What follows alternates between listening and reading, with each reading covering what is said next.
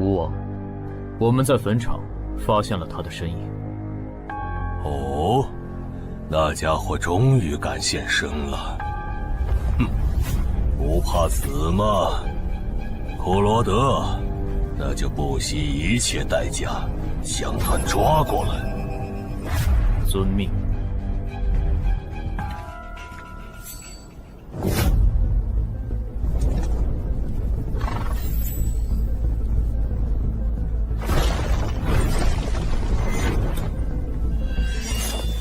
是不是打败你，才会放过我？那看来是没谈拢啊！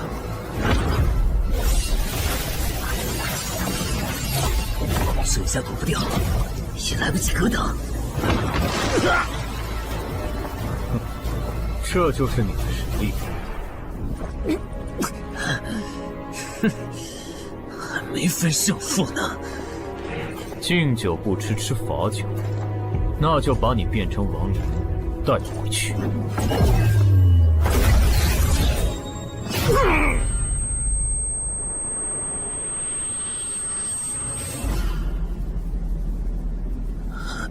认输吧。做梦。黄不灵。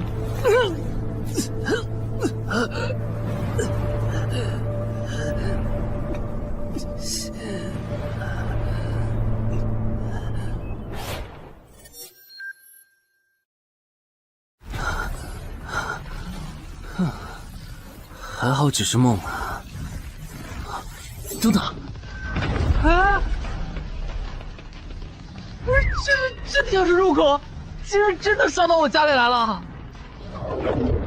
！2030年，世界各地相继出现地下城入口。在经历了一系列探索、争夺、开发和地下城失控所引发的骚乱后，各国政府确认了5件事：一、入口无法被破坏，但攻略地下城可以使其关闭。2. 如果未能在规定期限内攻陷地下城，那么该地下城入口将翻转，地下城内的怪物将涌入这边的世界。3. 误入地下城并存活的人类将成为冒险者，自此踏上超凡之路。4. 地下城内的怪物等级越高，攻略该地下城的收益越高。5. 最高等级的地下城 BOSS 连核弹亦无法完全消灭。过去10年，地下城入口逐渐被公众所接受，有关地下城和冒险者的情报也被允许逐步公开给公众。冒险者周刊报道显示，冒险者人员十分稀缺，但却人均千万富豪。这一消息令冒险者这一职业变得非常受欢迎。对普通人来说，冒险者就是一步登天的门票。所以你过去3年的冒险家生涯，为你赚取了超5亿的财富。当然，对于刚刚成为传说级冒险家的我来说，这只是个开始。但少有人知道，每一位高等级冒险者的背后，都有许多普通冒险者和无辜平民的牺牲。而我们的主人公陈海，恰好是知晓这一秘辛的少数人。你还真是给我出了个大难题啊！能让人一夜暴富的地下城，可对我来说也没啥用啊。毕竟我又不缺钱，而且我记得地下城的死亡率好像很高，搞不好我会死。要不把它上交给官方冒险者协会算了，说不定可以换点特别的好处。嘿嘿嘿嘿。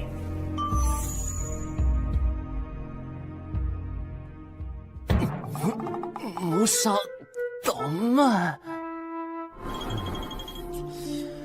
但放这也不是事啊。时间一到，入口翻转，怪物全跑出来，大家都得遭殃。这样，我先瞅瞅这地下城啥类型，要是死亡率高，我就搬到别的城市，走之前报警让警察来管；要是死亡率低，我就自己搞定。真搞不定的话，再搬家，然后报警。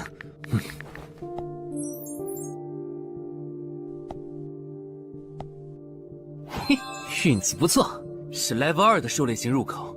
地下城入口的等级可以靠入口的规模判断。陈海家的入口太小，只能是入门级。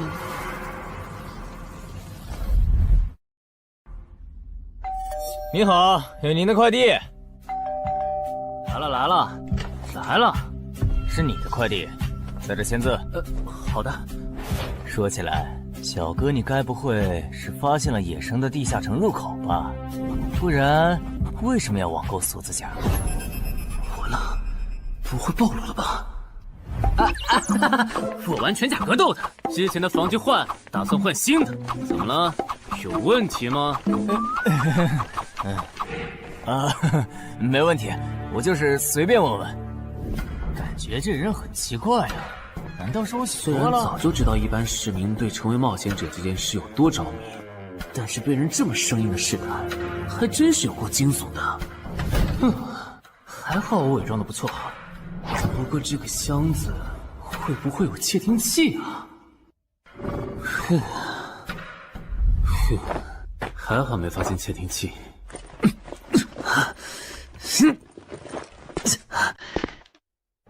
忍住，还有胸口也有一点点闷。怕眼镜在战斗中不方便，从而携带了隐形眼镜。没有防身武器，就在附近消防器材店随便买了把消防斧。啊，锁起来倒是不影响，还行。那么，出发吧。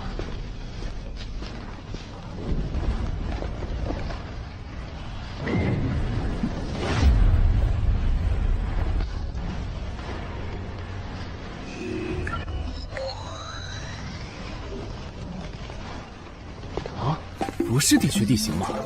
那看来我的首战对手大概率是豺狼人了。讨厌，这套锁子甲没白买。说起来，根据官方提供的情报，新人进入地下城后会激活冒险者面板，脱离条件也会出来。我的呢？来了。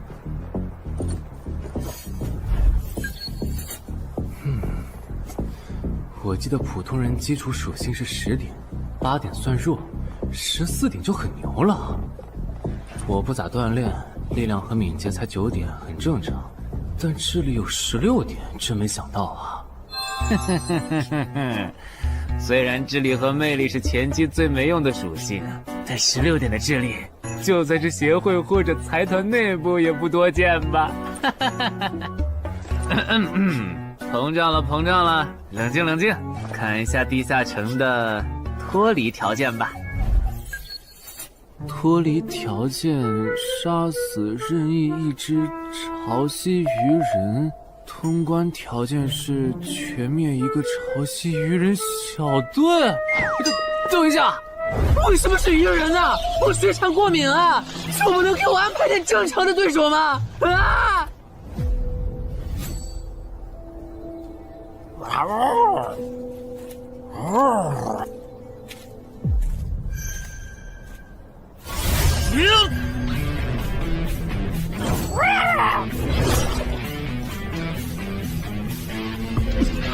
不是吧？这都被躲过去了。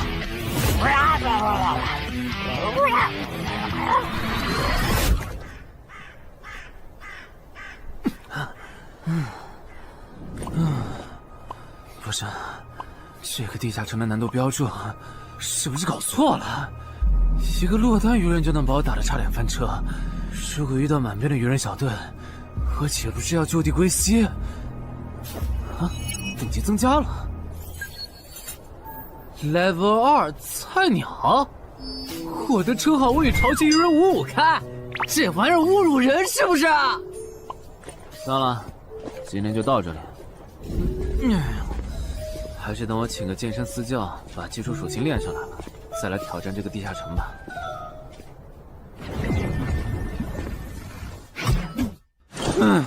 累死我了，半年的运动量都干出来了。又咋了？哦，任务结算呢？我记得地下城的任务结算好像也能爆出奇物的。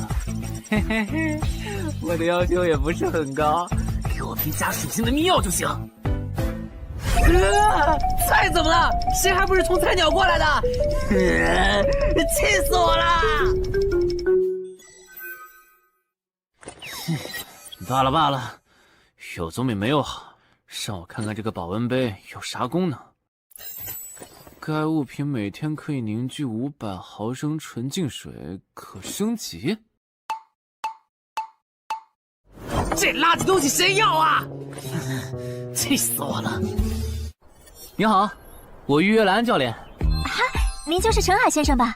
安教练已经在 VIP 室等您了，请跟我来。好的。没想到东山这样的小地方，竟然也有专门为新人冒险者和冒险者候补提供塑身服务的健身教练。冒险者的6大基础属性中，力量、敏捷和体力是可以通过锻炼得到显著增长的。这一年的健身费也太贵了，都和我一本新书的版税差不多了。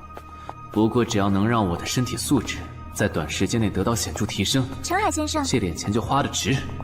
陈海先生，您之前有过健身经历吗？没有。那为什么要花这么多钱请安教练？新手打基础的话，请普通一点的教练就够用了。还是说，陈海先生，你已经成为了新人冒险者，比较赶时间？这旁敲侧击的，还真是够直接的。哼，有条件的话，那肯定要请最专业的，以冒险者为目标，普通教练不能算是好的选择。这样啊？我总不能和你说实话吧？那您应该能和安教练聊到一块儿去。东山市最好的健身教练会是啥样的？好紧张。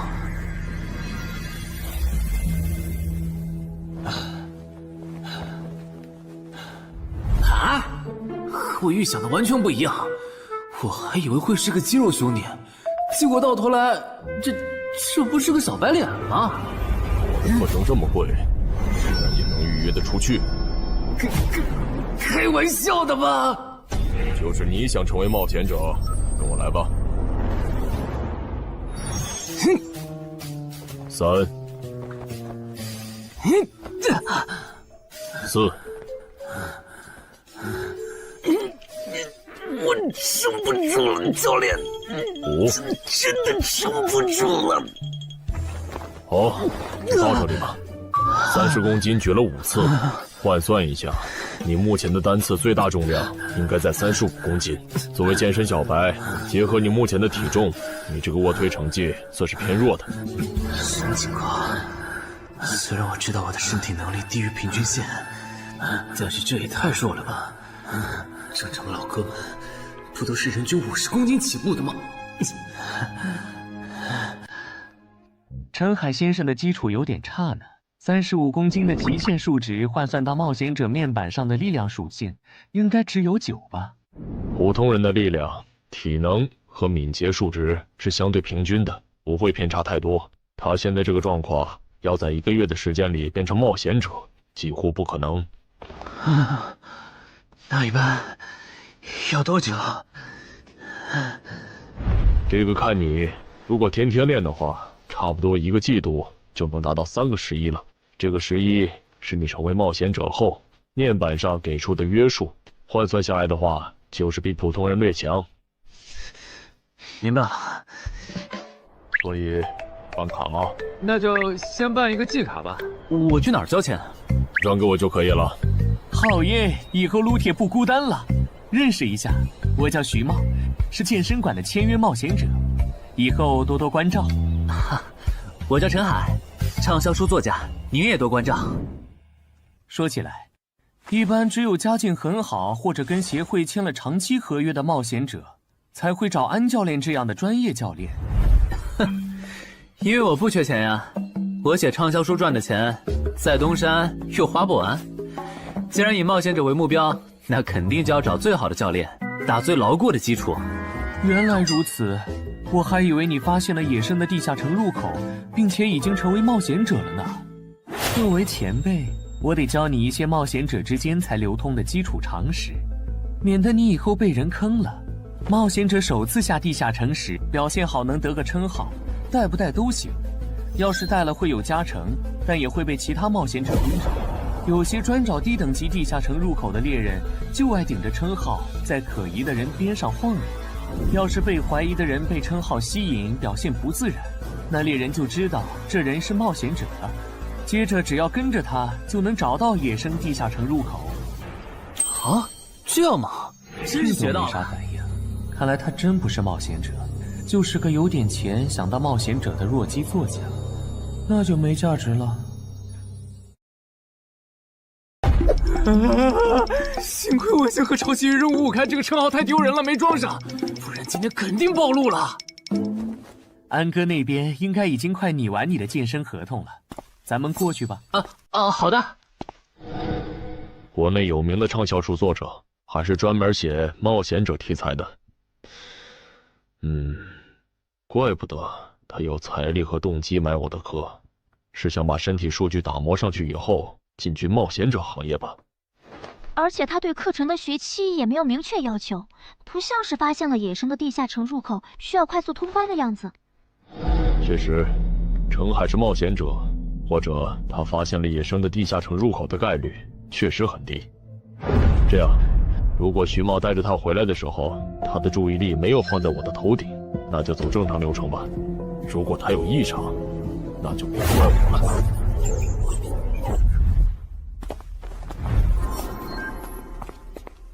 合同拟好了，你看完如果觉得没问题就签吧。好的。喂，不是吧？连健身馆的3A 级教练也……这边。那小子刚才看我的时候表情正常，视线也没停留在我头顶的称号上，看上去不像是刚发现地下城入口的小白。徐茂，你没做多余的事吧？怎么会呢？我可是健身馆的签约冒险者。那就没有持续关注的必要了。签好了。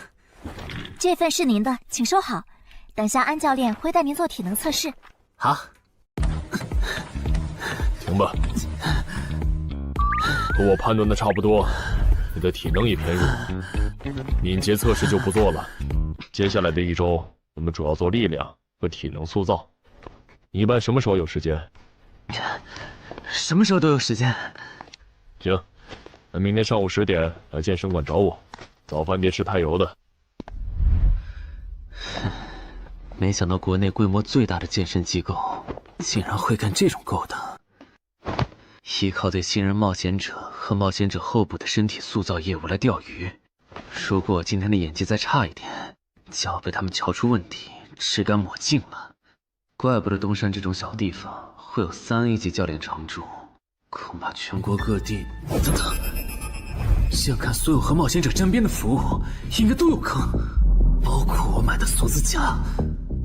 还好我当时觉得在同一家店购买防具和兵器的行为有点不打自招，不然网购锁子甲的时候就暴露了。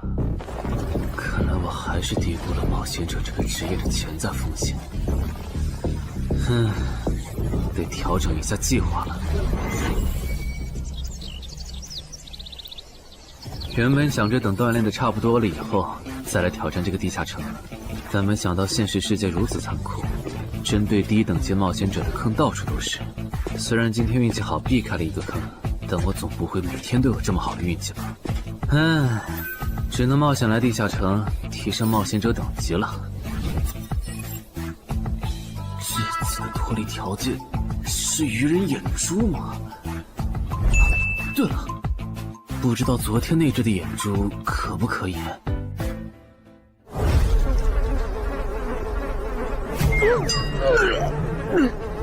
早都被啃光了呀！看来这附近有类似野狗的生物。不过好在眼珠还在。好耶！今天可以不用战斗了，等下只要记录一下这地下城的地形。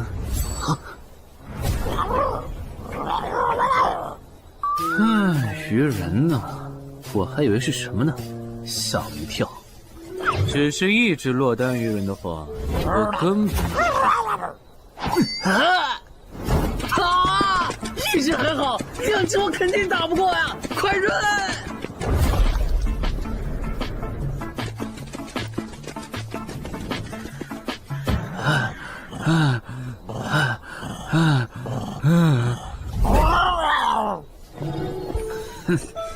你都死到临头了，还这么嚣张，没发现吗？你和你的同伴跑散了。哼哼，现在换我来进攻了。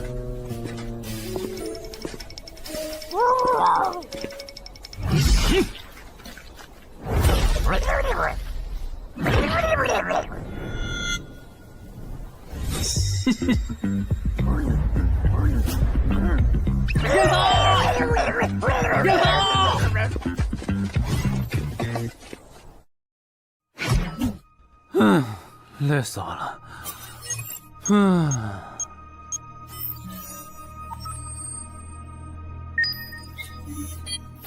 不是吧？这次的评分明明更高，为什么反而没奖励啊？入门级地下城的爆率原来这么低吗？不过如果其他冒险者也是这个情况，那么他们是怎么赚到钱的？还是说有什么常识是别人知道，但我不知道的？明天找机会去问徐茂和教练。哎，徐茂和安教练还没有来吗？徐茂去隔壁室了，大概要过几天才会回来。安教练今天临时有事，得中午才能来。好吧，那我先去 VIP 室做体能训练。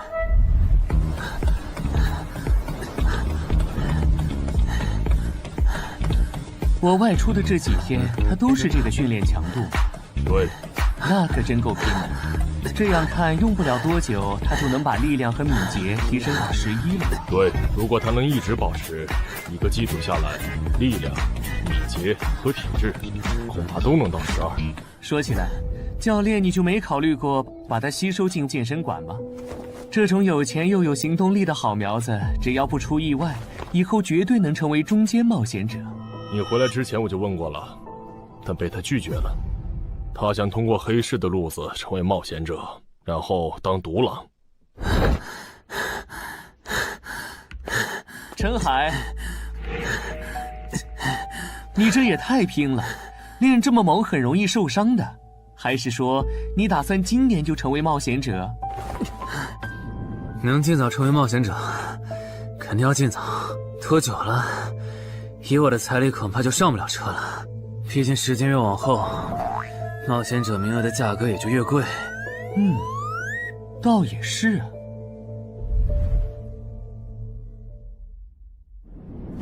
算上前天安教练的招揽，我大概可以肯定，徐茂和安教练已经排除了我拥有入门级地下城入口的可能了。接下来可以找一个合适的时机。发什么呆呢？在想事情？没，可能是太累了，有点走神。你这样肯定不行，频繁的超负荷运动只会累积伤病风险，真受伤了反而会拖慢你的塑身进度。我也意识到了，后面应该会减少训练量。对了，截止到现在，你的前期投入都赚回来了吗？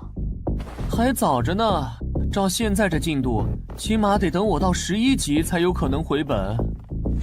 为什么是11级以后？因为1到5级的冒险者挺好混的，有老手带着，完成任务就能撤退，死亡率极低。没想法的就可以这么混等级，而6到10级后，任务变难了，怪物的情报就值钱了。上阶段的混子在这阶段就去收集情报，死亡率虽然变高了，但还能接着混。只有到了11级，地下城的难度提升到混都没法混的时候，才是我这种冒险者开始盈利的时候。这个阶段的冒险者对实力的提升最为迫切，装备、奇物、技能书，一切能提高生存率的东西都能卖出很高的价格。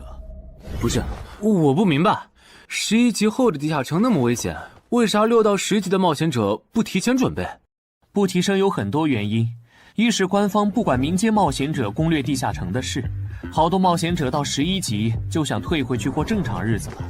二是地下城的东西只能让一小部分冒险者在精英地下城混下去。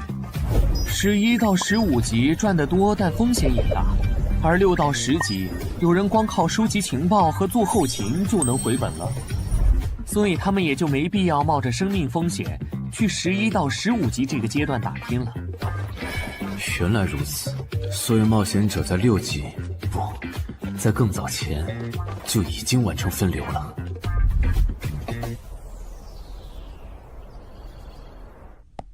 哼，真是学到了，怪不得我在论坛上很少找到有用的情报和攻略，原来有很多人靠卖靠谱攻略和情报赚钱。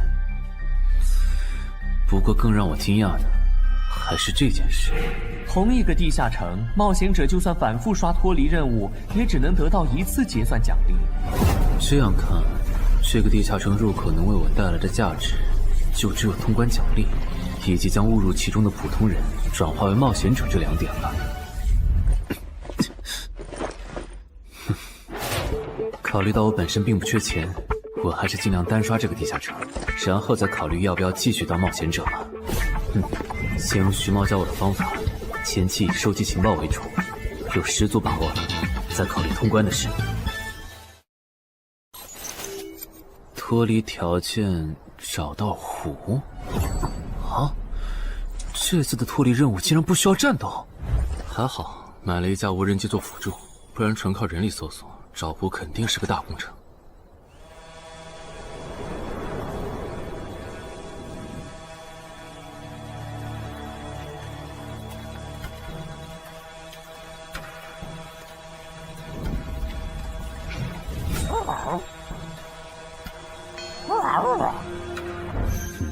这是什么？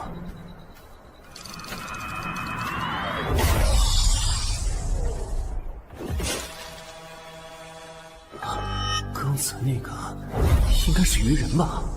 虽然外形和气场和我之前遇到的鱼人有很大差别，但他应该也是鱼人，只不过等级应该更高。算了，先不管他。等我完成了脱离任务，再回来找那只橘红色鱼人。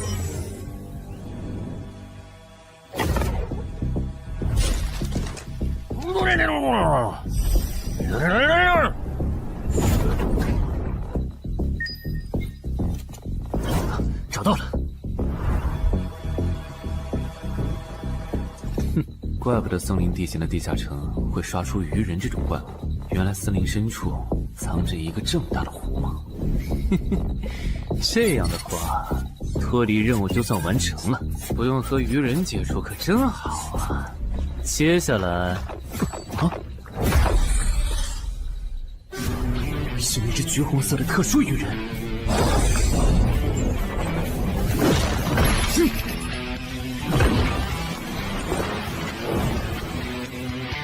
幸亏我刚刚反应快，不然可就重伤了。不过我新买的无人机的遥控器，我的心在滴血啊！不对，现在不是想这些的时候。这只鱼人的速度太快了，我必须慎重对待。啊！1只、2只、3只、4……哼！好险！什么情况？这个人怎么还没死啊？如果不是穿了锁子甲，我这条胳膊估计就废了。这家伙真的是新手级冒险者会遇到的对手吗？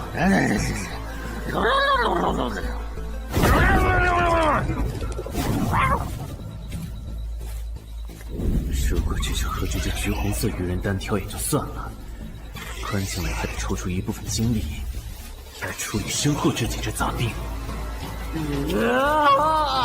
不管怎么看，这个地下城的难度绝对超纲了呀！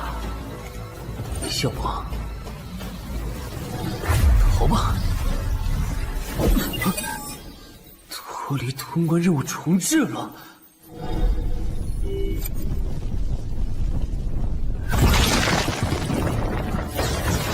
我说全罪，你这样很像是在虐尸出气，有吗？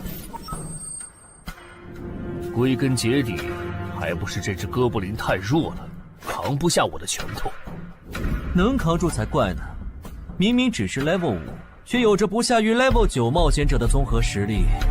你这样的怪物，在入门级地下城里，怎么可能会遇到对手嘛？有的哦。如果我能遇到传说中的 bug， 那就能在低等级地下城里遇到下一阶段才能遇到的强力怪物。只要能从他们手底下活下来，我就能拿到补偿奖励奇物升级券。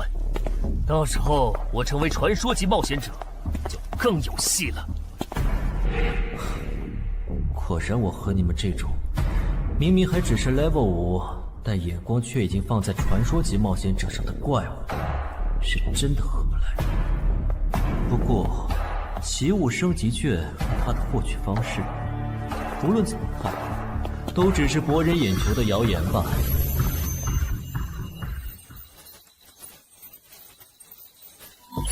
在高战力异常鱼人个体的追杀下活过3分钟，任务完成后将得到额外补偿，奇物升级券。不是吧？我都准备逃命了，你给我整这个，要玩死我吗？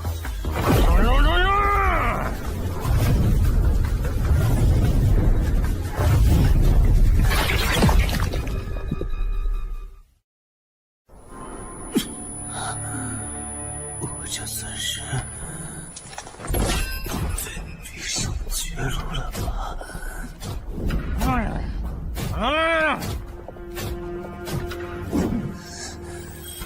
早知道当初就不该成为冒险者，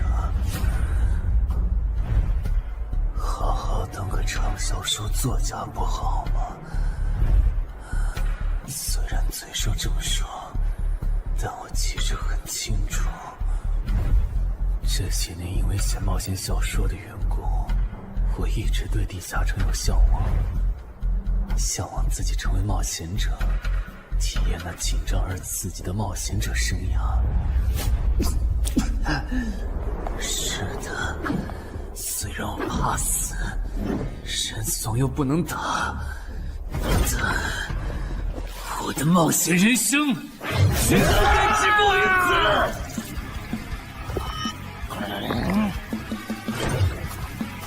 此。想想，我现在还有什么牌？我现在还能打出什么牌？使用称号，我与潮汐鱼人5开。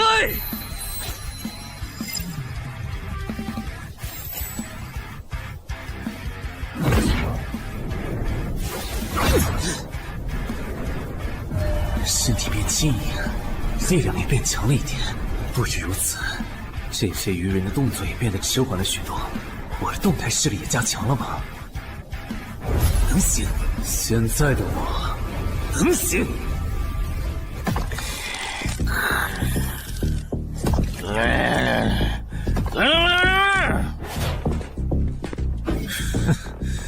没想到高级鱼人说的话，我竟然能听懂。就剩你了，头目。我是干掉了这只下级士兵，别再得意忘形了啦！我知道的，即使身体能力获得了大幅度提升，穿上这一层锁子甲的我，依然不具备能和这只橘红色鱼人拼速度的可能。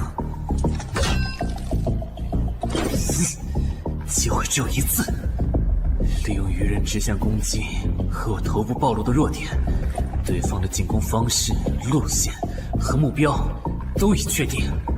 我要做的就是舍弃头部的防御，用它做诱饵，争取到一次以伤换伤、重创对方的机会。如果这一次机会我没有把握住，那么吃到教训的他，必然不会再给我翻盘的机会了。这种生死皆在一瞬间的体验，真让人血脉喷张，沉醉其中，无法自拔。就是现在！我这不是挺能干的吗？可能真的。开什么玩笑！我居然会被这种弱者可恶！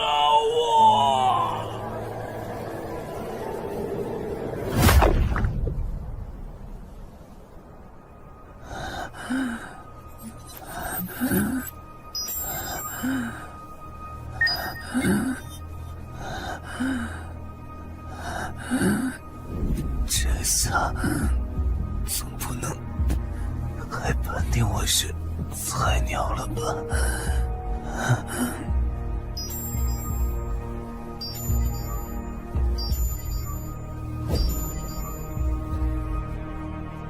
平平无奇的保温杯吗？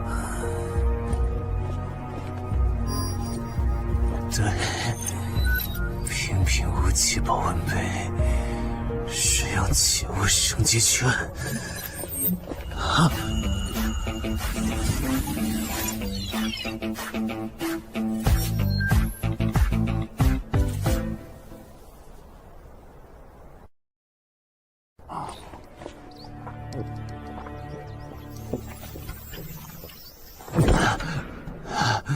活过来了。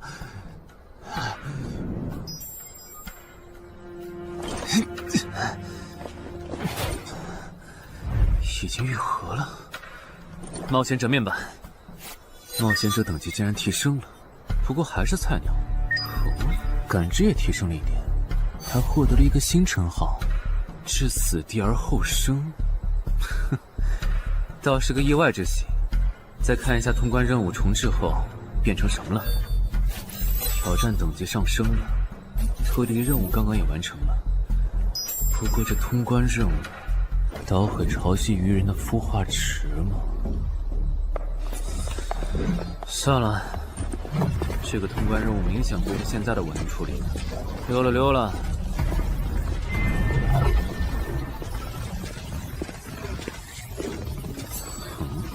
是错觉吗？怎么感觉这个地下城入口变大了？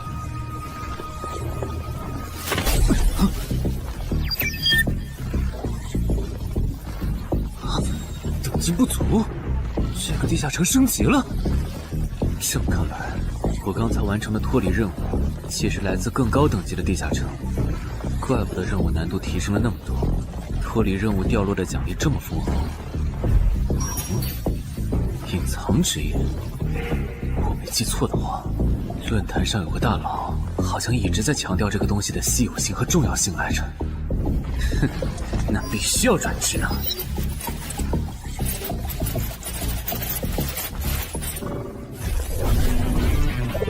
啊，什么情况？感知竟然提升了，死亡行者也算是新职业了。越接近死亡的话，属性点提升就越大，可以1至4点。啊，刚刚是啥玩意儿？我家？这就是感知16以后的世界吗？即使闭上双眼，我的大脑依旧能够准确勾勒出客厅每一角。真不敢想象，20点感知的人类眼中的世界又会是什么样子。说起来，我与潮汐鱼人555开这个称号的效果，刚刚在地下城已经体验过了。这个至死地而后生的称号，效果又会是什么呢？被逼入绝境以后，就能得到力量、敏捷、感知，每个加4点的加成。这个称号的触发条件和死亡行者的触发条件差不多哎。等等，也就是说，死亡行者搭配至死地而后生，极端条件下可以给我带来8力量、8敏捷、9感知的提升。哈哈哈哈！这也太超模了吧！胆子再大一点，以后遇到打不过的敌人，我完全可以靠自残触发效果让属性提升。等干掉敌人以后，再用稀奇古怪的回血药水把状态拉回来。而且回血药水的用处也不止于此，有了它，我再也不用担心健身过度肌肉拉伤了。反正每天都能回一次血，完全可以想怎么练就怎么练。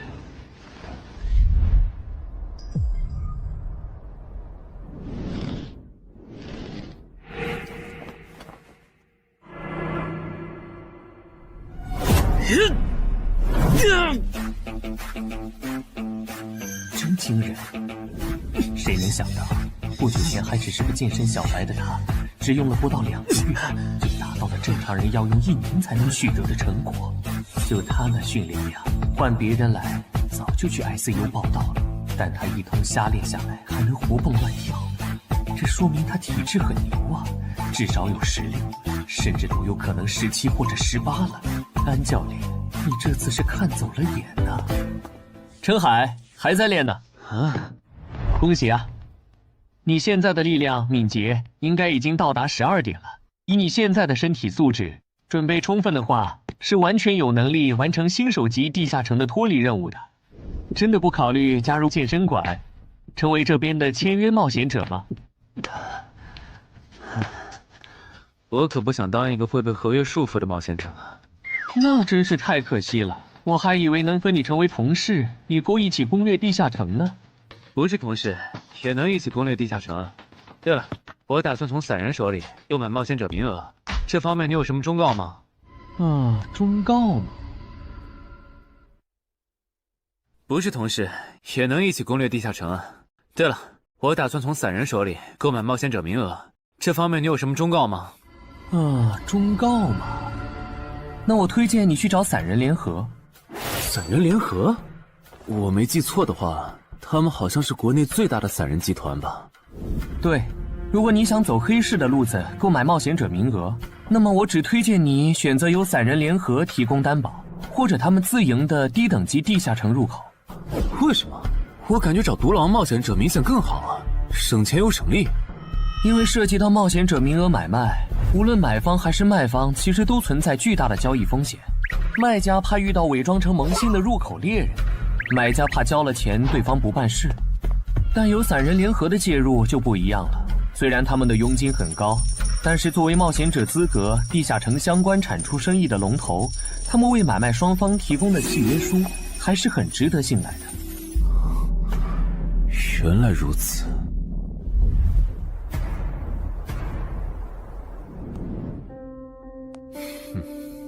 查了一下，整个漳州只有云霄市的这个老廖稍微靠谱点，找了散人联合做担保。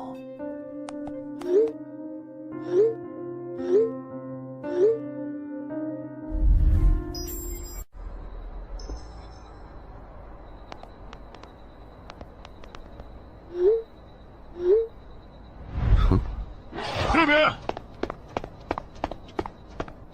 云霄老司机，没错，你就是爱写作的东山市民吧？你好，就差你了，快跟我来。签完契约书以后，我好带你们去地下城。好了，契约的内容分3项：一，交易完成前尾款钱我方承担；2，双方都不能做出违反安全协议的行为；3，不能向任何人暴露此地下城入口的具体位置。诸位对契约内容有疑问吗？没有。没有。没有。那么，契约成立。哦，手臂在发光哎！哟，好神奇啊！好了，我的工作完成了，希望以后还有机会为诸位服务。等下大家再跟我走一段路，我带你们去地下城入口。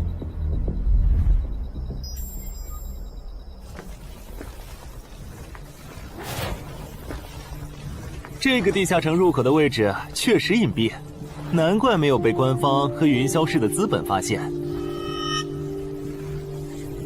好了，大家排好队，按顺序进入。我先走一步，给大家带路。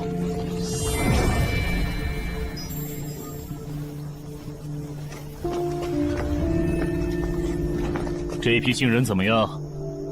哦，太酷了！我也是冒险者了，真好。还行，没有看起来像刺头的。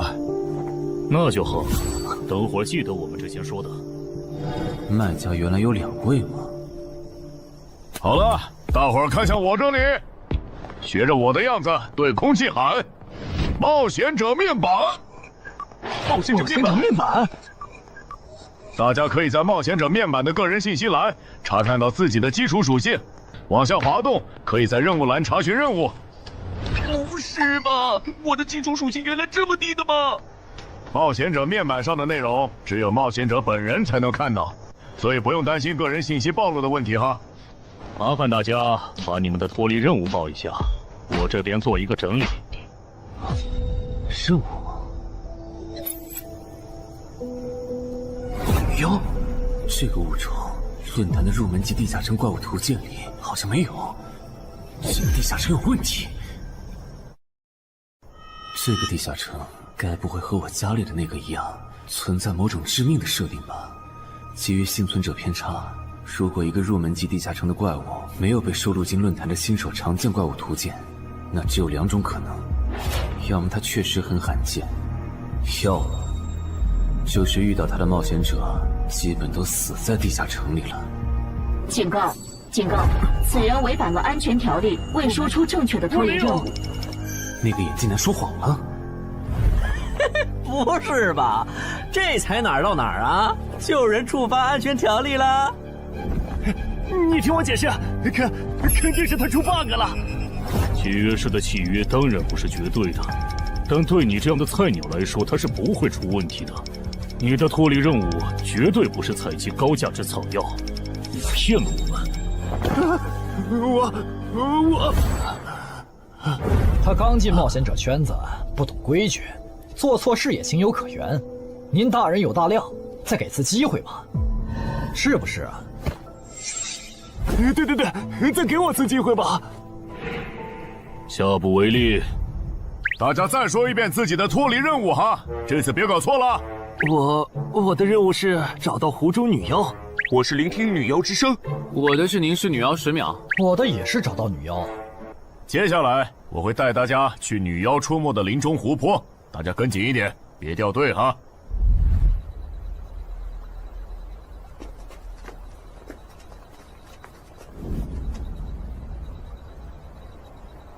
冒险者面板。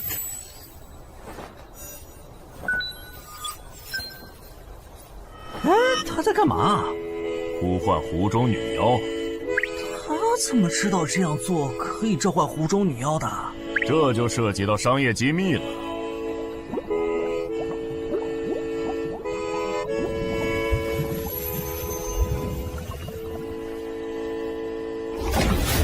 女妖出来了！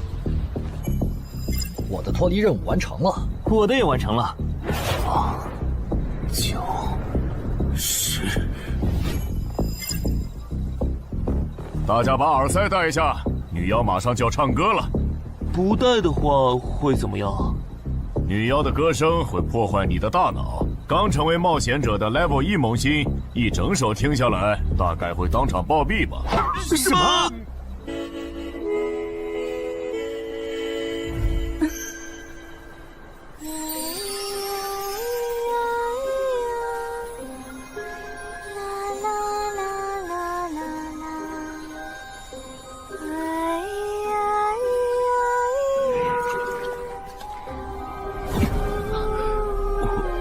刘云醒了，就听了这一小会儿嘛。还好我戴了耳塞，歌声听得不真切，不然恐怕已经死掉了。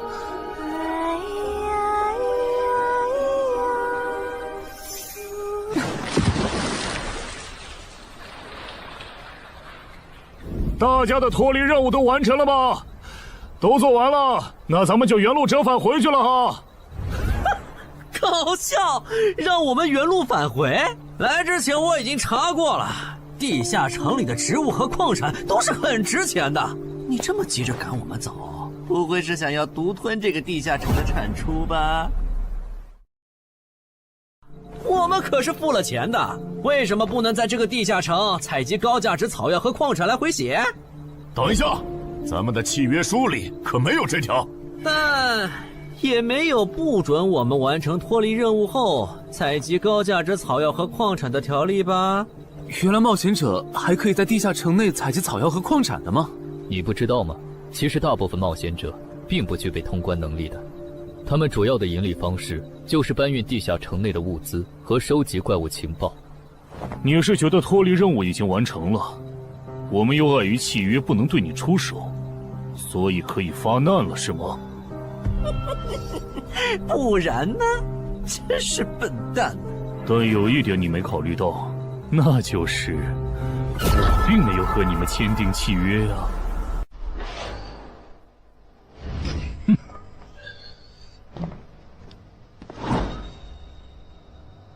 你们2个什么意思？没什么，单纯看不惯而已。我觉得这位朋友的理由其实挺合理的，只是一些药草和矿产，没必要那么计较吧。但是基于契约文书第1条的话，如果有人死亡，我们就拿不到尾款。你可以保护我们，作为回报，我们可以将采集到的一部分物资分给你。不好意思，我们并不想冒这个风险。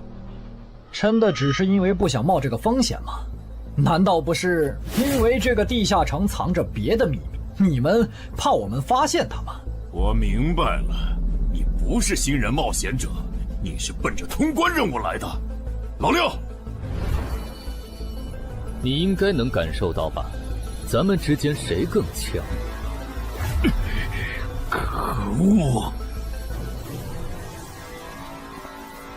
地下城让给他们，我们走。啥？你等等我呀！他们为什么就这样走了？这不很明显吗？这2位帮我们说话的朋友，其实是比那2个人更强的冒险者呀。过奖，其实强的不是我，是我的这位朋友。等等，不太对。3人联合的契约师不会蠢到让假装萌新的冒险者轻松找到契约书漏洞，这不符合逻辑。大家可以自行选择，接下来是单独行动，还是跟我们一起行动？单独行动的话，你们的收益可以独享；如果跟随我们一起行动的话，通关奖励我们要1半。1半？这么多？这叫多？你没仔细听吗？是通关奖励的1半。这2位资深冒险者的目标是通关。新人冒险者的通关率一般只有10%，甚至更少。就算分出去1半，我们也领先了90%的新人冒险者。大叔，你别得了便宜还叫委屈啊！所以这其实是好事。对新人来说，第1次通关时间是重要分水岭。新人冒险者越早拿到通关奖励，未来的冒险者之路就会越顺畅。那就是说，就算我只拿到1半的通关奖励，也会比绝大多数同等级的冒险者要强吗？如果你没有浪费这些开局资源的话，确实是你要强一点儿。请让我也加入你们，也包括我。我也要。那帮没良心的，签契约书前都说好了，只涉及脱离任务，其他不包的。任务一完成，他们就变脸了。差不多得了，都走了这么远，他们不可能再跟着了。你不用演了。哦。嘿嘿，不过你这次演技提高了不少嘛。刚才我一度以为你打不过那个顶着战斗专家称号的冒险者来着。我确实打不过他。啊？不过他也很忌惮我就是了，要不然不会用劝退的方式赶我走。原来如此。那你觉得他们能通关吗？可能性太低。个人判断，这批冒险者里，最多只有1到2个幸运儿能活着走出这个地下城。什么嘛，这不就和之前的几次一样了吗？真没意思。哇，酷哎！既然大家已经决定联手通关，那我也不藏着掖着了。我能够为认同我、信赖我的队友带来一点基础属性的随机增幅。他说的是真的，我的力量加了1点，我加的是感知，我的也增加了。体力涨了1点。原来团队领袖这个称号是用来提升自己的队友啊，还怪好用的。我这边还有一个问题，我们现在只知道口琴声能召唤女妖，并不知道其他的召唤方法。女妖要是一直躲在湖里，大家的通关任务就没法完成。这不是问题，我的称号可以让我强制激怒指定目标，被激怒者将减少2点智力，变得冲动易怒。他也是冒险者吗？至于建立强制对话的方法，只要引起对方的注意就可以了。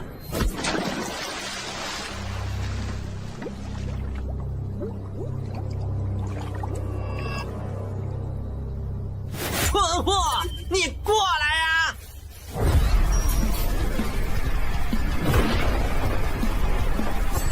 成功了，他被我激怒了。剩下的交给我吧。大家散开，让战斗专家来先是你赢，其他人换场比赛，在外围找机会。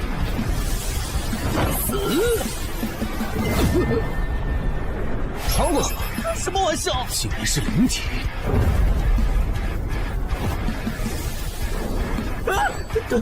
等一下！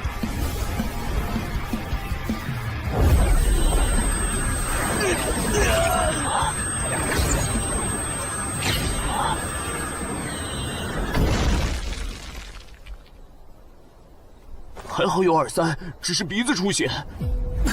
不是吧？这个女妖原来是个妖魂。娘，有把握吧？有，但是会比较费时间。上一个地下城刷出来的僧侣之拳应该会有效，但熟练度还没上去，打起来会很慢。慢就慢了，这只女妖应该没有其他攻击手段，对我们的威胁很小。我有预感，这个地下城的通关奖励会非常丰厚。哼，愚蠢的选择。等等，你先别走。不是吧？10万个人里都不一定能出一个的感知16点的人，竟然让我……你为什么觉得他们的选择是有问题的？使用称号，他们当我不存在。真晦气！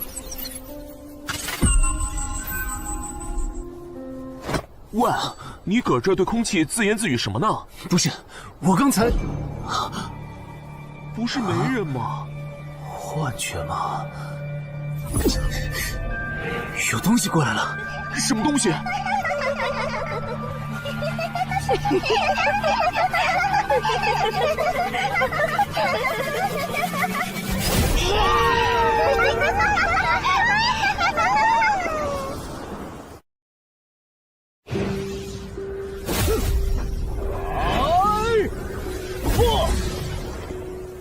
有效果了！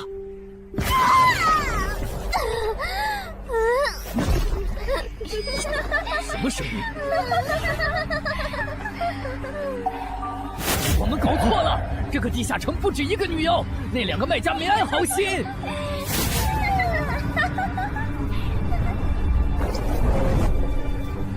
不是吧？这也太多了！不行，这个数量2-3已经没用了。还傻站着干什么？跑啊！为什么总是让我遇到这种事？天和子那时候是，现在还是。看在你老婆和女儿的份上，我觉得应该放过你。谁叫我最喜欢看别人抱憾终身，活在憎恨和痛苦中的样子呢？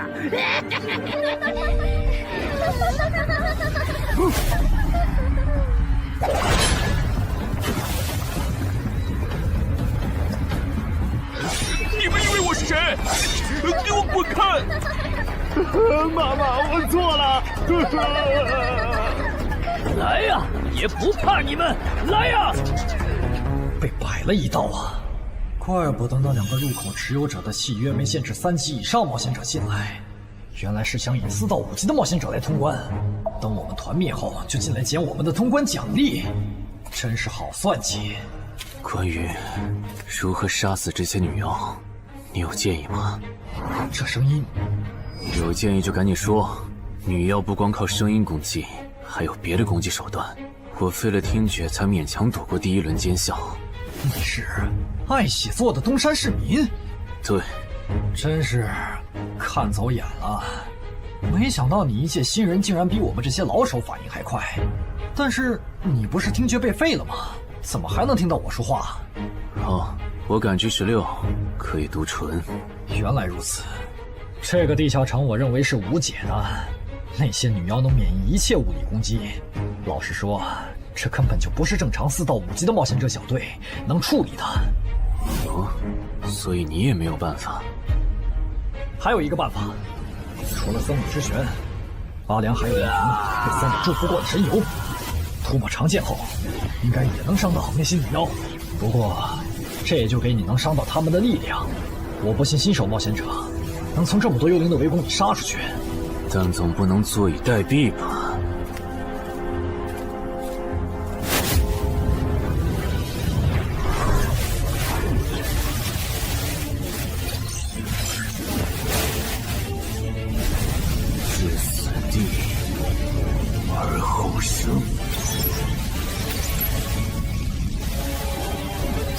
能听到吗？我问过你的同伴了，他跟我说，要通关必须从你那里拿到被僧侣祝福过的神油。通关吗？能帮我拿一下吗？不好意思，我眼睛瞎了，恐怕没办法操纵冒险者面板取出你要的东西。这样吗？不过，我还有一个办法可以让你得到它。什么办法？你干什么？就是以死后掉落的形式让你获取。其实我也不是非要那碗油杀人夺宝不可。20点的敏捷足够我甩开女妖逃出地下城了。我就是想试试能不能通关。虽然无论怎样，你都不可能活下来。哇，真的很吵啊！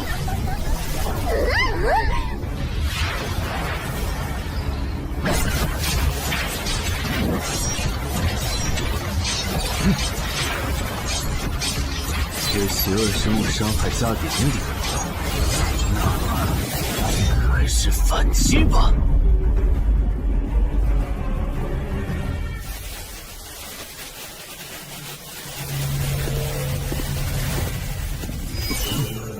好像有人从里面走出来了。哪有人啊？你看错了吧？不是，我真感觉到了。果然，他们那不能攻略的地下城设陷阱，引同等级冒险者来做通关任务，把人坑死在里面，接着捡掉落的东西，或者等冒险者重伤出来就杀人夺宝。雇主的儿子应该就是这么被害死的。石斧秃鹫是指利用高难度地下城坑杀同等级冒险者，然后拾取对方掉落的堕落冒险者。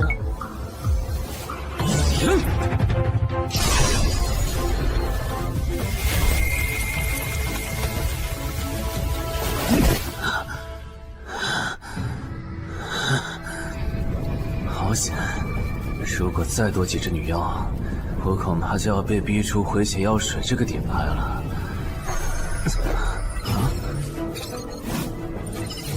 您的绝妙操作取悦了路过的死亡主宰，得到其恩赐，亡灵亦不能杀死我。该恩赐可以使您互免一次来自亡灵生物的死亡判定，免疫一次来自亡灵生物的死亡判定。好霸道的额外奖励！额外奖励都这么丰厚了，合并结算的奖励还高于单独结算，那么肯定要合并啊！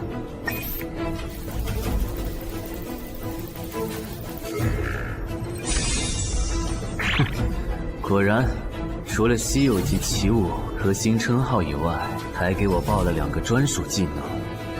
这个地下城的奖励太丰厚了，难怪它的难度如此超标。爱写作的东山市民，你还活着吗？怎么没声音了？差点把他给忘了。你现在感觉如何？能站起来吗？有点难。那只能扶着你了。其他人是不是都死了？胖子、四眼、大叔，还有你的2位同伴，都死了。你应该不是第一次进入地下城吧？哼，我还以为你不会主动说破呢。如果我说我能保守秘密，并将我得到的奖励作为酬劳全部送给你，你能不能不灭我的口？但你死了，同样可以保守秘密。那你就得不到我的通关结算了。而且，云霄老司机和他的同伴肯定在地下城入口附近蹲幸存者。我可以帮你吸引他们的注意力，相信我，让我活着走出地下城，对你来说是最有利的选择。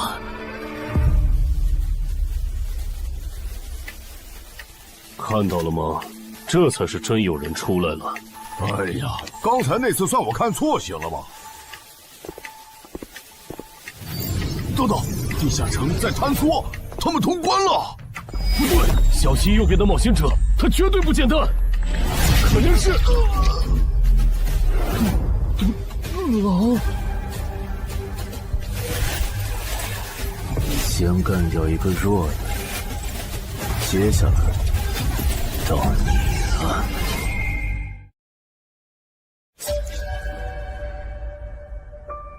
嵩山市民，你好大的胆子！不是吧，不是吧？不会真有人觉得自己坑完人不会被报复吧？呵呵，这么霸道的吗？闭嘴！哎呀，我好怕呀！你这家伙找死！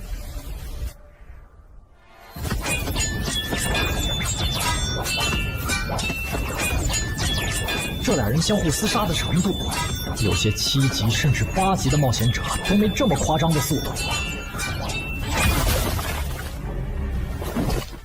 不可能！带上这个称号以后，我的速度竟然还是没你快，真是离谱他妈给离谱开门，离谱到家了！你的敏捷难不成有17，甚至18？可，你猜？冒险者面板，哼，不比速度了。不比了。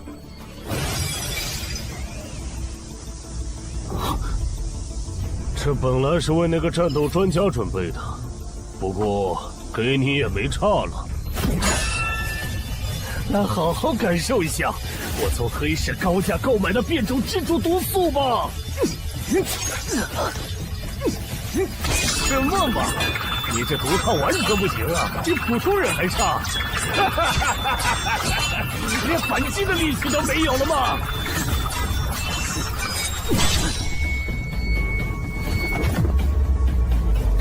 太慢了，太慢了！你这样是伤不到我的。哼，蜘蛛毒，这就是你为我们准备的手段？怎么样？喜欢吗？作为7级地下城蜘蛛地穴的特殊产出，可以极大的削弱低等级冒险者的力量、速度和体力。迄今为止，因为它而败在我手上的5级冒险者已经有4个了，而你将会是第5个。然后呢？你应该不只准备了这点手段吧？全都亮出来吧！哼，不会吧？难道这就是你的全部了？当然不止这些。佩戴了毒素携带者称号的我，呼出去的气体、身上的汗液和血管里的血都是带毒的。和我相持的越久，你中的毒就越深。这战术太吓人了，在6级以下几乎是无解的。我明白了，是我高看你了。我还以为你藏着什么大招呢。关闭技能，与死亡共舞。不可能！怎么还有这么快的速度？你猜？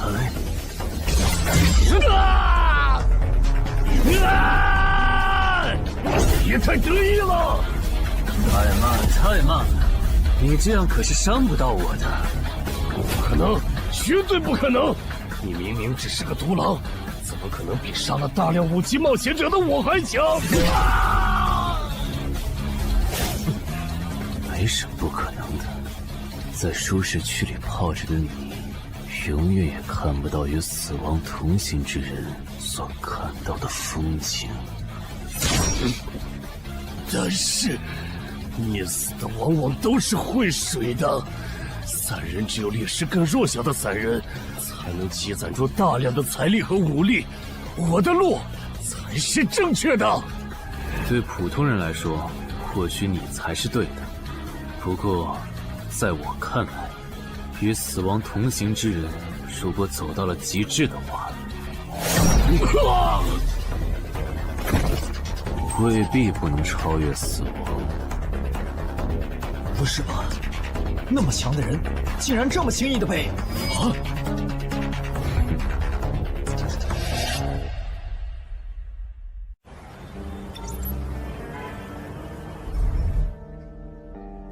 你这运气也太差了吧！啊，徐茂，你怎么来了？来看你啊！第一次进地下城就遇到了能免疫物理攻击的怪物，好不容易通了关，还被石斧秃鹫堵门。不过也多亏了这次经历，让我得到了置死地而后生这个称号。也是，还算幸运。那些传说级冒险者，哪个没在5级以前越级挑战过对手呢？对了，个人建议不要让别人知道你的主要称号，情报泄露是很致命的。冒险者要防的不只是地下城的怪物。原来如此，学到了。虽然女妖之森的入口持有者，官方说是被另一个幸存者杀了，但我查过，那人主要称号侧重团体战斗，单人作战能力没强到能杀掉2个石斧秃鹫，所以，怎么了？我脸上有什么东西吗？没什么，我只是突然想起来，高教练月底就要回东山了。你这边养好伤以后，记得回健身馆报道。关于你的塑身计划，要进入第2阶段了。好的。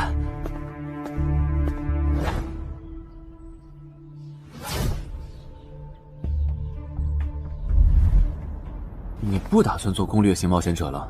没错，这次地下城经历让我明白，我没当传说级冒险者的本事。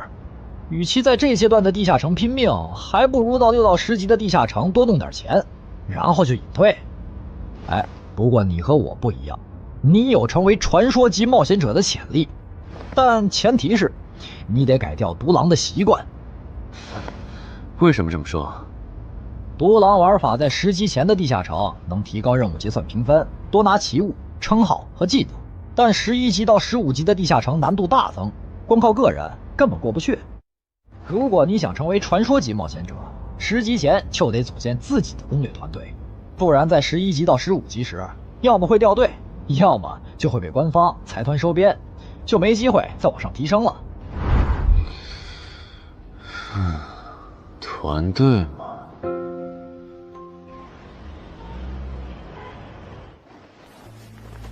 害死我儿子的秃鹫们已经死了，杀死他们的人就在这2名幸存者之间。你认为谁才是帮我儿子报仇的恩人？他。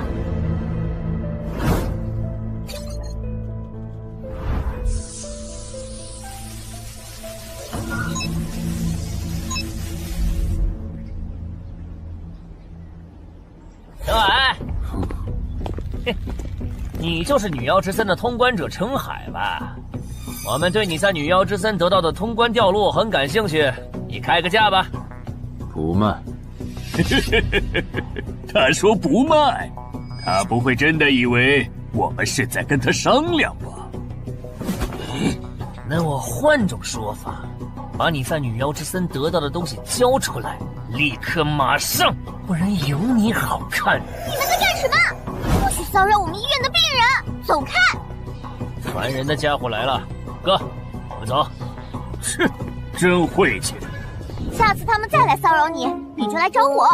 我哥哥是10级冒险者，他们不敢惹我。谢谢。不，该说谢谢的人是我。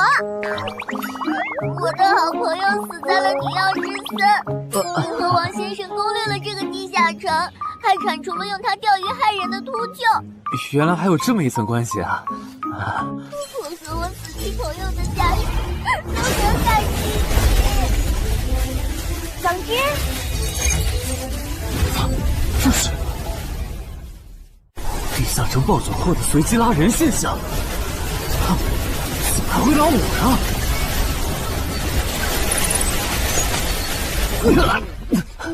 突！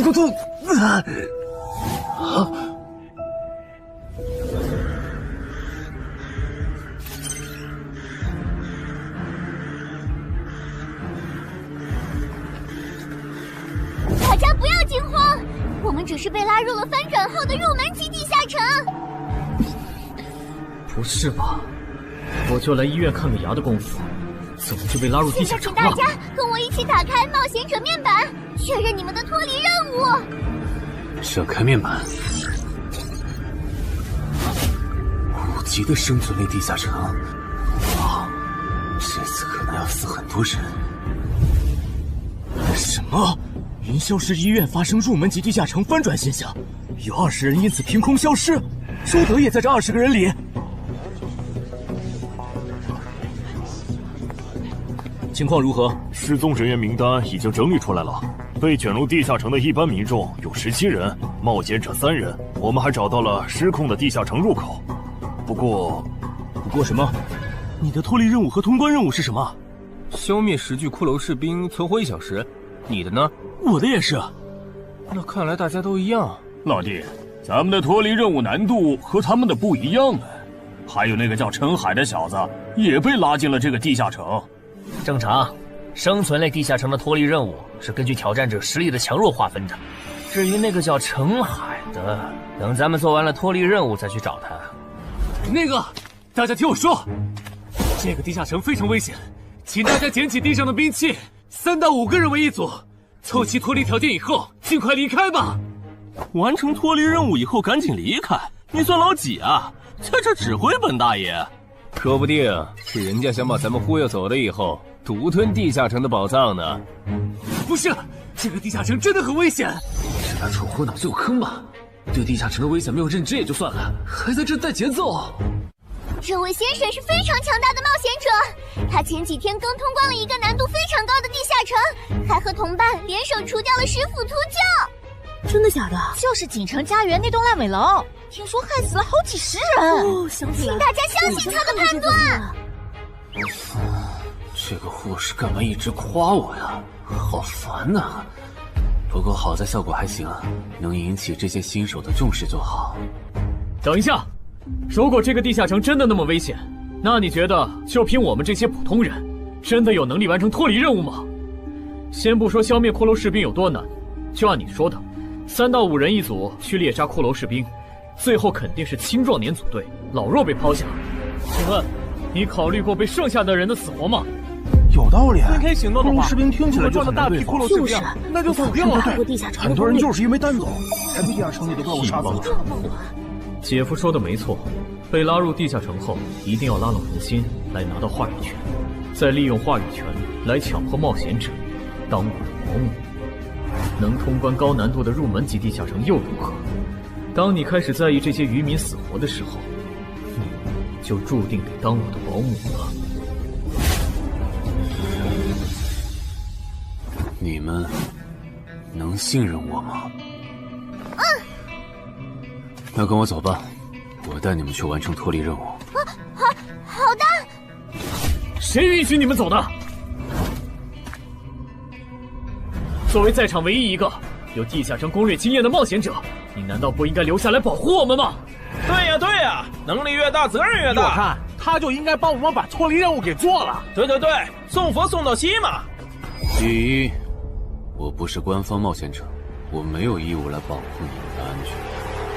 第二，不要对我道德绑架，不然我真的不介意走之前打断你的腿，让你活着就自生自灭。这人怎么这样啊？保护老弱不是最基本的道德吗？活该他不是官方冒险者，看来道德品质不过关。你们干嘛去？我觉得那个人说的很对，既然通关任务是存活1小时，那肯定是越往后越危险。对普通人来说，早点完成脱离任务离开这儿才是最优解。不走留着被你们道德绑架，免费当保镖吗？我们又不是傻子。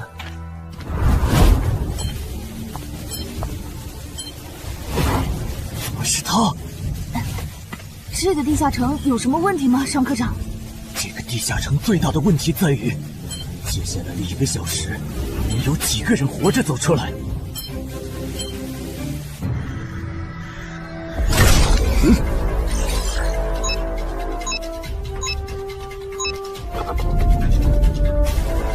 你们就学我刚才做的，用剑去砍那些骷髅士兵的颈椎。那你呢？又来了！我嘛，就用我的老火剑和他们练练。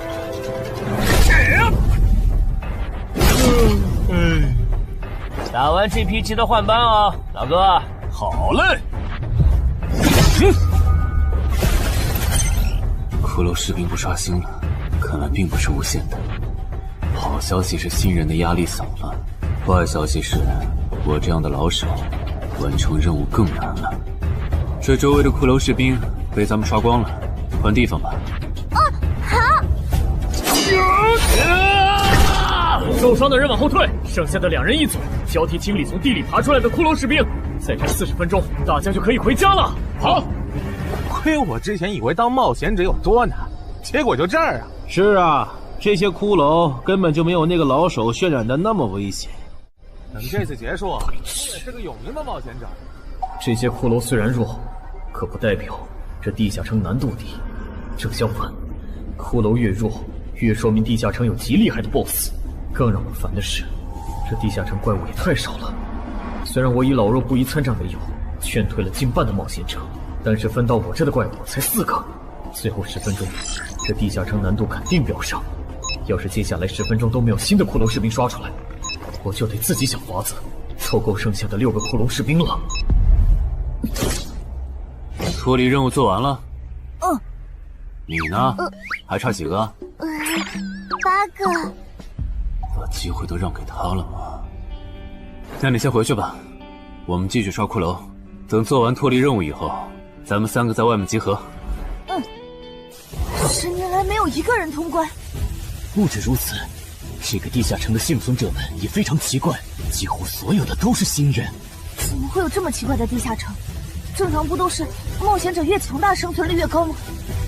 因为这个地下城有一个被称为强者坟墓的机制。同样的脱离任务，新人的难度只有老手的1/10。当新人完成脱离任务离开的时候，实力远超冒险者的地下城 BOSS 会主动追杀冒险者。好多老手都栽在这机制上。朱德，快点察觉到，这个地下城的本质是谁最先完成脱离任务，谁才能活下来的竞速比赛。好心的冒险者哥哥，护士姐姐，再见。拜拜。再见。等下遇到的骷髅士兵，我多分给你一点。你先完成脱离任务，和他在外面会合。好的。有人完成脱离任务出来了。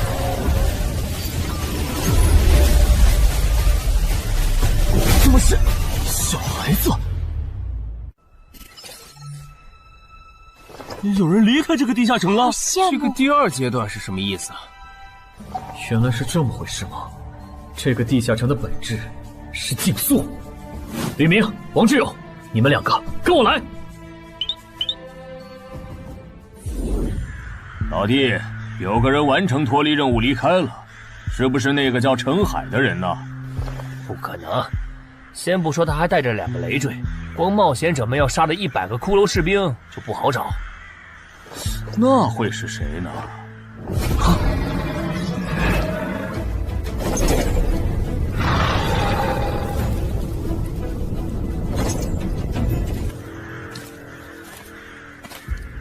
叫我们跟着他出来，都走这么远了，也不解释一下。如果遇到大群的骷髅士兵，咱们仨就完了。闭嘴吧，他这么做肯定是有原因的，你没注意到吗？他是看到任务栏变更以后才叫我们出来的，恐怕他比我们更清楚这个地下城发生了什么。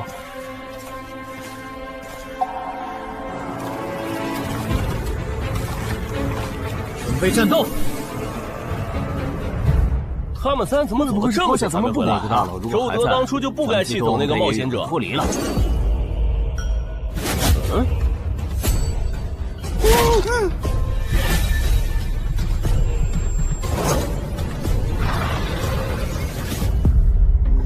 周德、吕明，你们2个王八蛋，竟然拿我当挡箭牌，用完就丢！你们这2个小人！你还差几个？3个。那快了，我们再找些小股的骷髅士兵杀，应该能赶上。等等，不对劲，幸存者的数量在减少，营地那边出事了。说什么？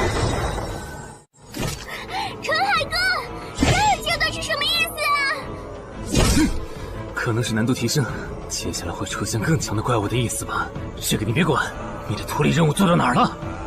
我看看啊，陈海哥出事了，其他人都死了，现在只剩4个幸存者了。什么？左2，右2，去左。都说了，是这个地下城的 BOSS 降临了，要想活命，必须就地折返。在 BOSS 找到我们之前，完成脱离任务。别开玩笑了，就咱们2个人，怎么可能在那么多骷髅士兵的围攻下完成脱离任务？王之勇在的时候都做不到。听不懂人话吗？我们已经没有时间去找骷髅士兵了。还差右2。剑锋，救我！你好了吗？马上！陈海哥，好了。常先留下，你先走。可是，撤下！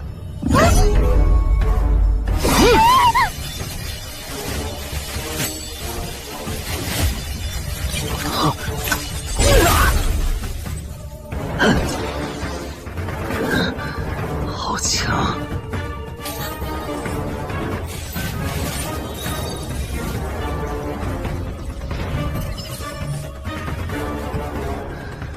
明白了吗？留下来，只会碍事。我知道了，我去外面等你，你一定要活下来。好了，现在只剩下咱们2个，我猜你是不会放我走的，对吧？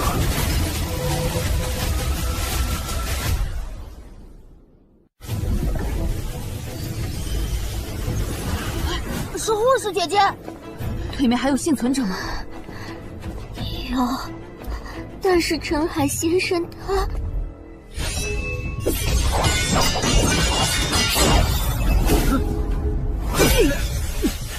好强，这样下去不行，速度和力量我都不是他的对手。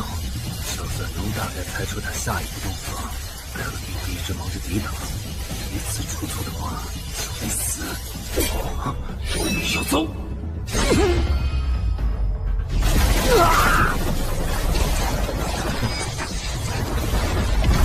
这么巨大的实力差，你还能跟我过几招？在我这儿撑这么久，了不起！就好像在跟我说话。不对，现在不是该思考这些的时候。想一想，再想一下，到底该怎么做，我才能活下来？没戏了，把这边的情况汇总给漳州吧。就说云霄市医院地下城暴走事件，17名普通市民卷入，仅2名幸存，3名低等级冒险者卷入，无一生还。你在说什么？不是还没到时间吗？这才过去5分钟。就是。我能理解2位的心情，但是请不要再做不切实际的幻想了。这个地下城里的 BOSS， 就算是9级的我，也没有把握面对他能存活15分钟。你要等的人，哪怕是5级冒险者中的佼佼者，最多也就能坚持5分钟。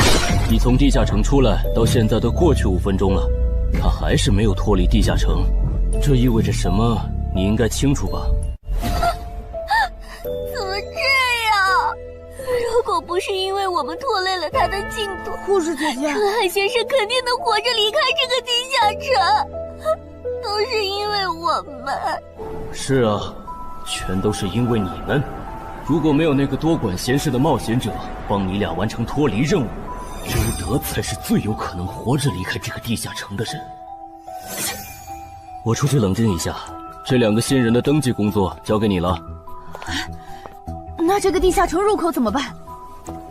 人都死光后，入口会在半小时内关闭，接着随机出现在世界某个地方。当然，如果你实在不放心，也可以盯到最后。好吧。你合格了。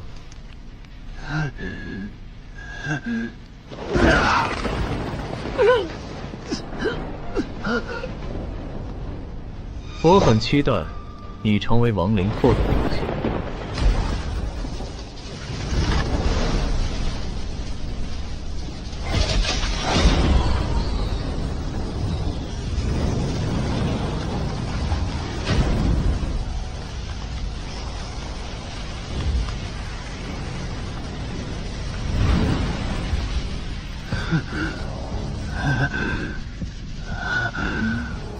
都赢了。对这个 BOSS 来说，完整的我更有价值。在他回来之前，使用死亡主宰的恩赐。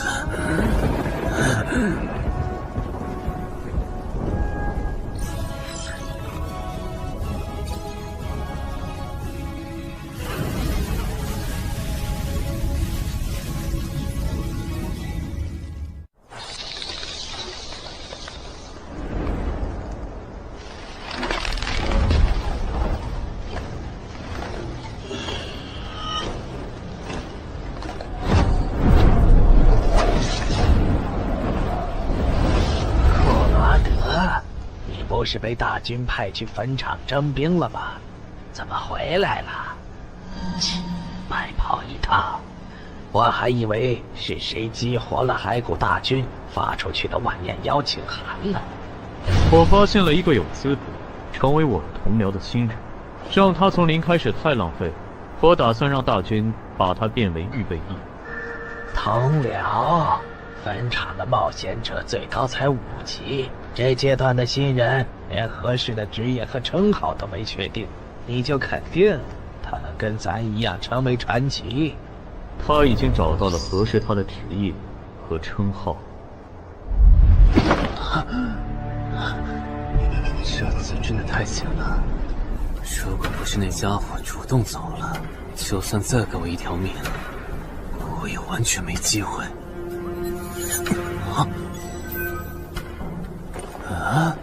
通关任务都显示完成了，为什么没有弹出来脱离选项？不会是必须完成脱离条件以后，我才能离开吧？在那个怪物意识到我没死之前，那得抓紧了。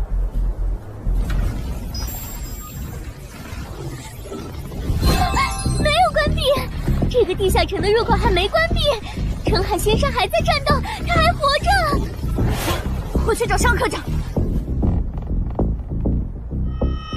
周德死在地下城里，他姐知道后一定会迁怒同期的幸存者。如果处理不当，尚科长，怎么了？慌张成这个样子？那个地下城入口没有关闭，结束的时间明明已经到了，但是他还在。怎么可能？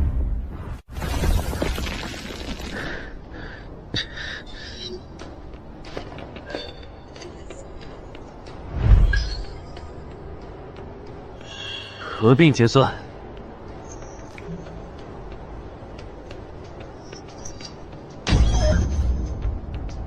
原来那个亡灵骑士叫库罗德呀。不过，传奇级，坟场才5级，怎么会有这么超纲的 BOSS？ 说起来，这个地下城的 BOSS 强度这么高，以前真的有人通关过。尚科长，你看，尚科长，这地下城暴走后，超过关停时间仍然存在，怎么会这样呢？有2个可能：一，被卷入地下城的冒险者完成了通关任务，但却没有完成脱离任务；二，地下城升级。一定是第一种，一定是。不可能的，坟场很早以前就已经被世界冒险者协会定义为几乎无法被攻略级的地下城了。相比有人通关，我更相信是地下城内部发生了什么变化，导致地下城升级。有人出来了！是陈海先生，真的是他！哎呀，你们都在啊！担心死我了！就因为我的原因，没能坟场竟然真的被他打通关了。一辈子的。那么严重的。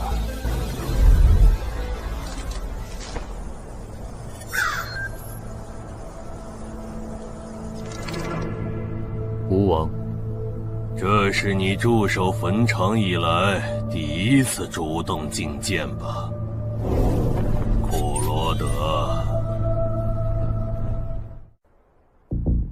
你知不知道，就在刚刚，你成为了全球首个通关坟场的冒险者。首通？我？对，你要火了。坟场这个地下城虽然等级很低，但是在冒险者圈子里很有名气。你首通的经历应该会吸引到很多资本和散人工会的招揽，当然，也包括官方。啊，所以现在是招揽环节？是的，你在女妖之森和坟场的表现已经充分证明了你的潜力。像你这样的超级新人，整个冥省1年下来也不会超过10个。作为云霄市地下城负责人的我，当然不可能错过。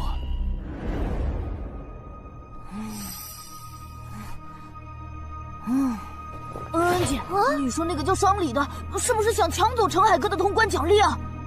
要不然他为啥要拉着陈海哥单独谈话？应该不至于吧？我可不会那么没品。而且5级地下城的通关奖励，我根本看不上，好吗？哼，那可不好说。你不需要，不代表你家亲戚不想要。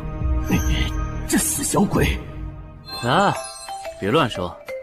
我们在里面聊的久，是因为在谈加入冒险者协会以后的待遇问题。不是吧，陈海哥，你要当公务员？哈哈，感觉你好像对冒险者协会意见蛮大的。那倒没有，我就是觉得像陈海哥你这样强的人，完全可以像王自健那样自立门户，没必要受协会的规章制度束缚。王自健是谁？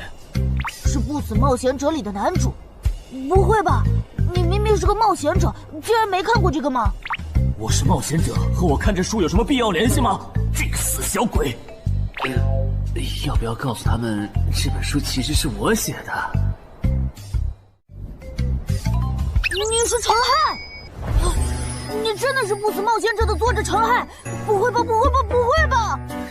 如假包换，不信的话，我可以给你看我写到一半的《不死的冒险者2》的小说原稿。真的吗？啊，你怎么了？怎么感觉你受委屈了？陈海先生，你能不能不要加入冒险者协会？为什么？我以前听我哥和他朋友说过，那些加入官方的冒险者很多都后悔了。你哥有说是什么原因吗？没有，但我还记得他们谈话时的表情，非常的严肃，甚至还发生了激烈的争吵。这样吗？我会慎重考虑的，谢谢你为我考虑这么多。不，我才应该道谢。那个杀千刀的对我弟弟见死不救，你还把他放进来？少礼，你是不是成了云霄市的负责人以后飘了，忘了自己是怎么上位的了？我没忘，我请他进协会不是为了护着他，他通关的地下城很特殊，过不了几天他就会被财团或大工会拉拢，好多事就不好办了。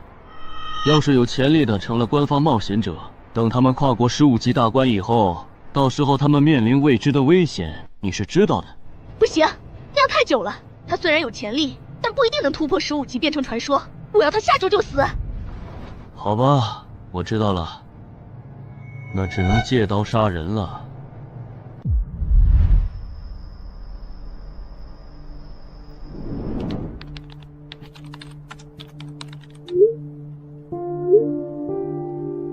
坟场，这个地下城的情报不是早就挖无可挖了吗？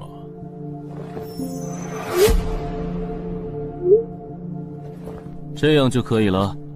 你确定？5级地下城的首通奖励对普通人来说不算什么，但对6到10级的通缉犯来说那就不一样了。要是澄海的情报到了黑市，不出3天，闽粤2省的通缉犯都会跑到云霄市，这样就能给你弟弟报仇了。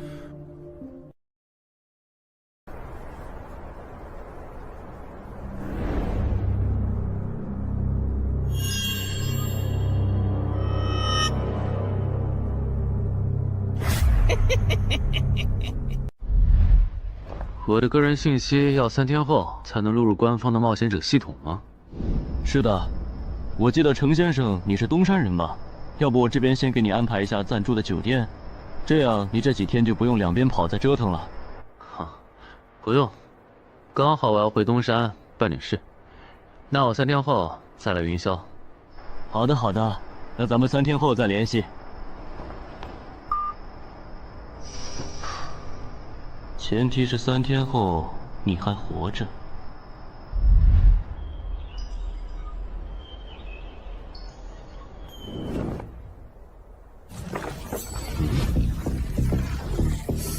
几天没见，怎么感觉这个地下城入口变得更大了？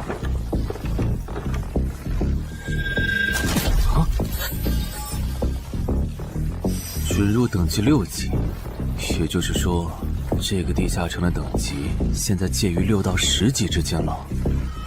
我现在是5级，按照之前的升级速度，只需要再打1个到2个5级地下城，就能升到6级了。上次翻论坛的时候，我记得东山这边好像有一个5级的地下城正在招募人手，我看看还在不在。好耶，还在。你好，请问你们的招募条件是？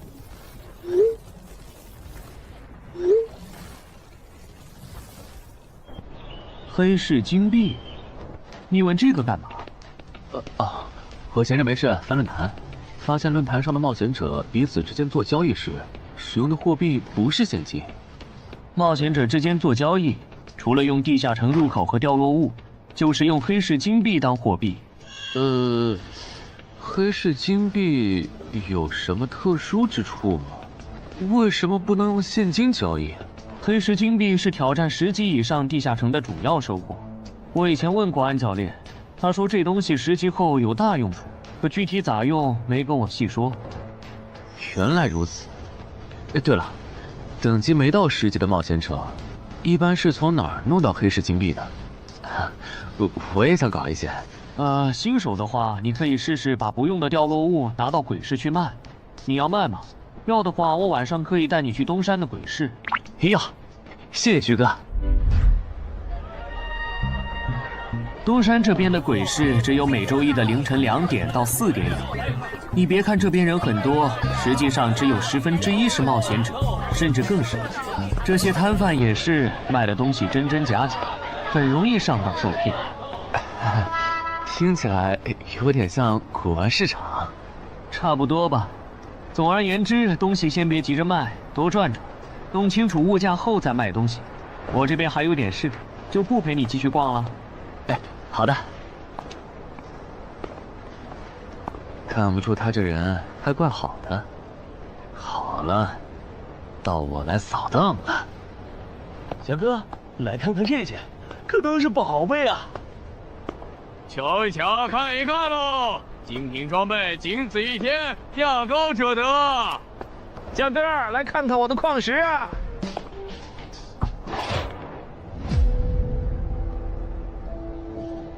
看他求购的内容，这个人想要攻略的地下城，该不会是女妖之僧吧？这位小哥，你有我要的东西吗？如果是对付女妖的话，口琴和长剑应该可以。哈，有啊。你打算以什么价格收？我得先看看货，货好，价格都好说。要看货，你得等我半个小时，我回家拿去。那你得快点，如果在这期间有别人卖我要的东西了，我可就不收了。哼，知道了，都在这里了。这个口琴确实可以吸引女妖，我可以给你6枚黑市金币。Nice。至于这把剑，这剑携带圣化属性，对邪恶生物伤害加2点，能够有效攻击女妖。哦，有点意思。爷呀，你这把剑我可以给你8枚黑市金币，咱们加个微信吧。之后我这边如果再有需要，交易起来也方便。好啊，加好了。慢走啊！赚大发了！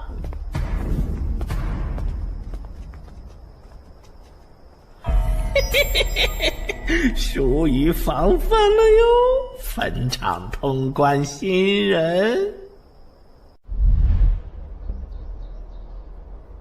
唉，都过去1个多小时了，那个叫四海为家的怎么还没来？算了，不等了。各位新老朋友，大家好，我是5级哥布林地穴地下城的入口拥有者搬砖小 C。我左手边这位是协会冒险者林女士。哟，本次攻略已在官方备案，大家可以不用担心秃鹫的问题。这边的3位大叔和我组队过3次，是实力和人品都很过硬的老手。这小子怎么每次都这么磨叽？然后是本次行动的金主，目前还是普通人的王老板。大家好，鄙人姓王，是东山地产的经营者。最后是新朋友，爱写作的东山市民，和今天也很闲鱼呢。他们都是3级以上，可以胜任后援工作。大家好。怎么这些人都喜欢在公园集合呀？上次的师傅秃鹫事件后，我都快对公园有心理阴影。大家都互相认识了，接下来请随我前往哥布林地穴的入口所在地吧。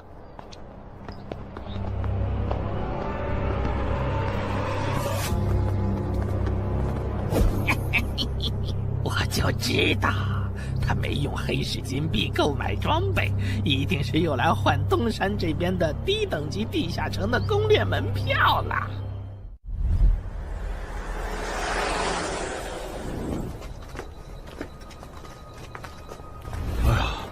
那个还要走多久啊？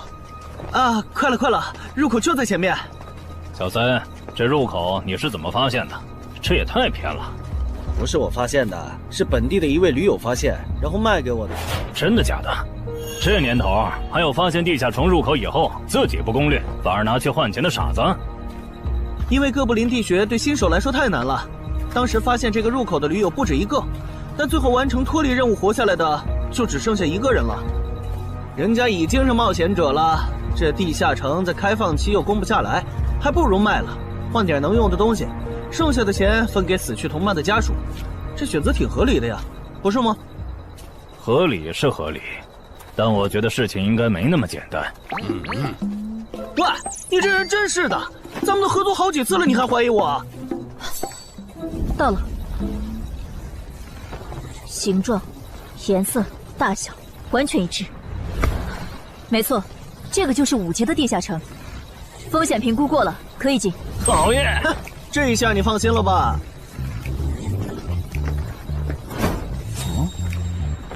喂，我再跟你们说一遍啊，进了地下城，里面的哥布林归我们管，你们就负责保护王先生，都没意见吧？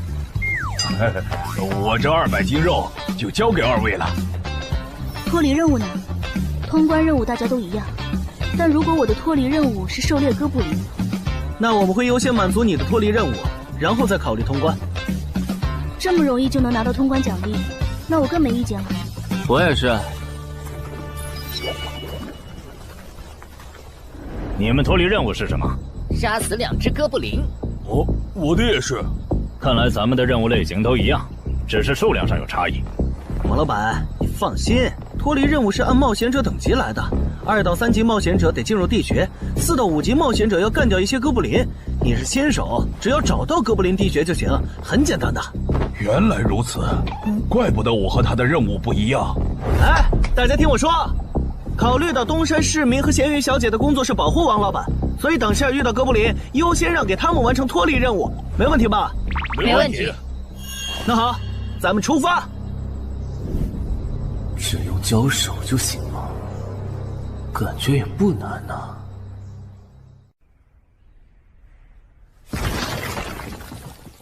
这个你不要吗？不要，你杀了吧。这就是5级地下城里的怪物吗？感觉也没多强啊。那是因为现在遇到的都是小怪，真正难搞的 BOSS， 得深入地穴以后才能遇到。一般情况下，哥布林地穴的 BOSS 哥布林勇士，得3、5个老手一起上才能干掉。哦，原来如此。那如果这个地穴里有2只甚至更多的哥布林勇士，咱们能对付得了吗？那肯定是对付不了的。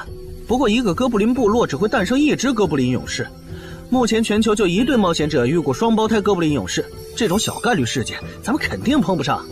哦，那我就放心了。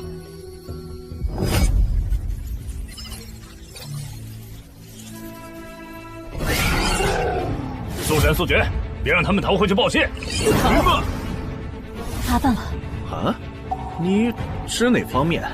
从我们踏入地穴到现在，已经遭遇了4波哥布林，很明显，这地下城的小怪数量多得不正常。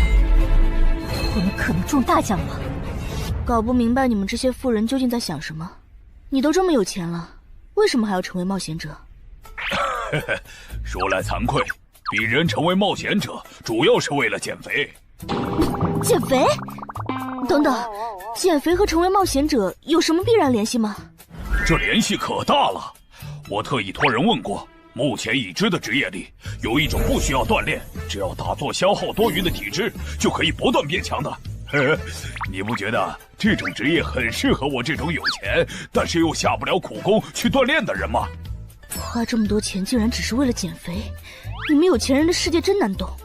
我们在聊什么？嘿嘿，能让我也加入吗？哎呦，连锁子甲都准备了吗？程先生真专业。你之前进地下城的时候也穿的这一套？对啊，如果没有这套防具，我早就死在地下城里了。相反，我倒是很不理解，你们为什么不穿防具？搞定，换班了，下一波哥布林你们手里。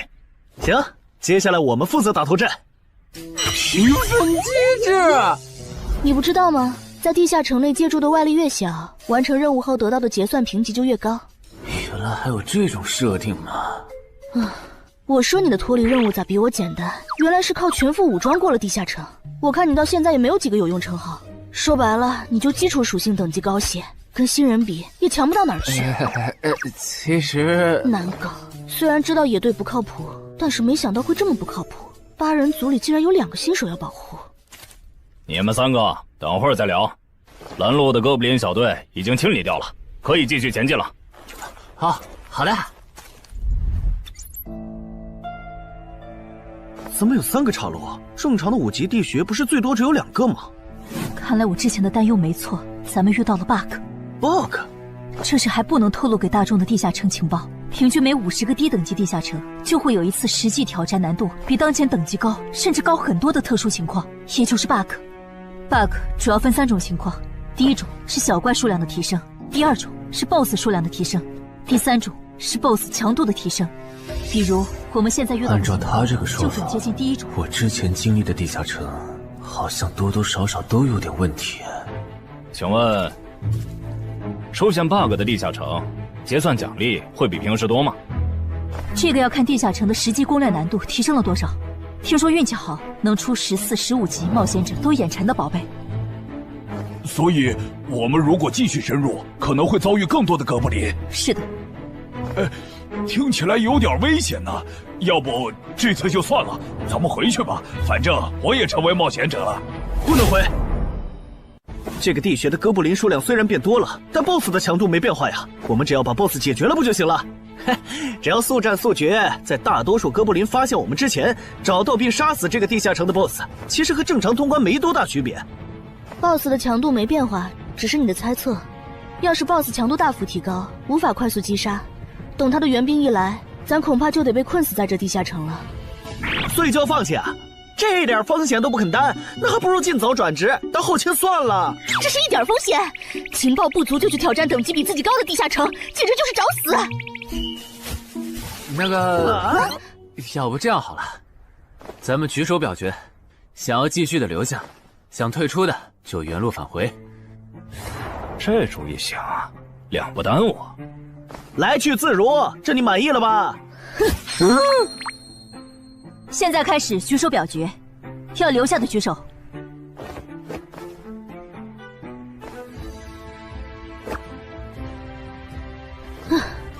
所以说野队就是野队，完全没有封空意识。不是，你有毛病吗？他们等级高，想拼一下我能理解，你实力还不如我呢，你凑什么热闹？但我还是想试试。既然大家已经做出选择了，那就在这里分道扬镳吧。王老板，你的通关费用我晚一点退给你啊。哎呀，不用，就当交个朋友了。走了。哎呀，你等等我！一定要走左边吗？我觉得右边更好啊。那就猜拳，谁赢了听谁的。要是平局怎么算？靠谱吗？这两人平局就走中间呗。我怎么感觉上贼船了？石头，剪刀，不，好耶！我赢了！你呀，早知道出剪刀了呀！可恶！等下 BOSS 出来了，你不用上，你就负责清小怪，别让哥布林打扰我施法。没问题。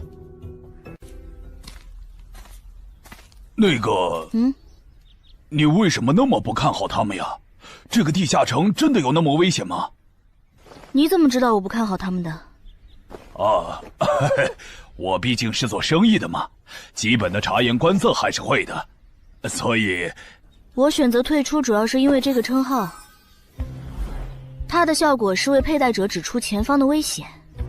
之前的地穴，我就靠它发现地穴深处有俩能要我命的家伙。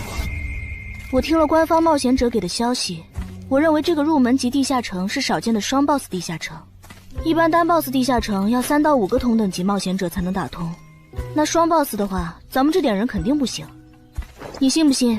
我要是跟他们把话说开了，明天情报商人那儿就会有我和我这称号的情报。为啥要我牺牲自己的利益去拦着他们作死？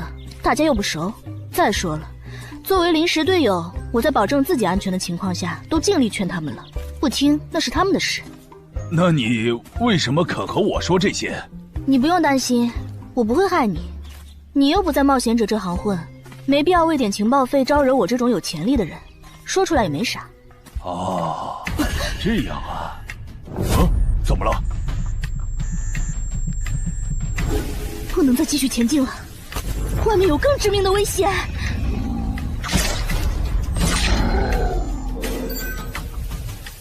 2级速能法术，烈焰爆！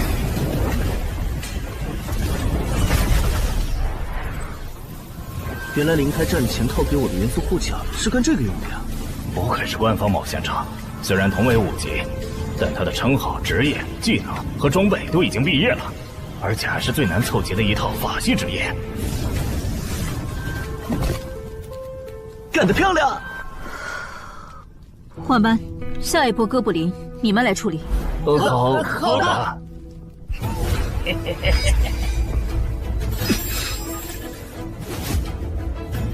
啊！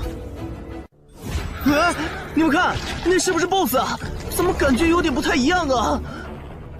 应该不是吧？这么矮，和哥布林勇士完全不沾边啊！等等，这是……大家小心，这确实是 BOSS， 只不过不是哥布林勇士，是哥布林萨满。与我冲！大家速战速决，在哥布林勇士出现以前结束战斗，不然我们就危险了。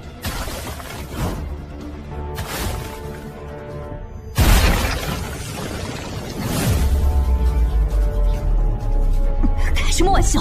哥布林怎么也开始讲战术了？这地下城到底发生了什么？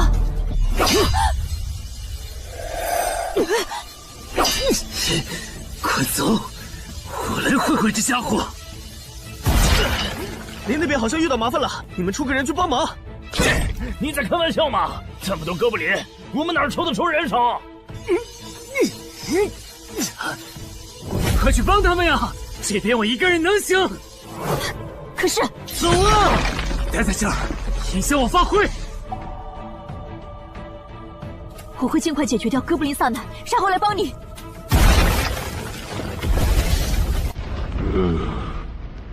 可不，现在没人能打扰我们了。来。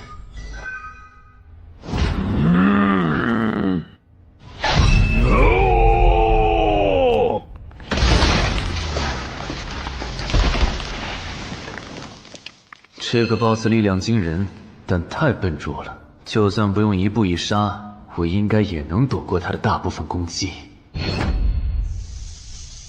好怕了吗？太简单了。虽然你黄化后的速度和力量涨了，可出招没个计划，反而更容易躲了。所以，这就是5级地下城 BOSS 的强度吗？说实话，有点扫兴。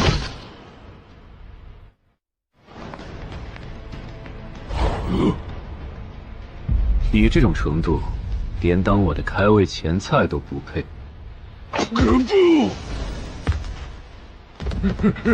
可不！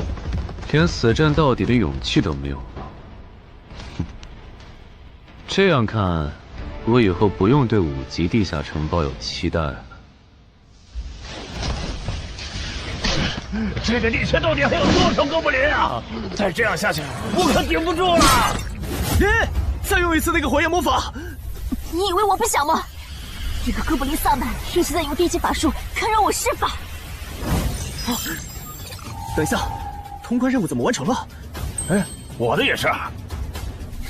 石头山市民解决掉了哥布林勇士，大家再撑一下，他等下应该会来支援我们。我看不见得，他既然已经完成了通关任务，就没有理由再回来冒险。那咱们也撤吧，反正通关任务已经完成了。不行，如果我们不能一鼓作气杀死哥布林萨满，那撤退的路上我们会被他们耗到死的。您说的对，现在还不能撤，大家顶住！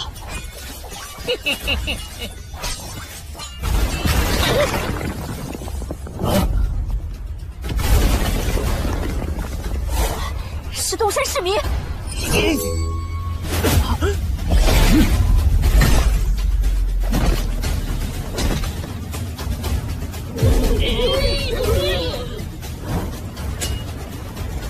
你从哪儿找来的大佬啊？双 BOSS 地下城就被他一个人打穿了？不是我找的。关于我的事情，麻烦大家帮忙保守秘密啊！明白。你这种有潜力的新人，容易被人盯上，等级没升上去前，确实不能太张扬。理解万岁。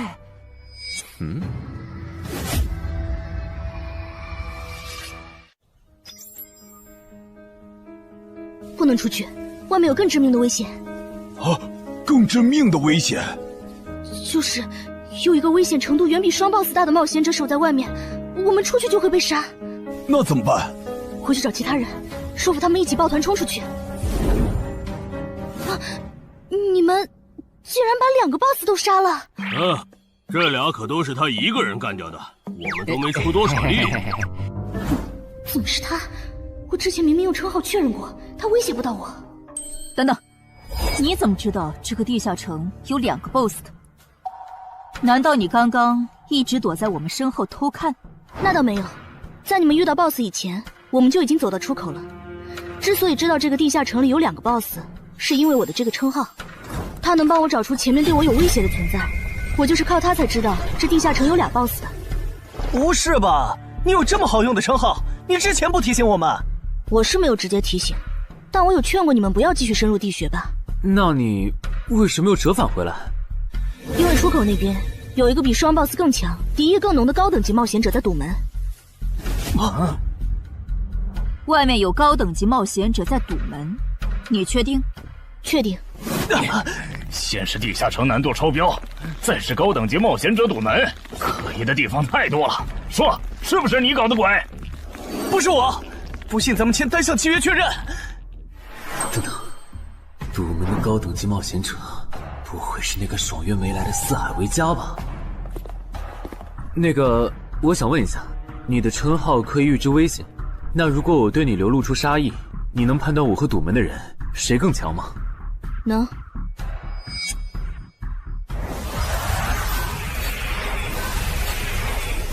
现在，我和外面的那个高等级冒险者，谁强？外面的要强一些。明白了。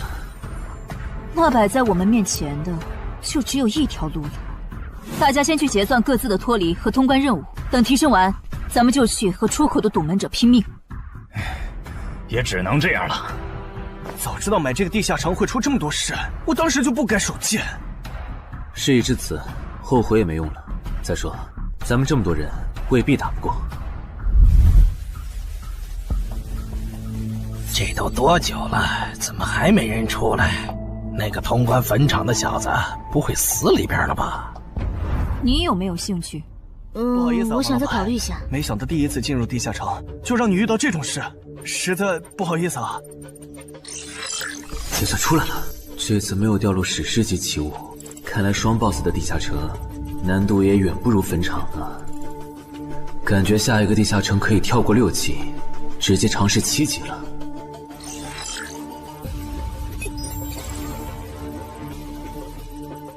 不算置死地而后生的话，能在一会的战斗中派上用场的，应该就只有扮猪吃老虎、奇迹生还者与传奇过招、自适应、暗行艺术和守护者。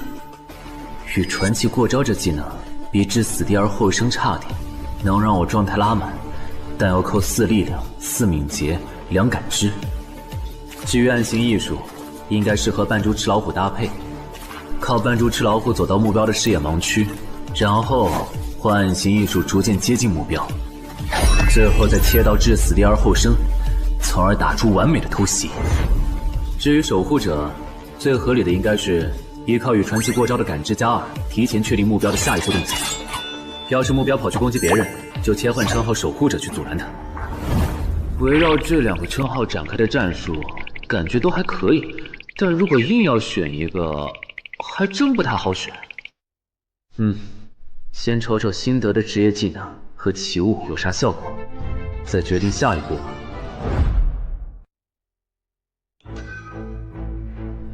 这个向死而生不错呀，就凭它能够提升步伐和身体柔韧性这一点，搭配一步一杀的技能效果，我以后就可以在闪躲的同时攻击敌方要害了。好技能啊！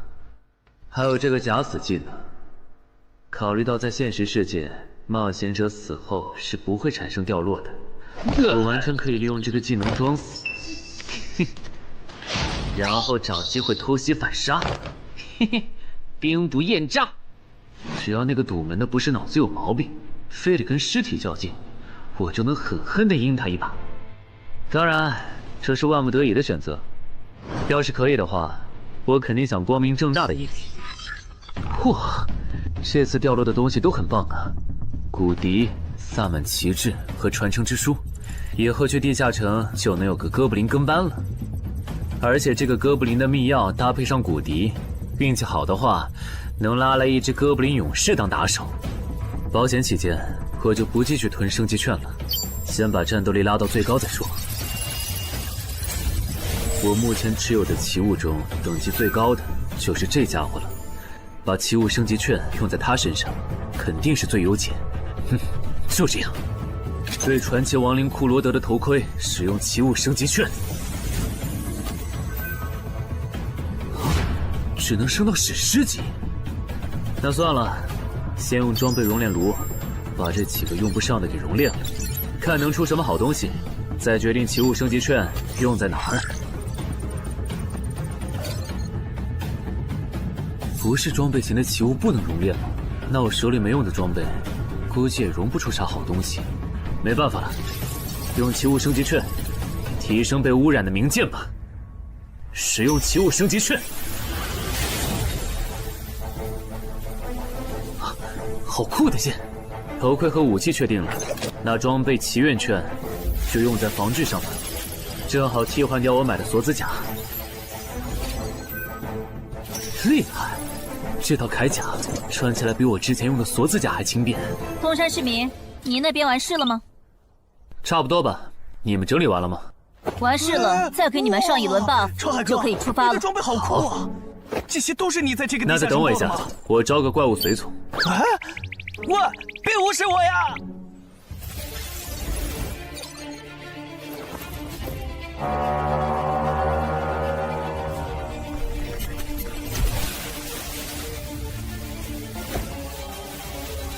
哥布林，你招个这样的怪物随从，没什么意义吧？这小东西连半个战力都算不上，不帮倒忙就不错了。别急，我还没完事呢。接着，喝了它。不。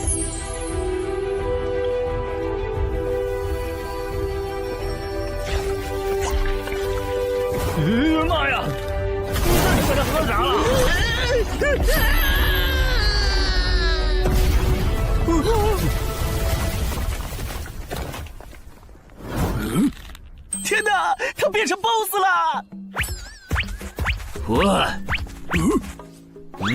那边有适合你的衣服和兵器，自己拿吧。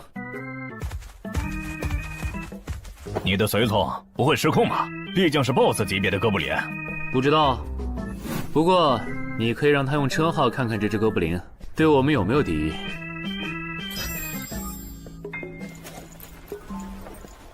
看了，他对我们没有恶意。那就好。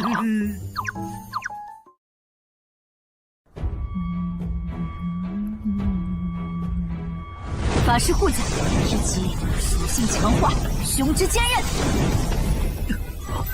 好厉害，体质竟然加强了2点。属性增益只有1个小时。法师护甲能给没穿护甲的地方加点防护，虽说比不上你身上这套的防护力，不过有总比没有强。我呢？好耶！你没事吧？没事，休息一会儿就好。嘿嘿，终于出来了！啊？怎么还混进去了一只哥布林勇士？说好的有人在出口堵门呢，这也没有啊。估计是藏起来了，你用称号看一下他在哪儿。好。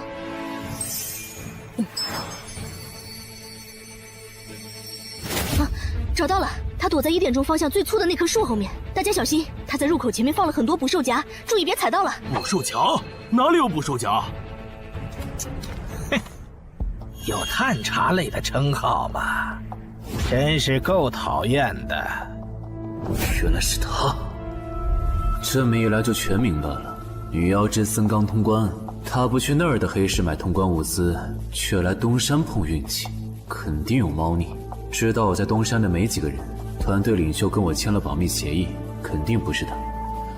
那个戴眼镜的护士也不太可能，所以是商礼还是徐茂？这个人好像有点眼熟啊！等等，你是高成勇？啊，对方很有名吗？何止有名，他可是明广一带最臭名昭著的通缉犯。别看他只有7级，死在他手上的冒险者，光是已确认的就有上百号人了。他不光是想抢别人的通关调度，还想刷出针对人类的称号，说不定现在已经刷出过量杀戮人类这个称号了。看来你很了解我吧？是协会的官方冒险者吗？果然，他已经刷出了那个称号。这样吧，我们做个交易，那小子留下，你带其他人走。这条件可以啊，要不咱们……别信他！协会的档案里，高成勇有放过目标然后再猎杀的记录。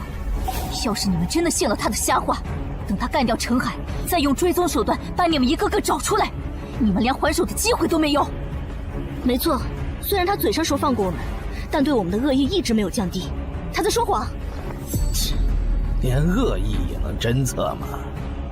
这样好了，既然他的目标是我，那就由我和哥布林勇士主攻。你们看时机牵制，大家都是一根绳上的蚂蚱，这种时候就别心存侥幸了。当然，如果你们中有人实在怕死，那就赶紧滚，别拖我后腿。我们会做好辅助工作的。看不出来你人还挺好的，要是我绝对逼着他们一起上。打你，我们俩足够了。哼，我就知道你们这些走大运拿了 S 级评价的新人，就会自命清高，觉得别人都是你们成长的垫脚石。但现实可不是这样的哟。新人在1到5级时很难搞到成体系的称号、职业、技能和装备。你的武器和铠甲这么豪华，我猜大多是装备吧。不巧哦，我的技能偏克你这类新人。口声出，迟缓术。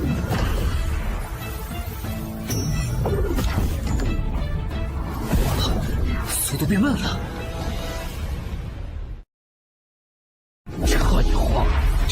术可不只是速度变慢而已。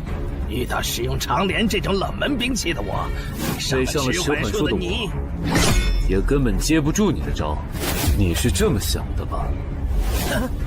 很遗憾，如果你就只有这点东西的话，那很不幸的告诉你，今天你踢到铁板了。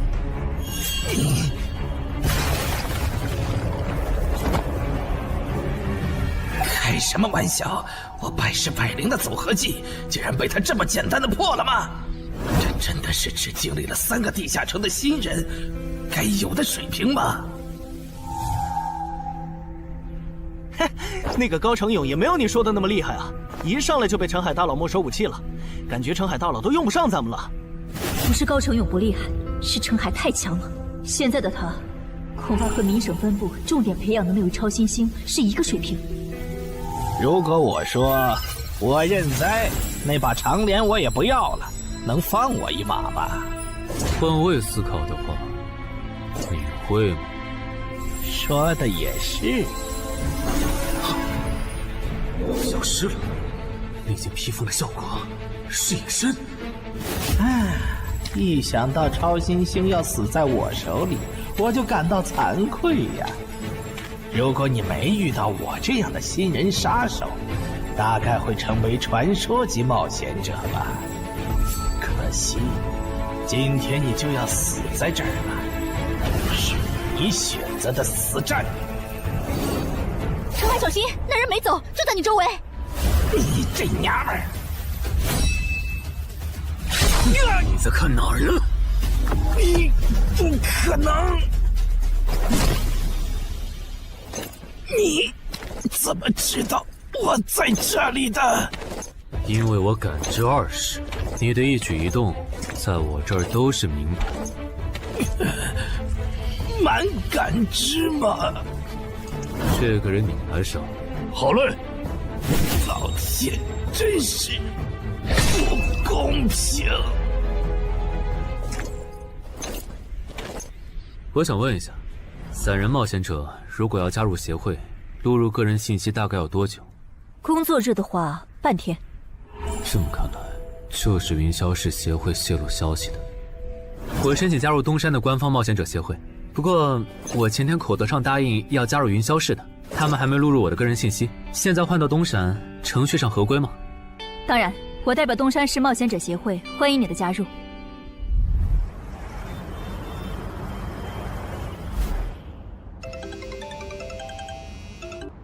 喂，我考虑了一下，还是决定不成为云霄市的官方冒险者了。为什么？你的个人信息明天就能录入进系统了，怎么又变卦了？因为我刚刚除掉了一个 A 级通缉犯，叫高成勇。东山的冒险者协会知道后，邀请我成为本地的官方冒险者。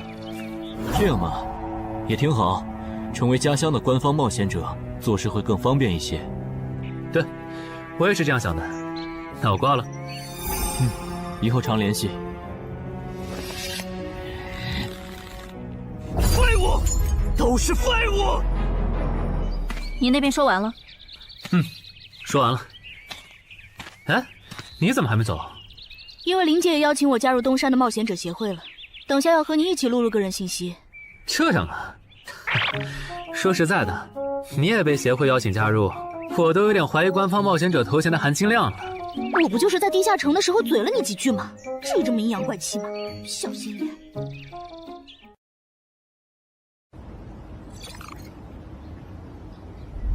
请关闭称号和职业技能，用你自己的力量对着他出拳。好。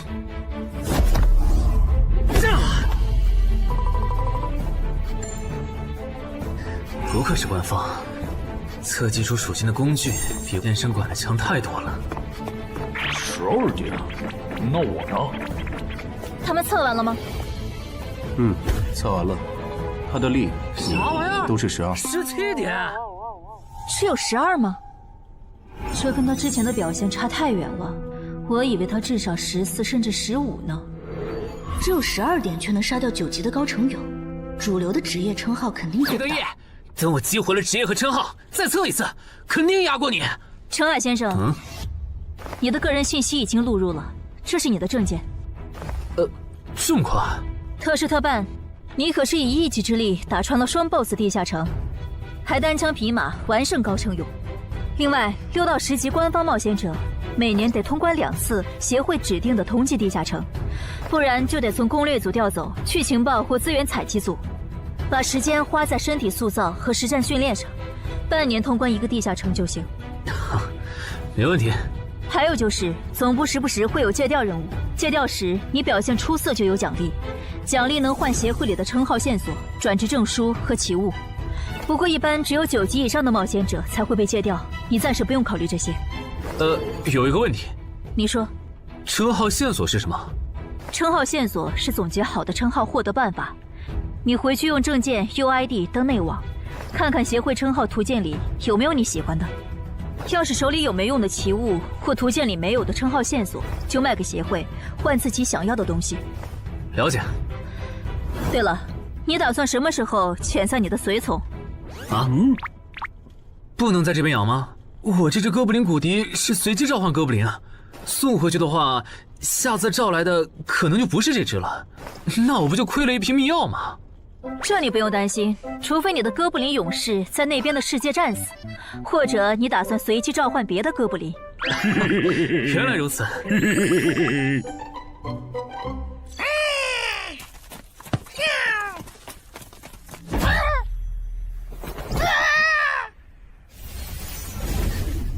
跟我来吧，我带你们去认识一下同事们。好。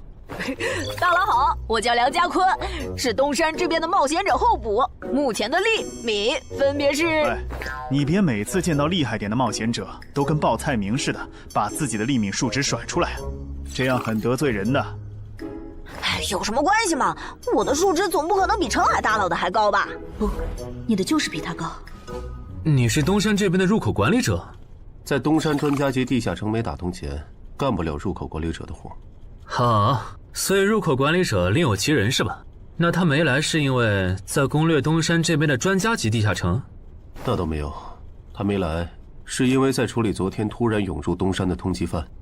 据说好像是因为东山市出现了坟场的通关者，那些人都是奔着他来的。这样吗？坟场那个老手坟墓，哟，那可是出了名的 bug 级地下城，能产出奇物证据券。你们这样看我干什么？我说错话了吗？你还没意识到吗？意识到什么？那个，我就是坟场的通关者。什么？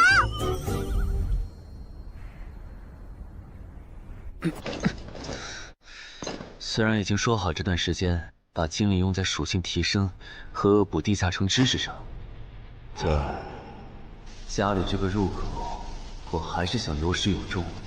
一个人单刷的，我全力以赴的时候，大概相当于10级，完成脱离任务应该也没什么难度吧。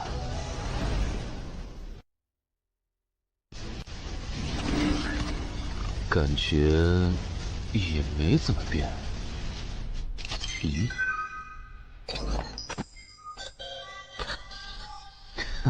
原来冒险者面板还能升级吗？那是不是等11到16级的时候，我的面板还会有变化？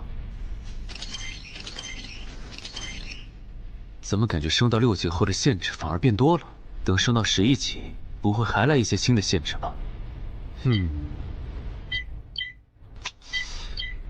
就先这样，搞定。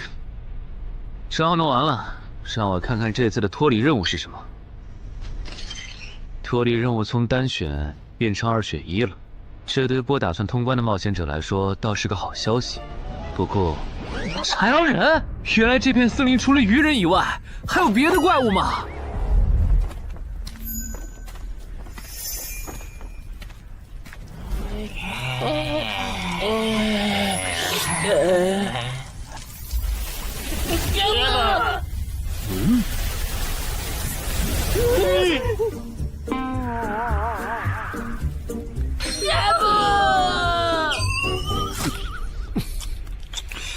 所以在你看来，那些豺狼人阴险狡诈，并且还特别喜欢欺负弱小，是吗？没错没错，就是这样。这不就一群森林恶霸吗？嘿嘿，答对了。那这一次就不做和豺狼人有关的轮换任务了，先找到潮汐鱼人的孵化池，然后试试能不能通关。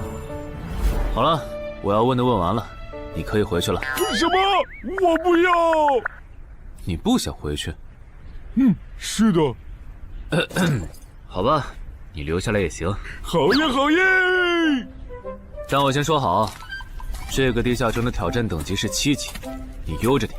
放心吧，我很强的。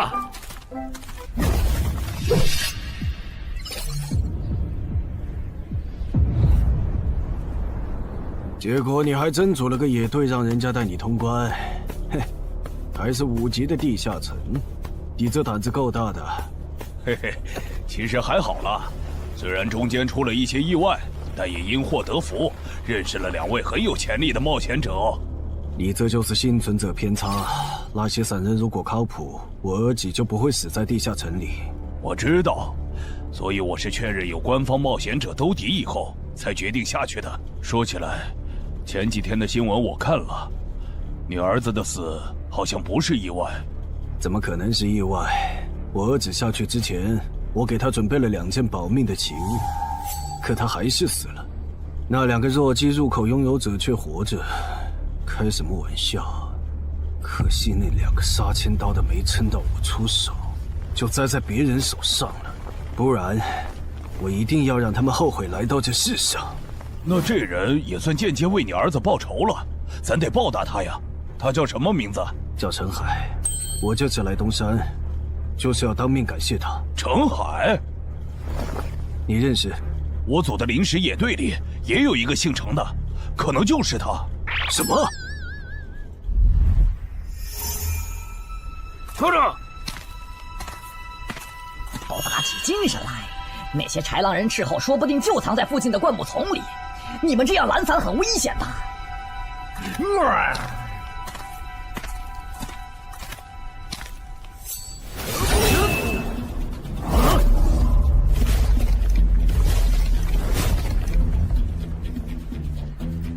话说，你会说他们的语言吗？当然，需要我帮忙翻译吗？先不，我有一个能在这种场合上派上用场的奇物，如果它不好用，我再找你。你们的孵化池在哪？告诉我，我可以留你们一。你以为我会出卖我的族群吗？绿皮傻大个的小跟班儿！你以为我会出卖我的族群吗？绿皮傻大个的小跟班儿！有种你们就杀了我！队长死了，别得意，领军大人会为我们报仇的，够了。在湖底有一个水下洞穴，穿过洞穴会抵达一个天然的地下洞窟，我们的孵化池就在那里。你叛徒，不住！这只留他一命，挂树上，之后咱们去找湖。你跑那么远干什么？人类果然都不是好东西。那个冒险者很强。不好，是白战的霍格。去通知游击队，把湖里的鱼人引出来，给这个冒险者创造破坏孵化池的机会。好的，霍格老大，至于你，哇，这湖比之前用无人机航拍的时候感觉还大。得先找到水下洞穴，然后游好久才能到孵化池。就这要求，能把99%的冒险者都给淘汰掉。不过好在我有海之炎能水下呼吸，虽然不会游泳，但头盔里有库罗德水下战斗的经验。老大，我不会游泳，我可不可以先回去啊？你不会游泳？行吧，那我先送你回去。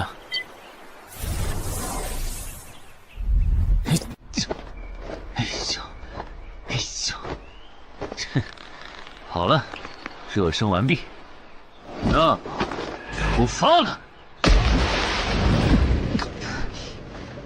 果然，依靠海之岩和库罗德的头盔，就算是我这种旱鸭子，在水里畅游，那还不是小菜一碟？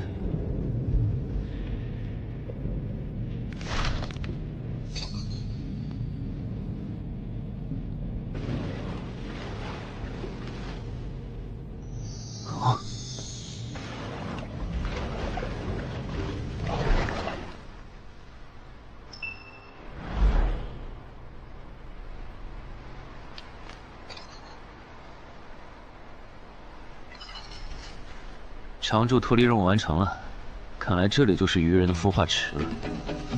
但是，怎么没看到守卫？算了，不管出于什么原因，现在是通关的最好机会，这一点不会错。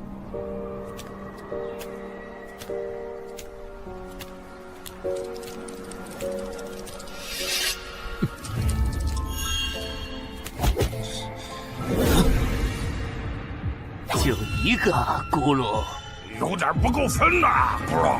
都过去这么久了，竟然还有不知死活的笨蛋想要捣毁孵化池，咕噜。是啊，不过没想到的是，这次来的竟然不是豺狼人，而是人类啊，咕噜。原来守卫一直藏在上面吗？1对4，他们应该不会给我穿装备的时间，用这死地而后生，速战速决吧。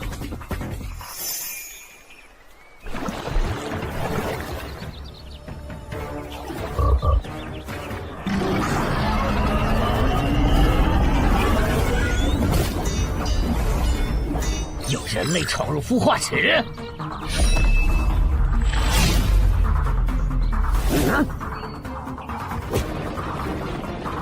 霍格老大，鱼人撤了，应该是湖里的鱼人哨兵发现那个人类冒险者了。派个机灵点的去湖边盯着，如果那个人类冒险者逃出来了，就通知我。好的，霍格老大。这几只守卫的强度比哥布林勇士高不少，他们应该就是这个地下城的 BOSS 吧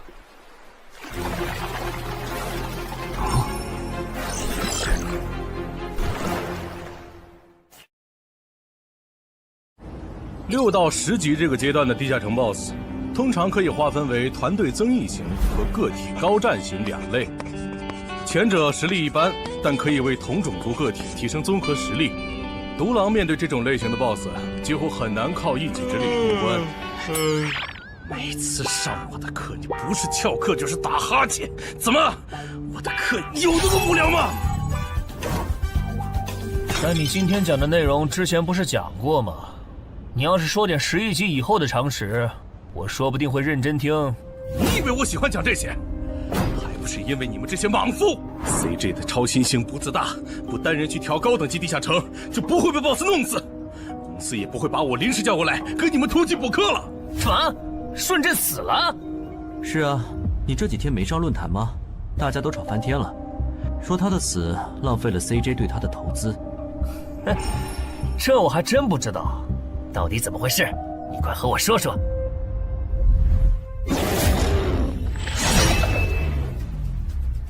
小心，这个人类是极其罕见的高感知个体，偷袭对他没用，大家一起上，咱们耗死他！那个鱼人 BOSS 什么情况？都被我杀了这么多精英鱼人了，他怎么还在旁边观望？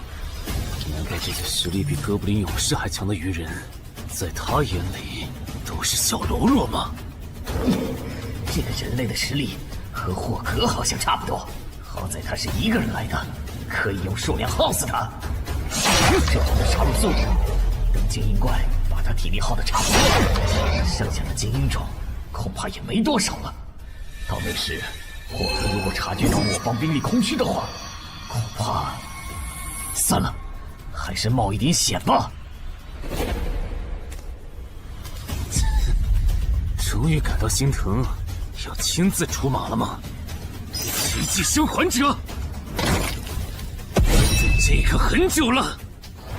邻居大人小心，这个人类冒险者和霍格一样强。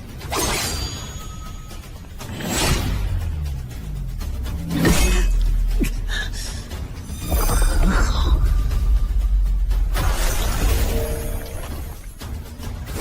领军大人，别管我，他伤得更重，还不擅长水下作战。就算没我帮忙，你们也能轻松杀掉他。把脑袋给我带回来。是，领军大人。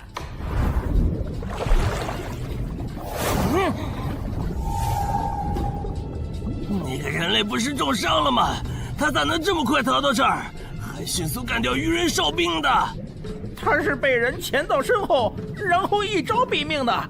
那个人类很擅长水下作战，所以领军大人的判断可能是错的。什么？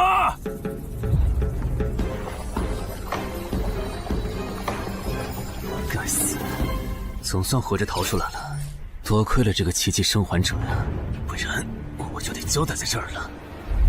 果然和我预想的一样，那个鱼人 BOSS 沉不住气，要是他再稳点，我就会被耗死了。怪不得团长说，独狼到了更高级的地下城会越来越吃力，一挑多肯定没胜算呢。看来我还是得找些厉害的队友了。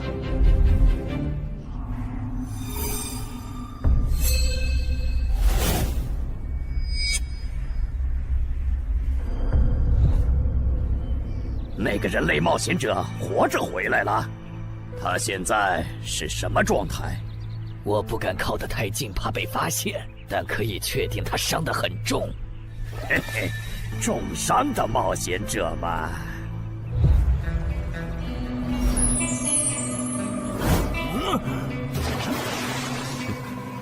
下次再找你们算账。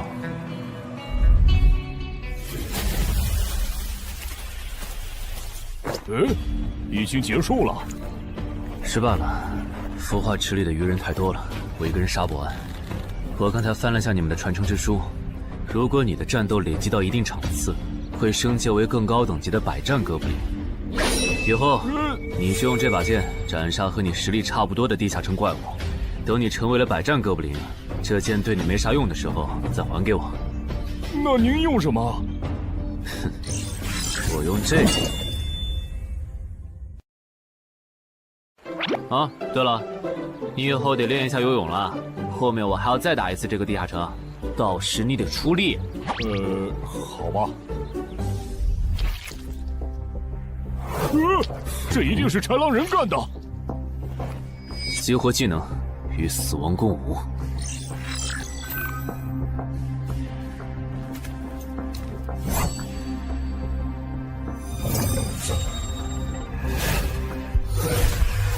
用脚破绽，好快！切！豺狼人！还好为了以防万一，把感知拉到20，不然刚才这只豺狼人就得手了。切！这个人类不是受重伤了吗？可他刚才的动作根本就不是重伤之人能做出来的。他不会是在钓鱼吧？他跑了！不一定是逃跑，也可能是在示弱，引诱我们过去。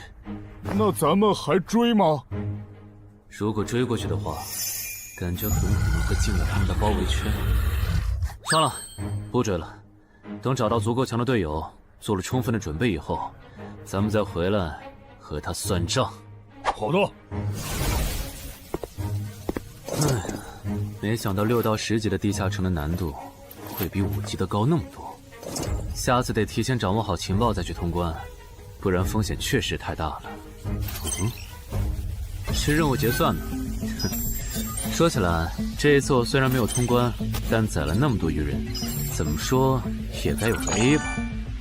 水产过敏怎么了？不对，你怎么知道我水产过敏的？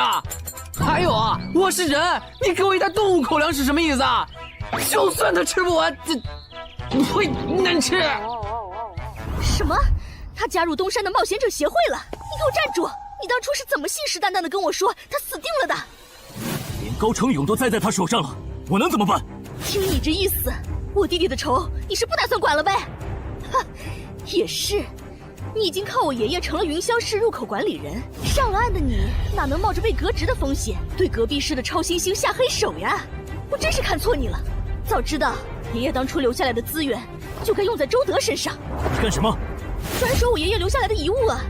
我弟弟死了你不帮忙，那我就把你想要的遗物给能给我报仇的外人了。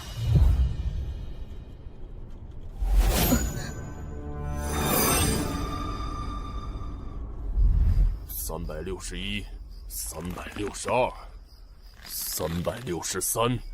安然，黑市上出现了个你可能会感兴趣的悬赏。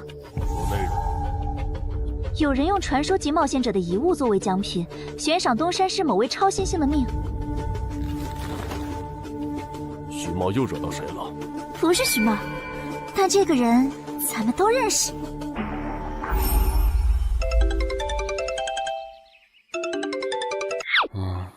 喂，陈海哥，你被人盯上了。我知道呀，这问题不是已经解决了吗？这次不一样，有人在网络黑市高价买你的命。哎呦，你别不当回事！发出这则悬赏的人出价很离谱。我哥说，如果不是你救过我，他说不定也要分一杯羹。具体怎么回事？你再详细说一下。就是我哥他们在网络黑市上看到，还真有你的悬赏。能查出来是谁发的吗？不用查，就从这则悬赏的报酬反推，发出者大概率是已故的传说级冒险者周建明的直系亲属。你怎么和他们结上仇的？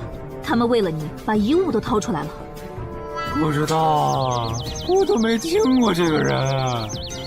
行吧，那我现在联系老大，让他说服对面撤掉这则悬赏。如果是误会的话，看能不能让老大组个局帮你澄清一下。好的，那拜托了。对了，这几天你就待在协会吧。传说级冒险者的遗物一定会吸引很多人铤而走险。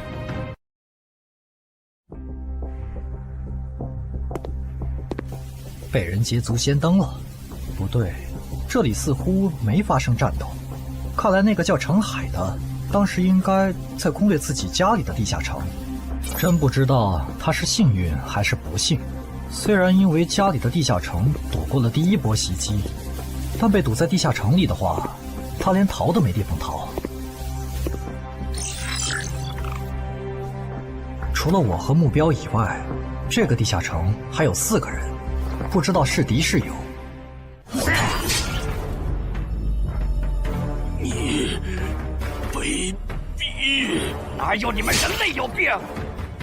我不就派了个斥候守在出口吗？至于让你们杀过来吗？搞得我现在受伤不说，手底下的兵也被消耗的差不多了。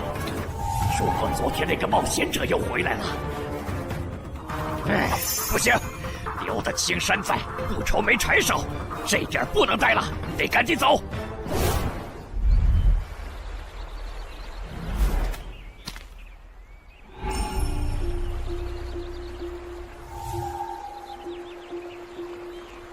3个猎人，也就是说，目标那边顶多只有1个同伴吗？这么看的话，这个游戏变得更有意思了。安教练，你找我？对，程海被悬赏的事，你知道吧？知道。那正好，你给程海打个电话，如果他不知道自己被悬赏了，随便挑个6到10级地下城，邀请他和你一起打。剩下的不用我说，知道该怎么做吧。徐茂打过来的，肯定因为悬赏的事。不知道他是来提醒我的，还是来试探我的。哎呀，算了，还是不接了。反正家里地下城入口这次肯定是暴露了，要是之后问起来，我就说在攻略家里的地下城。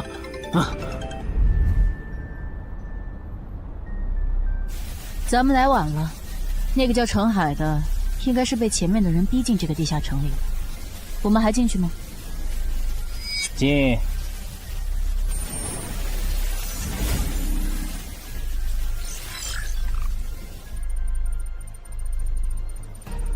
又进来2个人。等等，这个轮换脱离任务怎么变得无法完成了？难道说这个地下城的精英豺狼人已经被杀到不足5匹了？你好，那边的人让我问你，要不要一起开个会？那边的狂战士好像有事要跟咱们商量。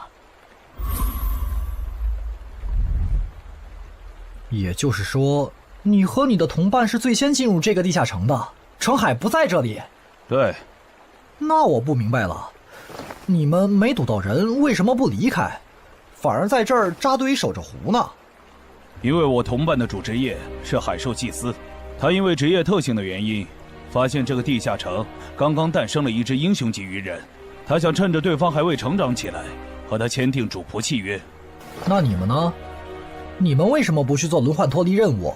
因为我们进入地下城用无人机找程海的时候，只发现了守在湖边的他。等我们赶过来以后，他既不承认程海在湖里，又不肯交代他守在湖边不走的理由，那我们能怎么办？只能陪他在湖边耗喽。这不能怪我呀，我总不能说我的同伴下水了，但我不会游泳，只能在岸上等他吧。你这家伙！啊，我怎么了？先等一下，你们的事情我大概了解了，但这应该没有商量的必要吧？有必要。刚刚我的同伴死了。啊？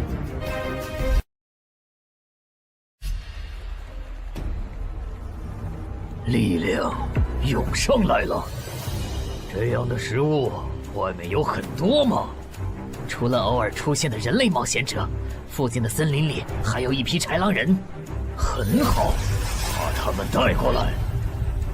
现在恐怕不行，因为昨天和今天的冒险者已经把我们的兵力削弱到无法和豺狼人抗衡了。那需要多久？50个日升和日落。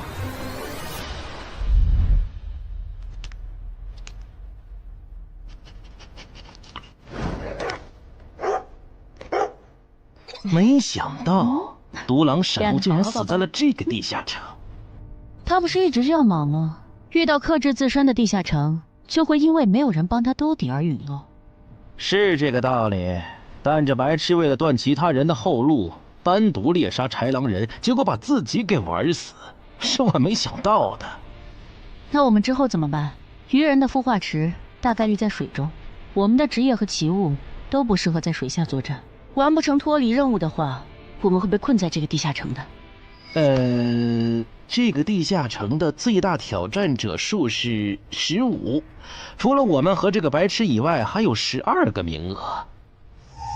只有其中有擅长水下作战或者能帮助我们完成脱离任务的，我们就能脱离。所以，回出口。我都说多少遍了，我的同伴是海兽祭司啊！这个职业的水下作战能力很强，以他的实力，不可能连逃回来都做不到。这个地下城绝对不正常。关键是现在要离开这个地下城，只能靠常驻脱离任务，这下麻烦了呀。回出口吧，排除掉那个搞崩了轮换任务的王八蛋，这个地下城还能再进7个人，说不定其他人里面就有能帮助我们完成脱离任务的。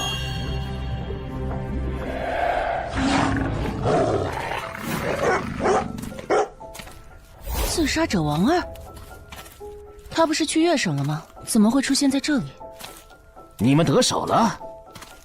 没，目标可能根本就没进来，咱们被耍了。可以啊，海哥，我还是第一次听说有6级冒险者的悬赏金能和史诗级器物挂钩的。这又不是什么值得骄傲的事，而且不管从哪个角度看，官方冒险者被公开悬赏这件事都太奇怪了吧？你这么一说，倒确实是。虽然冒险者适用的法律和普通人不太一样，但官方冒险者被公开悬赏这种事，我也是第一次见。因为悬赏的发起人很特殊，他是已故传说级冒险者周建明的孙女，而周建明就死在天门入口翻船事件中。好痛啊！上吧！所以，战死在天门的周建明的后人才会继承遗物，拥有诸多特权。对，又因为周建明的孙子死在了坟场，而你又救出了2个本不可能活着的一般市民，堵死了他弟弟的生路，所以周建明的孙女才会迁怒于你，想要你死的。照你这说法，我们的矛盾岂不是化解不开了？那倒不至于，老大已经约了米省负责人，也就是周建明的旧友，还有发布者，一起谈这件事情了。快的话，下午就能谈出个结果了。我们没来晚吧？没，刚刚好。那就好。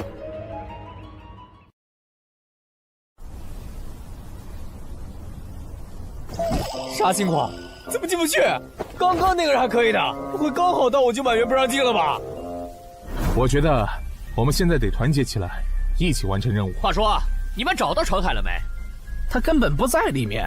啥？程海不在这个地下城？脱离任务需要下水才能完成？对，本来轮换任务不用下水的，现在任务推进不了，只能等入口翻转以后再进去了。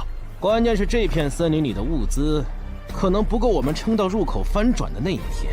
那怎么办？有人的物品栏里带了足量的食物和水吗？我可以高价收。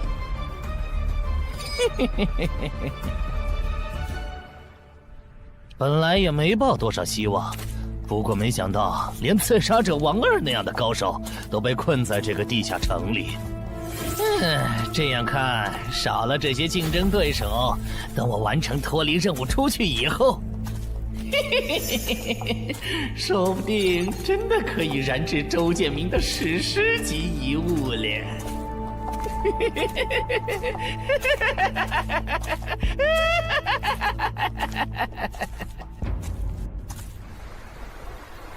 什么？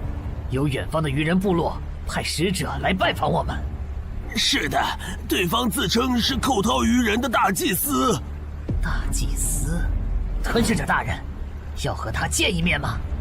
见，不过以防万一，把放出去的鱼人都叫回来吧。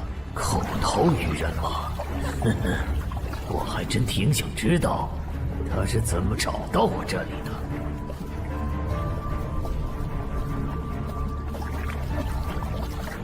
领军大人答应见你了，跟我来吧。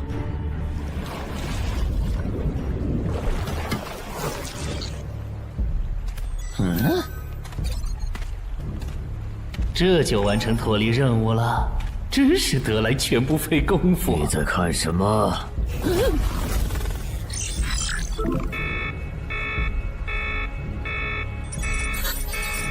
英雄级单位，7级地下城怎么会有英雄级单位？你在发什么呆？吞噬者大人问你话呢。别慌，他们看不到我的任务面板，只要找个理由搪塞过去。理由，有了。本祭司拜访过很多鱼人部落，但像你们这样能把孵化池放在地表生物完全无法到达的部落，我还是第一次见，一时有些惊讶。这样啊，那不怪你，毕竟不是哪一只鱼人都能找到这样的风水宝地。嘿嘿，不对，他有问题。天赋不会说谎，打他出现在我视野里的那一刻开始，我的天赋就一直在提醒我，吃掉他，我还能再升一级。我的天赋是不会对同种族的鱼人同胞生效的，他根本就不是鱼人。如果不是那个叫程海的圣母心泛滥，我弟弟才是最有可能完成脱离的人。官方冒险者应急预案操作手册第4条，被卷入生存类地下城翻转拉人事件，需优先帮助弱势群体完成脱离任务。程海的操作完全合规，不是他的问题。但他那个时候还不是官方冒险者。周畅，你先别说话，我就问一个问题。您说，如果一切顺利，你觉得程海能成长到哪个程度？优秀的中间，独当一面的地区负责人，还是传说？以散人冒险者开局，1个月到6级，还单杀了新兴猎手高成勇。不管从哪个角度看，程海都比同期的我要强。再结合他在坟场的表现，我觉得他至少都能胜任地区负责人，甚至有望冲击传说。好，那这事儿就这么算了。我这边稍后会督促华东委托集市的负责人下掉那则悬赏。黄伯伯，差不多得了。我之前看在建明哥的面子上，一直纵容你和你弟弟，但再怎么照顾也是有限度的。我们这一边的传说种子，可不能因为你的一己私怨而夭折。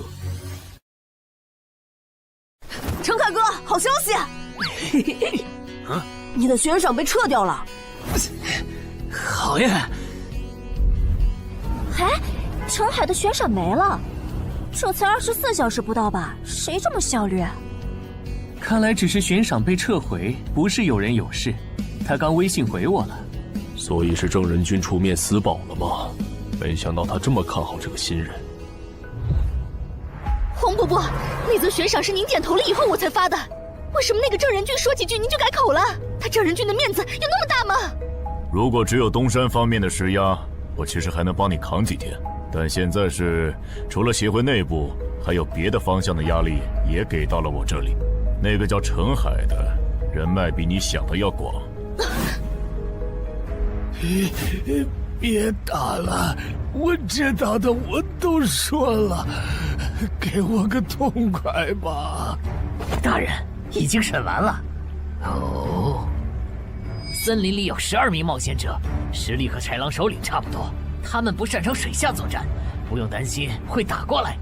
现在被困在森林里，无法撤离。森林里食物少，撑不到50天，有点意思。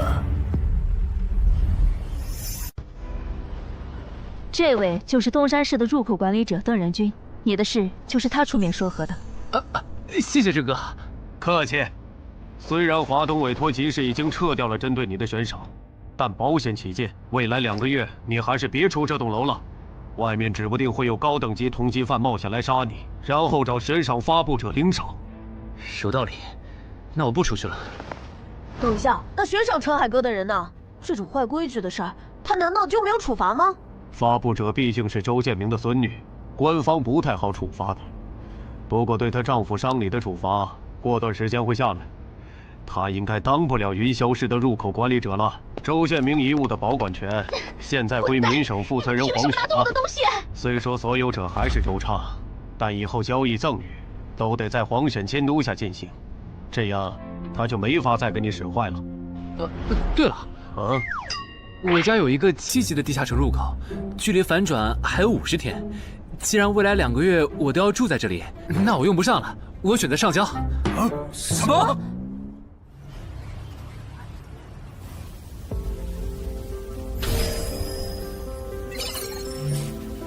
确实是6级到10级地下城，而且挑战人数已达上限，现在进不去了。哼，有意思。让后勤部过来安装几个微型摄像头，之后如果有人从这个地下城脱离，你就通知我。那澄海呢？按规章制度来。你隐瞒了地下城入口，违反官方冒险者的规定。不过念在你中途才进协会，又没培训过，就从轻发落。等你到9级时，多接一次协会例行任务就行。对于这个处罚标准，你能接受吗？能。还有就是，从明天开始，你要和常金川、梁家宽一起上地下城相关的常识课，早上8点，别迟到了。好。什么？他们还对你做了内部处罚？真过分！明明没有造成影响，而且澄海哥，你跟他们报备的时间也不算晚啊，为什么要处罚你？因为相关条例就是这样，而且他们的处罚程度也很轻，所以也还好吧。相比起来，我更担心那些进地下城的赏金猎人。我家地下城有点邪门，他们要是掉以轻心，很可能被坑死在里面。澄海哥，你人太好了，明明是他们要害你，你却还在为他们考虑。你搞错了，我只是怕他们被困在地下城，到时候导致入口翻转，连累到我。说起来，你刚才说除了东山冒险者协会和你哥哥所在的散人联合以外，还有其他人也在帮我施压。我哥哥说明省的富豪曹火旺对悬赏你的事特不满，他认为传说起冒险者后代比老弱妇孺更受保护的话，以后冒险者肯定会变成特权阶层。听说这事还惊动了华东地区的负责人，所以关于你的悬赏才会这么快被撤下来。好，那替我跟你哥哥道声歉，等风头过了，我做东，咱们一起吃个饭吧。曹火旺吗？一起吃饭。行小妹真是的，为了个不知道从哪儿冒出来的野小子，竟然让大哥你用掉了这些年积攒下来的人情。人家毕竟救了咱们妹妹，我这个做大哥的不能就这么看着。怎么又有电话？喂，我是乔火旺。你可能不认得我。没，我听朋友说了，是您出面施压，我的悬赏才会这么快被撤销的。你已经知道了，那我就开门见山了。您说，我儿子死在了女妖之身，我调查到那个所有者，后来被你杀死了。这样看，你算是帮我儿子报了仇，所以咱们现在谁也不欠谁的，账清了。我今天给你电话是有别的事，我想以一介商人的身份和你谈一笔生意。简单点说，我和朋友都觉得你有前途，打算重点投资你。你以后要是成了地区负责人，选辖区时可以适当听取我们的建议。如果你觉得可以谈，咱们线下细聊。我是基础属性与称号常识课的客座讲师朱伟，很高兴认识大家。开始前，我想问大家一个问题：你们觉得对于新人冒险者来说，力、敏、体、智、感、魅这6种属性哪个最重要？这还用问？肯定是力量，毕竟脱离和通关任务大多需要击杀指定怪物才能完成。现在都知道，进地下城得备好防具和开刃武器，有兵器帮忙，哪怕身体弱得像软脚虾，也能击杀低等级怪物。对新人来说，力量够就成，多了那也是白搭。反倒是敏捷更能提高冒险者的生存率。这位学员说对了，在协会统计的数据中，刨除掉称号、职业和装备，对低等级冒险者的存活率和内战胜率影响最大的属性就是敏捷。敏捷影响冒险者在地下城内的存活率，这点好理解。但冒险者之间的内战，为什么也是敏捷占主导？很简单，低等级冒险者的称号、职业和装备都不成套，没法弄出有效的攻防体系，所以他们内战时谁先动手谁赢面大。这时候敏捷就很关键了。原来如此，怪不得我遇到的秃鹫和通缉犯不是速度很快，就是打法非常克制、速度快的冒险者。原来点在这里。极限加敏捷的冒险者到6到10级就不好使了。一是这阶段冒险者能靠地下城掉落完美攻防，二是地下城等级一高，怪物种类和数量猛涨，光靠敏捷自己单干没法应对任务和怪物都变强的新情况。那6到10级这个阶段，哪种属性收益最大？6级之后，除了必定作为攻略组核心的超新星以外，其他冒险者都得按团队需求调整自己。这时候别管啥属性收益高，得看团队要你咋发展。原来如此。但不同属性之间多少会有一个模糊的价值差吧？比如同样是1点属性，加在感知和加在力量上，谁更划算？这个确实有，目前公认的排序是魅力大于感知，大于智力，大于体质，大于敏捷，大于力量。魅力最高，为什么？我也不知道，不过这个排序是传说们公认的。作为金字塔最顶层的冒险者，他们的判断必定有其缘由。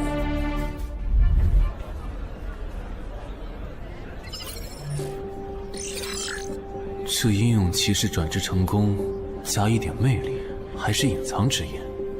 可我主职业就是近战，副职业再选同类，会不会最后效果1+1小于2啊？想什么呢？没什么。不想说就算了。对了，林姐让我问你，下午的冰击课你来吗？啊？这次好像有越省来的武术大师指导我们。停！第7局，长经川胜。枪的优势这么大吗？算上大人绷带的效果，我等于是被14-0了，关键他的速度没我快，体力也没我好啊。你已经连输7把了，还打吗？打，我还没累呢。你呢？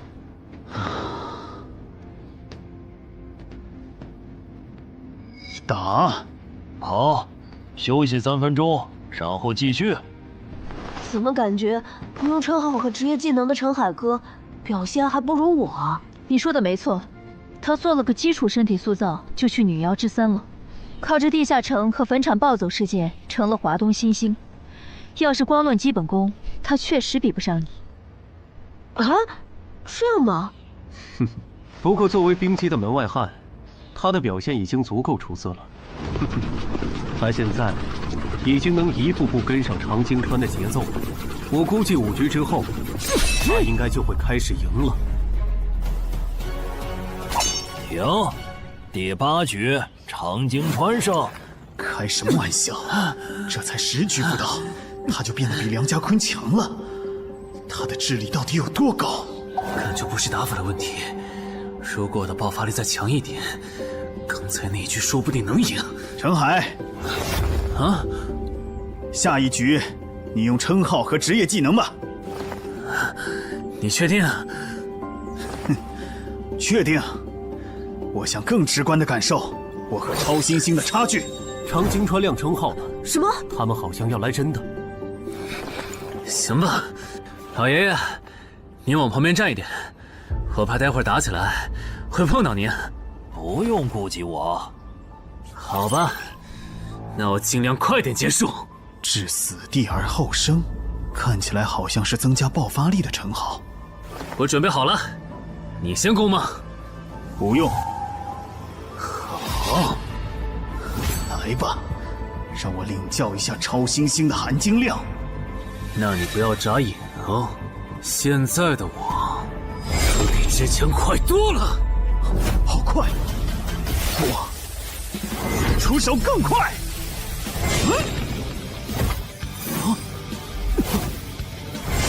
不可能！好快！你输了，今天就到这里吧。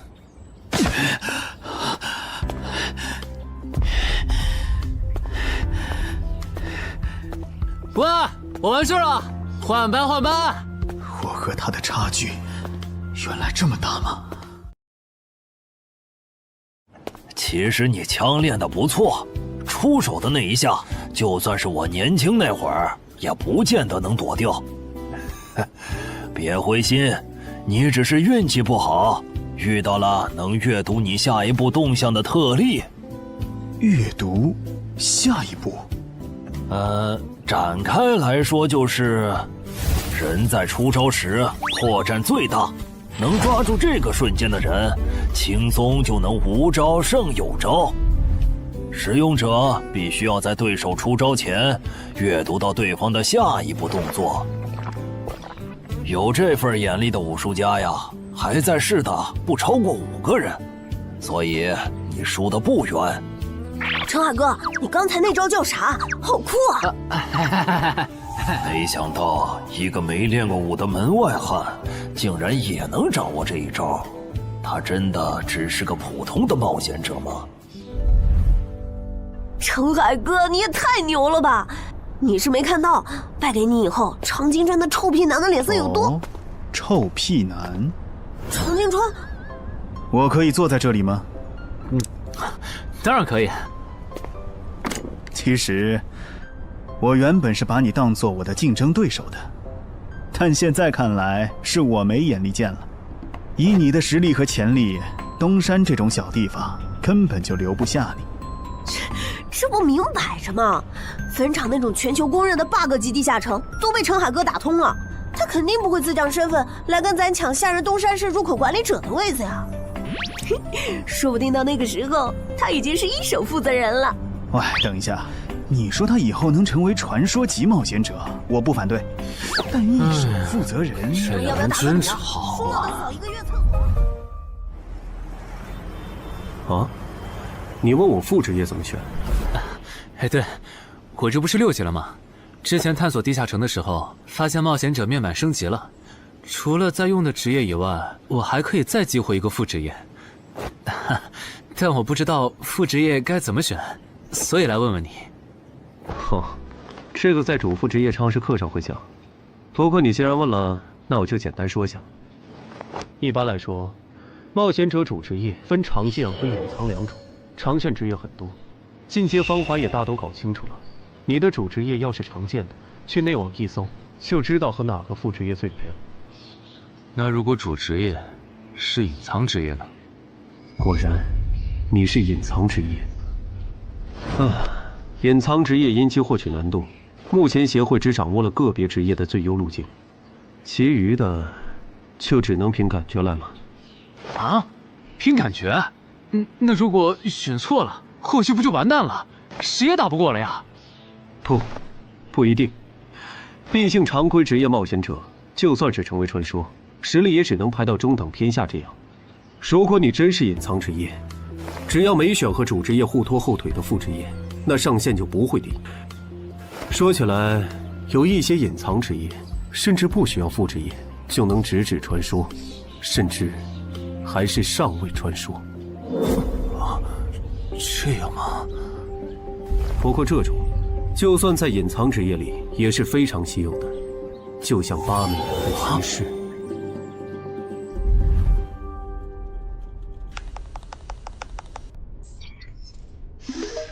内网竟然没有死亡行者的相关资料，那看看英勇之骑士吧。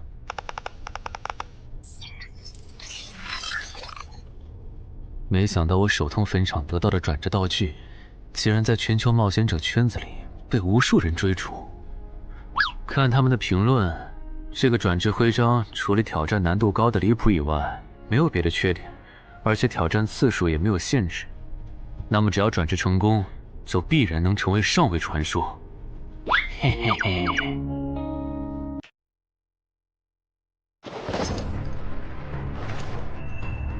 使用英勇之骑士试炼徽章。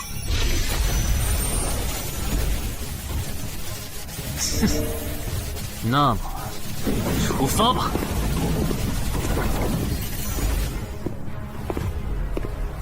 啊？不是吧？让我挑战他？啊？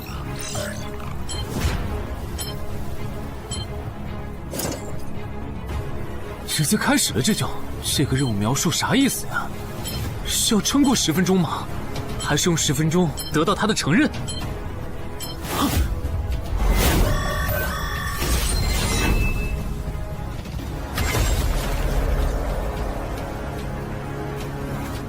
这家伙该不会比库罗德还强吧？好了，第一把先试试水，先弄清楚我和他的差距。这谁能撑过10分钟呢？我这种配置都3分钟嗝屁，10级以下，我不信有人能完成试炼。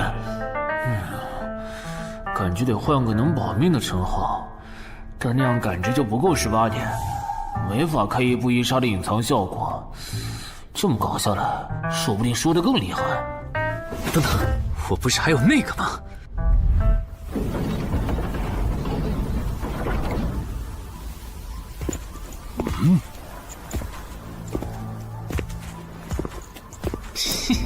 讨厌，这个傻大个的弱点是感知，他看不到穿了隐身衣的我。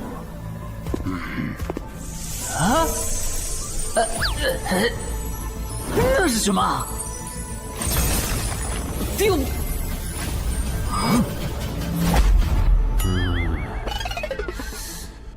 他怎么能有看破隐形到位的技能啊？不行，我就不信邪了。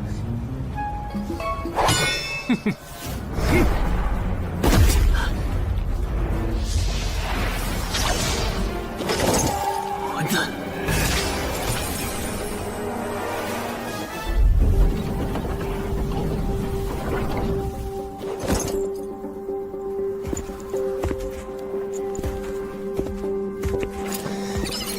再来！啊，那些冒险者还在我家？对，虽说不知道发生了啥，可要是时限到了，这些冒险者还不出来，那咱就得掌握更多这地下城的情报，这样以后入口翻转的时候才能处理好。换个地方聊吧。还是没找到乔敏吗？没有啊，周围都找遍了，没有他的痕迹。那看来他不是下湖了，就是去更远的地方找豺狼人了。希望是后者，不然我们的麻烦就大了。我希望他是去找豺狼人了。老七那边应该也发现了，这地下城难度会越拖越高。等孵化池孵出大量的鱼人后，我们恐怕都会死在这儿了。你说什么？你家地下城的通关任务是捣毁潮汐鱼人的孵化池？对啊，怎么了？我先冷静一下，林，你来给他解释。好，目前官方已公布的地下城翻转规则，你都知道哪些？基本上都知道。入口翻转后，攻方守方位置互换，我们这儿会变成鱼人需要攻略的地下城。没错。那你知道来咱们这边的地下城土著也需要满足指定条件才能回到他们的世界吗？什么？等等，你的意思是那些土著也会有脱离和通关任务？是的，而且绝大多数情况下，两边的脱离和通关任务会很接近。比如捣毁潮汐鱼人的孵化池，换算到咱们这边，恐怕是破坏人类的重要设施。快，你再听吧。这下摊上大事了。他已经吓傻了。你说东山市下个月会有一个7级地下城翻转？对，地下城的土著是鱼人和豺狼人，类型是探索，通关任务是捣毁鱼人的孵化池。所以他们想要征调咱们的徐茂。是的，报酬是官方掌握的同等级地下城的随队通关名额。等等，郑哥不是14级的冒险者吗？处理一个7级的地下城不是很简单吗？因为你家的入口翻转后，我就没法随意出手了。啊？你不知道正常，这涉及到未公开的地下城翻转规则。当入口翻转后，我们的世界就会变成鱼人眼中的地下城。因为入口翻转前后规模不变的铁律，所以在有鱼人完成脱离任务之前，等级高的正人军不能动手。原来如此，怪不得坟场明明只是5级地下城，但却存在传奇个体。怪不得小鬼头脱离后，坟场就立刻进入到第2阶段，这样就解释得通了。这个规则不是强制性的，我不能出手，主要还是因为有人曾经尝试过这样做，结果导致入口等级提升，对面的高等级个体也能来到我们的世界。简单说，用同等级处理同等级翻转问题，是各国冒险者协会试过好多回后得出的最优方案。那军队呢？郑哥这样的不方便出手我理解，但军队和热武器明显更靠谱吧？用军队和热武器对付入口翻转，攻略地下城确实最效率，但过去10年来，所有这么做的国家，最后都后悔了。啊？后悔了？为什么？因为那意味着 bug 要出现了。军队和热武器要是插不进来，地下城的实际挑战难度就会远超它本来的等级。如果军方很快镇压了翻转的地下城，那后面入口的挑战难度会接着涨，一直涨到跟这片区域守方的战斗力正好对上为止。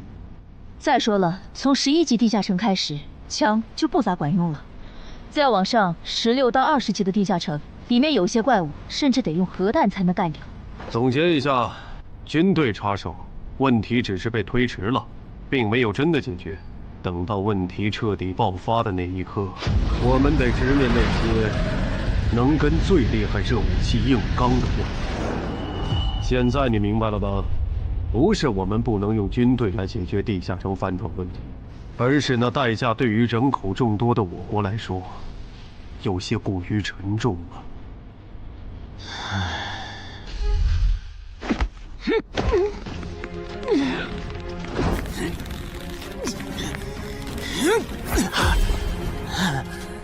陈海哥这也太拼了吧！天天这么练，他身体遭得住吗？林姐没和你说吗？说什么？陈海家的地下城，下个月要翻转了。什么？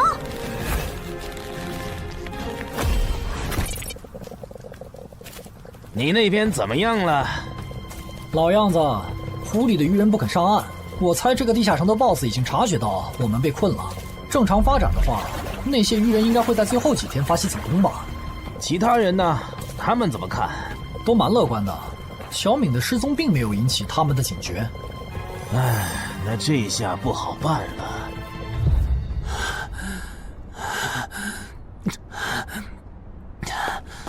给。啊？今天周四，你不用上学吗？上啊！谁让有些人闯祸，把地下城入口给搞翻转了呢？想上都上不了。应东山市入口管理人的要求，原定课程现在换成入口翻转规则普及课。因为本节课还有大量未准许披露给民间的内容，所以开讲前需要大家签署这份保密契约书。谁先来？我。我签完了，下一个谁来？给我吧。然后给我。那我收尾。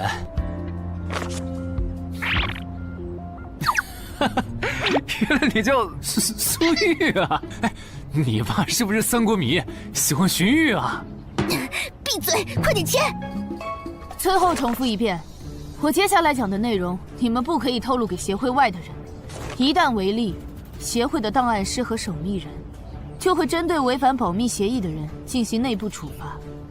相信我，绝对会让你们后悔泄密的。下面开始正式上课。官方已公开的入口翻转规则，你们都看过吧？看过。好，那我就用东山市要翻转的7级鱼人地下城做切入展开来讲。地下城翻转完后，入口还在老地方，东山市会出现对鱼人来讲难度一样的7级人类地下城。在该区域内，你们将无法使用称号。为什么？目前学术界尚无定论，但主流观点是，这是基于守方有利现状做出的平衡性调整。啊？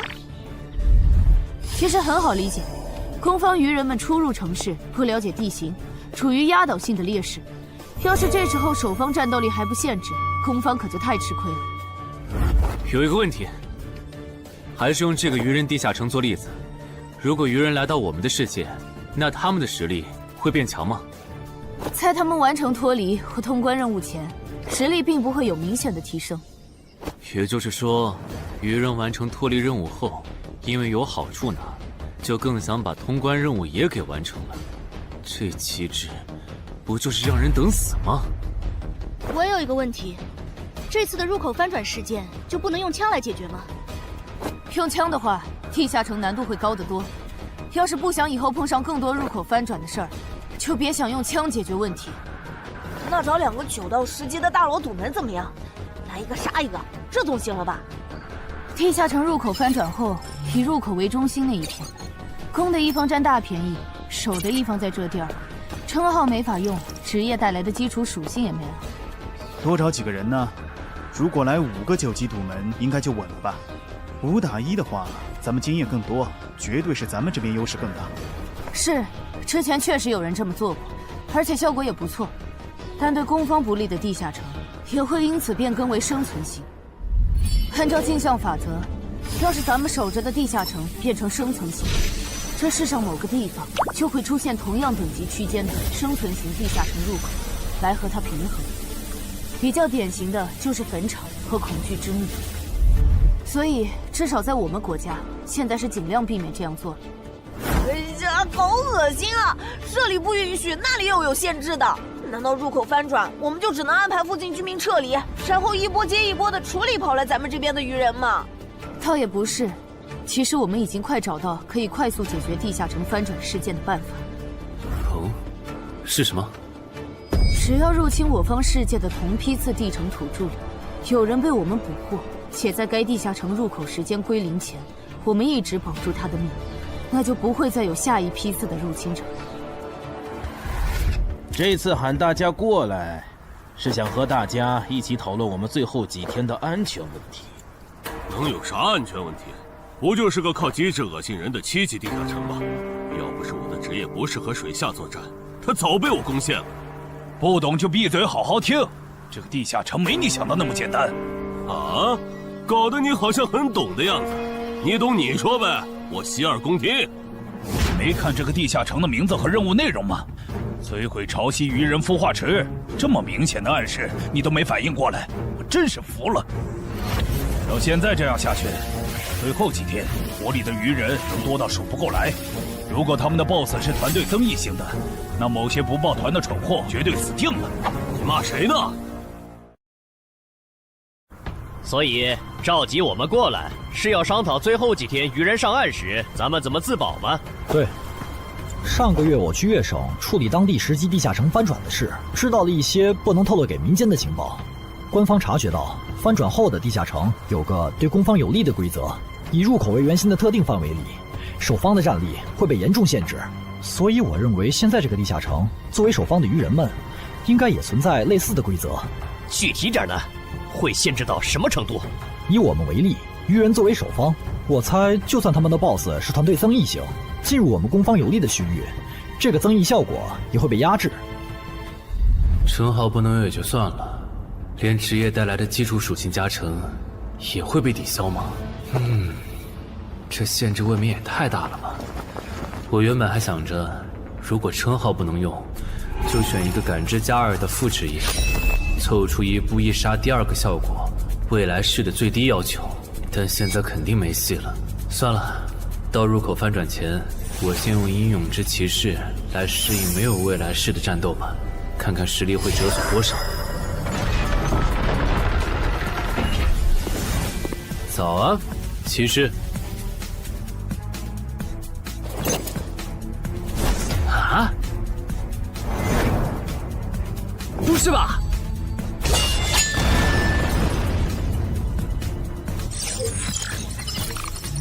没了未来式和称号加成的我，实力原来会下降这么多吗？这么看的话，我还是得找个能加感知的副职业，至少要把未来式点出来。你找姚文忠？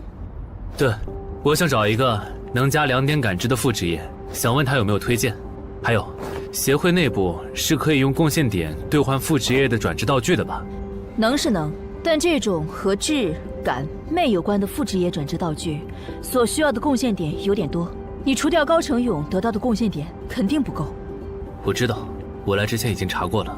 我有2个称号未被收录进官方的称号图鉴，我可以提交他们的获得线索来换取贡献点。行，那我叫姚文忠帮你整理一下。你现在就要定副职业，不再等等吗？距离你被强制征召进地下城还有半年呢，没准过几个月，新隐藏职业的最佳升级路线就能搞清楚了。不等了，我家地下城翻转后，我主职业的核心技能就会没了称号加成，得再加2点感知才能开启。这2点属性对接下来的我是刚需。行吧。这是协会掌握的能加2点及以上感知的副职业，你看一下吧。寻物师，你确定就要这个，不改了？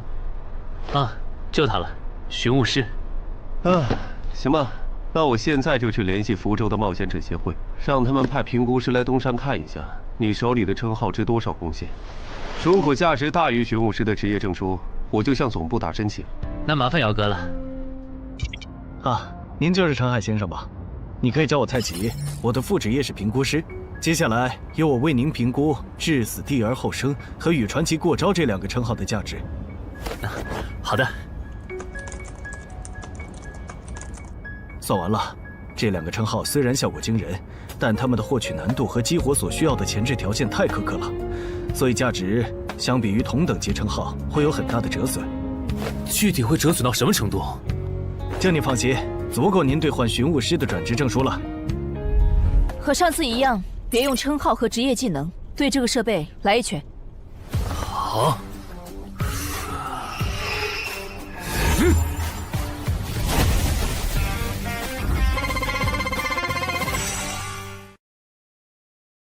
陈海哥的基础力量怎么只有13？我还以为他至少有14的。你别看他现在只有13，等他家鱼人地下城翻转的时候，他保底能练到14，也有可能是15。啊，虽然陈海哥很拼，但13到14这个阶段，就连姚哥都用了2个月。陈海哥再快也不至于到15吧？不信算了。说实话，我挺眼馋你这个达人绷带的。等你以后用不上它了，能不能考虑一下平价卖给协会？可以啊，不过那得等我的力敏双16以后。原来你们在做力量测试啊！我说怎么找不到你们？程海，你的副职业转职证书到了。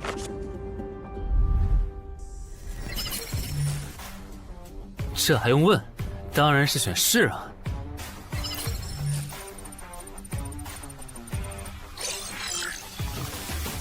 等等，不会吧？不会吧？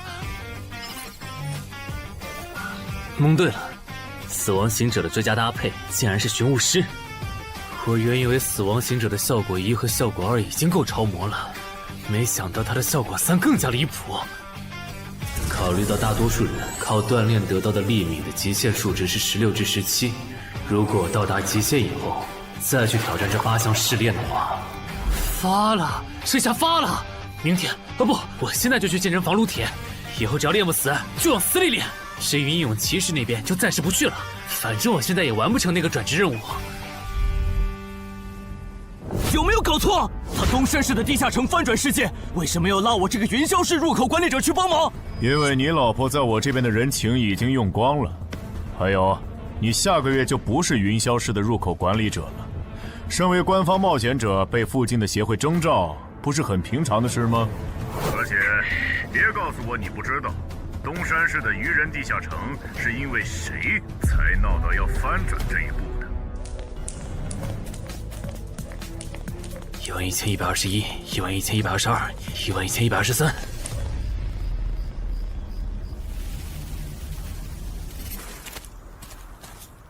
大家再坚持坚持，最后一天了，扛过去，咱们就能回家了。曼哈努斯大人，巢穴现在有守卫24只，精英鱼人69只，哨兵队长和士兵共800。很好，我要用他们来提升我的等级，杀死森林里的冒险者，把他们的尸体拖回来。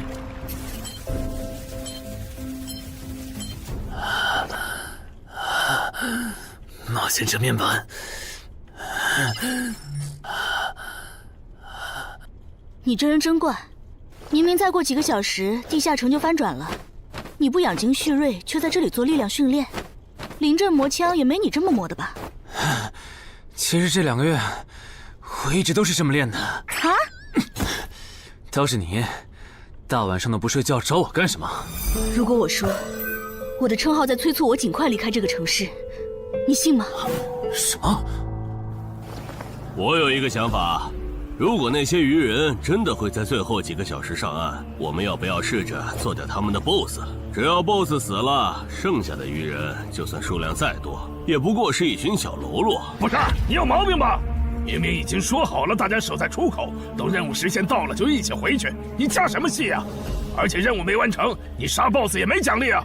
不是我非要杀 BOSS， 是我问过王二了，我们没完成脱离任务，想搭地下城翻转的顺风车回家，是会占用翻转后地下城的挑战名额的。确实如此。那么基于镜像原则，翻转后地下城的挑战人数上也会是15。如果最后几个小时鱼人 BOSS 带着手下和咱们争夺这15个翻转名额的话，只要有4个鱼人比我们先冲出去，那我们之中就有人要永远留在这儿。等等，话不能这么说吧？万一那些鱼人最后没来呢？万一咱们守住了也成功撤离了呢？不，他们一定会来。我的副职业是塔罗牌占卜师，我刚刚给自己算了下，接下来的几个小时，我的运势是凶多吉少。真的？你啥时候知道的？2个小时前。我记得你这称号只能找出有危险或敌意的人吧，不然高成勇那次你察觉到危险早就退了，这次你咋发现待在东山是有危险的？就因为那次我发现称号有预警盲区，所以才加入协会，想用称号线索换贡献点，在内网找点能补称号短板的奇物，要不然这次又要被你连累。等一下，什么叫又被我连累啊？果然，你和林姐一样，根本就没意识到你家地下城翻转后到底有多危险。啊！你再想一想，处于战场外的我，竟然触发了危险预警，这到底意味着什么？说明风险区的防线拦不住鱼人，他们的活动范围会扩张到整个东山市。对，然后我就倒霉了，因为协会肯定会强制拉我和常金川去阻拦那些鱼人。这就是为啥我的称号一直催我赶紧离开东山市。这些推测，你和姚哥、玲姐他们说过吗？说过，但他们认为那15个冒险者回不来，最后能从你家走出来的鱼人也不会超过15只。鱼人单体作战能力不强，就算突破防线，有10级的陈华宫和吴龙也能快速抓捕他们。你信他们还是信我？信他们的话，我就拉着我爸妈去隔壁云霄市躲几天了。我是想信你，但光凭咱们俩又能做什么？毕竟在你预见的未来，连10级的冒险者都失手了。不，我们能做很多。有我预警，再加上你的隐身衣，咱们先去收拾那些弱小又落单的鱼人，把鱼人对咱们世界的破坏降到最低。结果咱们3抽到的不是塔，就是死神，都不是什么好兆头啊！别告诉我你们真信了。如果张志兴的副职业真那么好用，他又怎么会沦落到和咱们一样的处境？这个他刚才不是解释了吗？他出发前占卜到的运势是愚者，但他错误地解读了它，不然其实可以避开这个地下城的。而且你看，咱们之中最强的王二和郎奇夫妇，他们的占卜结果都对应着象征顺利和成功的女皇世界。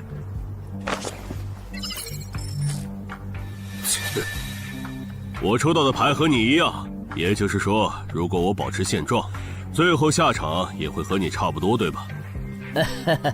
对，咱们很有可能走不出这个地下城。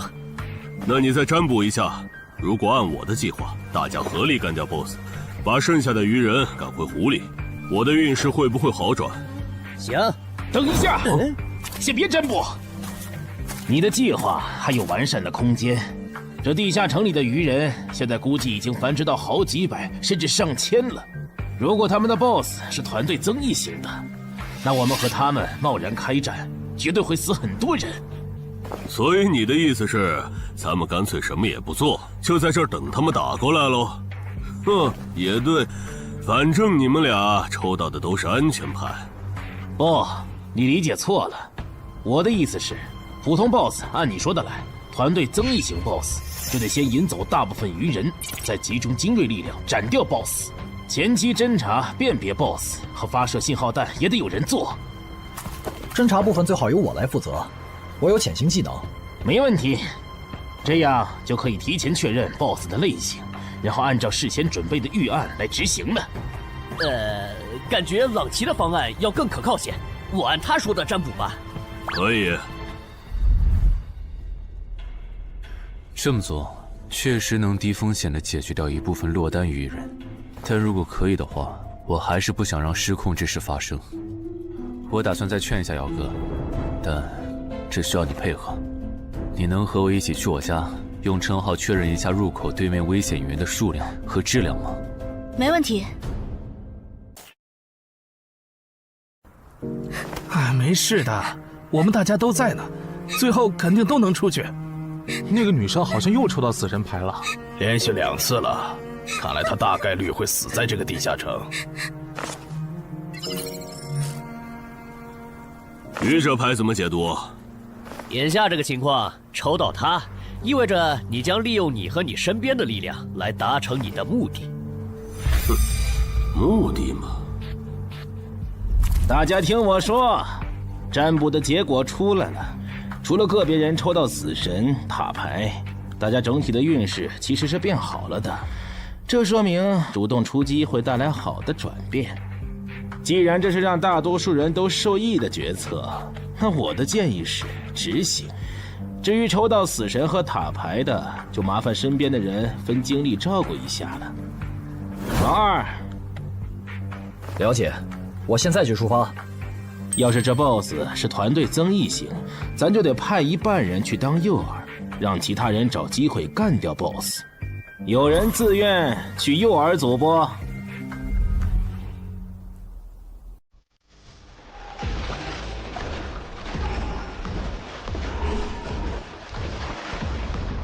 坐镇后方，身边还有同种族精英保护，是团队增益型 BOSS 没错了。得赶快把这个情报同步给朗奇他们。开始了吗？愚人的总攻，红色的是团队增益型 BOSS。惨喽，要当诱饵了。王二发出的信号弹，你们也看到了，来的是团队增益型的 BOSS。按计划，诱饵组先去原定位置落位，等你们吸引够了足够多的愚人，我们这边就开始行动。好，要是得手了，我们会放信号弹，之前就麻烦你们撑住了。好，最后预祝各位克敌制胜，平安归来。就是这里吧？对，那我放信号弹了啊。那个，能不能和你们商量个事儿？我的主职业是魔射手，正面作战能力比较差，我可不可以去附近的树上蹲着？什么情况？你远程职业为什么要来诱饵组？我也不想啊，我和另一个家伙职业重了。朗奇说他那儿只要一个好的，所以抽到坏牌的我就过来了。行吧，那你过去吧。谢谢啊。这玩意儿怎么用的来着？笨死了，给我。其实张志兴说谎了，他不是真正的塔罗牌占卜师，而是能模仿其他副职业的模仿师。当他不模仿占卜师，去模仿别的副职业时，当下所做的占卜就没有效果了。张志兴靠老千能力，让占卜的人抽到塔、死神这类危险牌，哄着冒险者听东莞仔和朗杰的话去办事。之所以出老千，是因为张志兴自己抽到了死神牌。为了改念，在东莞仔提出干掉 BOSS、把愚人赶回湖的计划时，他就赶紧站出来帮忙拱火。而这显然很成功。现在有11个冒险者帮他牵制愚人，张志兴可以从容地回到入口，等待地下城翻转。说起来，东莞仔有那实力，愚人杀过来他也能保住自己，为啥要提那么激进的计划？朗奇和王二也在暗地配合他们，这对他俩又没好处。哎，算了，不管他们干啥，都跟我没关系了。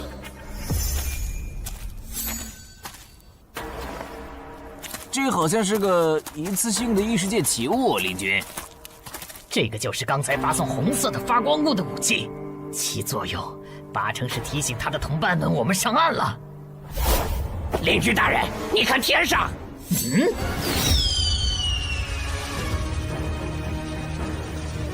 原来如此，这就是你们下的战书吗？人类，我接下了。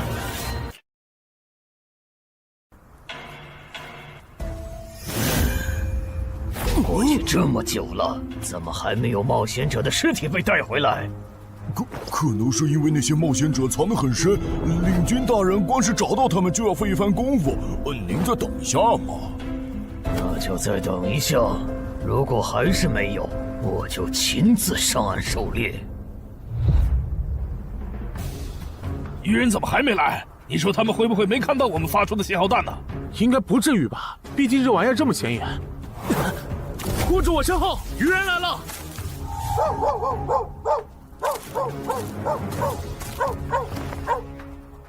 ！BOSS呢？沿着这个方向走5分钟就能看到他。不过我不建议你们去讨伐他，现在他身边的愚人还是太多了，就咱们这点人手，正面作战根本没办法速推。这儿哨兵和巡逻队太密了，我就算开潜行都很难靠近 BOSS。你们没潜行技能就更不行了，要是直接硬冲，肯定会打上持久战。拖太久的话，去对付诱饵队的愚人，很可能会回来支援。那再分兵呢？你们去吸引愚人的注意力，创造一个能让我和 BOSS 1对1的环境。5分钟，只要你们能拖住5分钟，我就能宰了那头团队增益型 BOSS。5分钟吗？你们怎么看？我都行，可以试试。好，那就按你的想法来。不过丑话说前头，你只有5分钟。明白。这么紧张的时候，你竟然还能犯困？不好，有人来了！啊！点狼烟，冒险者们打过来了！果然，那2封战书是诱饵，这些冒险者想削减我的兵力，然后趁机杀死守卫不足的我。这些人类和霍格一样狡猾。既然敌人已露面，咱们要不要分一半的巢穴守卫去帮忙？不，已经露面的未必是敌人的精锐。之前霍格就喜欢用大部队拖住我的主力，然后只身潜入军中暗杀我。这些人类也有可能这样做。不是吧？这样都没乱吗？难搞啊！算了，不等了。大人您别冲动啊，暗哨现在很危险的。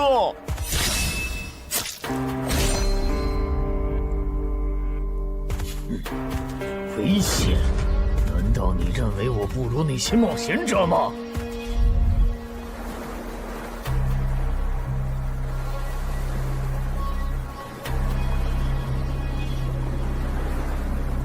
好香的味道，太香了！我的，都是我的，这些美味都是我的。不知道东莞仔那边咋样了？不过和我同组的那2个傻帽肯定是死定了。等朗奇、王二他们回来，我就说我们遇到的鱼人实在太多了，队友死后独木难支，只能回撤。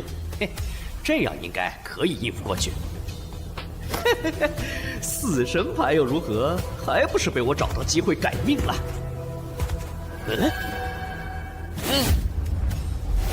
那个鱼人怎么回事？绝不能放他活着离开，至少在地下城翻转前，不能让鱼人知道入口位置。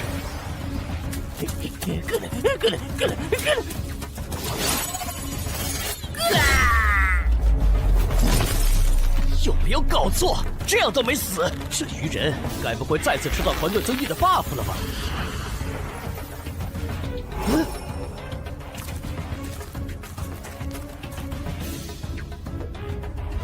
靠北呀！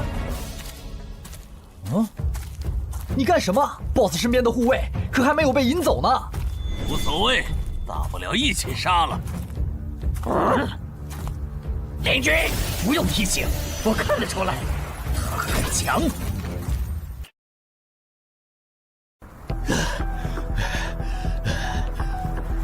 靠北，被摆了一道。这些鱼人跟谁学的诱饵和埋伏？我差点被他们给阴死了。不会吧 ？BOSS， 虽然咸吃你有点浪费，但没办法，谁让你落单了？而我又需要快速提升等级呢。这个地下城的 BOSS 怎么会出现在我这儿？东莞仔和朗奇他们到底在干什么呀？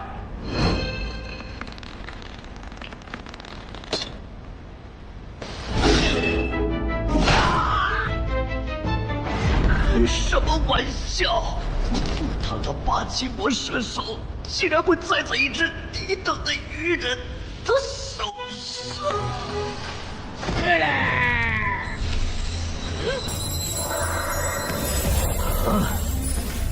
竟然还可以这样！原来低等级的鱼人击杀高等级的人类冒险者可以升阶。小子，大人。你把发生在你身上的事一字不差的去说给鱼人领军，然后让他分一点鱼人来我这边。我需要新的炮灰，还有我的战利品也催一催。好的，曼哈努斯大人。有没有搞错？这是个7级地下城，为什么会冒出这么多怪物？别藏了，王二，来帮我！这只 BOSS 身边的护卫太多，我攻不进去。邻居，看那个人类冒险者的反应，他好像不是一个人来的。我们要不要别上了他的当？之前霍格刺杀我没成功，就假装还有帮手藏在周围，我只能留些护卫警戒，结果让他跑了。我可不想再碰上这种事。被骗了吧？正如已故的冒险者张志新隐约察觉到了，东湾仔、王二、朗奇确实各有算盘，区别在于东湾仔主职业是狩猎大师，他想要杀掉2个不低于自身2级的不同 BOSS 完成进阶；王二的野心更大，他想要得到传说中的奇物升级券。不是吧？他怎么又变大了？有什么问题吗？你怎么看起来表情怪怪的？啊，没，总感觉心里毛毛的，好像有什么事情要发生了。王二经常和闽粤两省合作，处理过不少地下城翻转事件，所以知道很多不能向民间公开的情报。这里面有2条情报，一是 bug 级地下城能产出奇物升级券，2是精英级地下城只要出了英雄级 BOSS 就会变成 bug 级地下城。可惜后面进来的人都不擅长水下作战，王二也不擅长，只能眼巴巴看着奇物升级券没了。暗杀者王二，我记得你好像也接 BOSS 相关的委托是吧？你有需求？我打算独立狩猎这个地下城的 BOSS， 想请你压个阵。独立狩猎 BOSS， 这个人该不会也知道奇物升级券的产出机制吧？你有水下作战的能力，你刚才没跟我们说实话。不，我是旱鸭子。不过我认为在任务时限结束以前，湖里的鱼人不可能不上岸，我们迟早会和他们开战的。就算击杀了 BOSS， 也不能通关啊！难道说杀 BOSS 这件事对你来说有额外的好处？好处嘛，是有一点。我的主职业需要我独立狩猎海陆空3种类型的 BOSS 各一只才能升阶，鱼人种 BOSS 一般不会很强，我不想错过。我考虑一下。可以，没问题。从他刚才的描述看，他的主职业应该是狩猎大师。如果他没说谎，那他应该可以帮我牵制住这个地下城的 BOSS 和精锐护卫。只要在这个基础上把鱼人都调出来，我应该就可以潜入鱼人的巢穴，杀死那只还未发育完全的英雄级鱼人。你的委托我可以接，但我不喜欢和人签契约，口头约定可以吗？事成之后再根据我出力的多少来结算报酬。没问题。被耍了，张志新、王二，我做鬼也不会放过你们！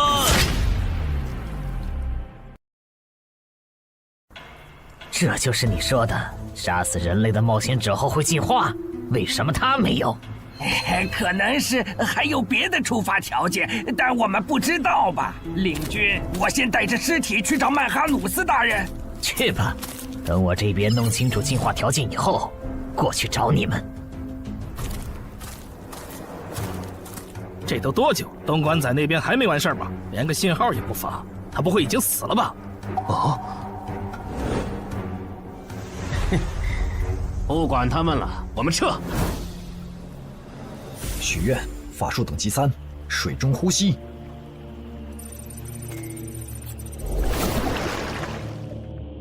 啊！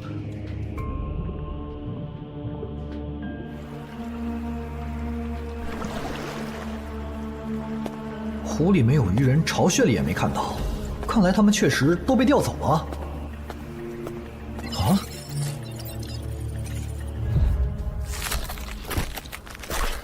曼哈努斯大人，这是您要的尸体。可以，但我要的炮灰呢？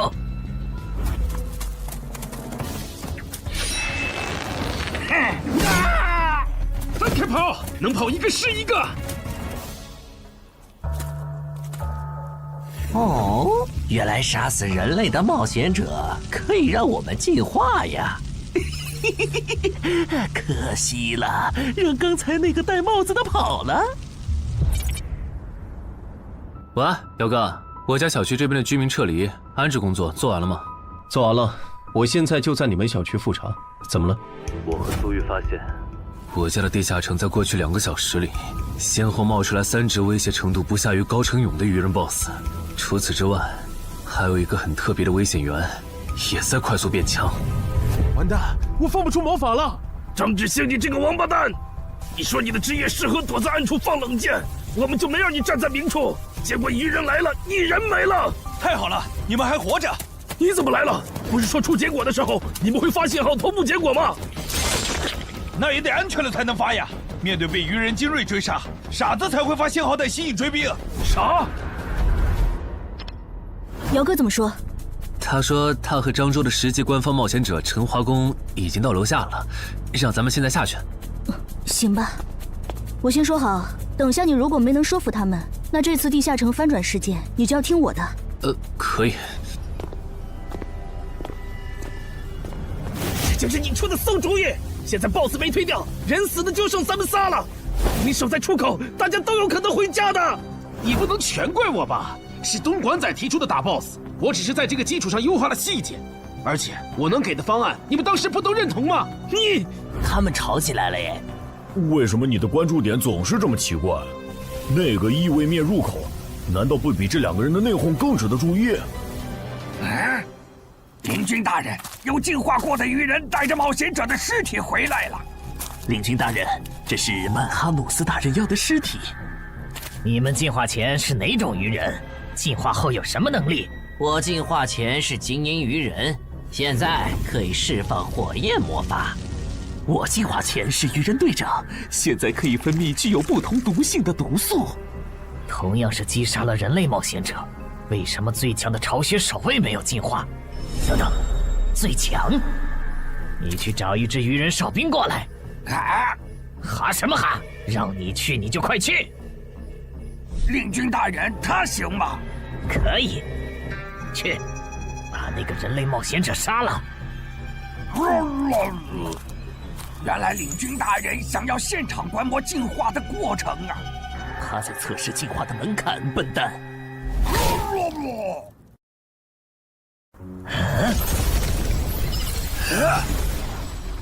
原来如此，所以进化的先决条件是等级差吗？难怪我和巢穴守卫没能进化，因为我们和这些冒险者的等级差没达到引起海之母布里伯杜普注意的程度。这样的话，把森林里的鱼人都叫过来，我有事要说。遵命。那边的，带着这些人类冒险者的尸体去找曼哈努斯大人。好的，领军大人。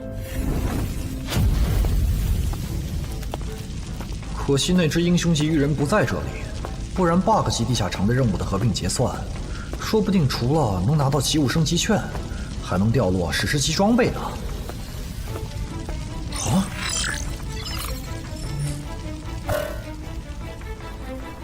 搞什么？我刚完成通关任务，任务就被重置了，没这样玩的吧？还有这个重置后的通关任务，鱼人种英雄级个体的成长速度都这么快吗？这才多久就发育起来了？什么英雄级鱼人？我记得英雄级个体的实力比同等级 BOSS 强2到3个等级，怪不得东莞仔和王二会阴沟里翻船了。他怎么走了？不用管他，正好咱们接下来做的事不方便被别的冒险者看到。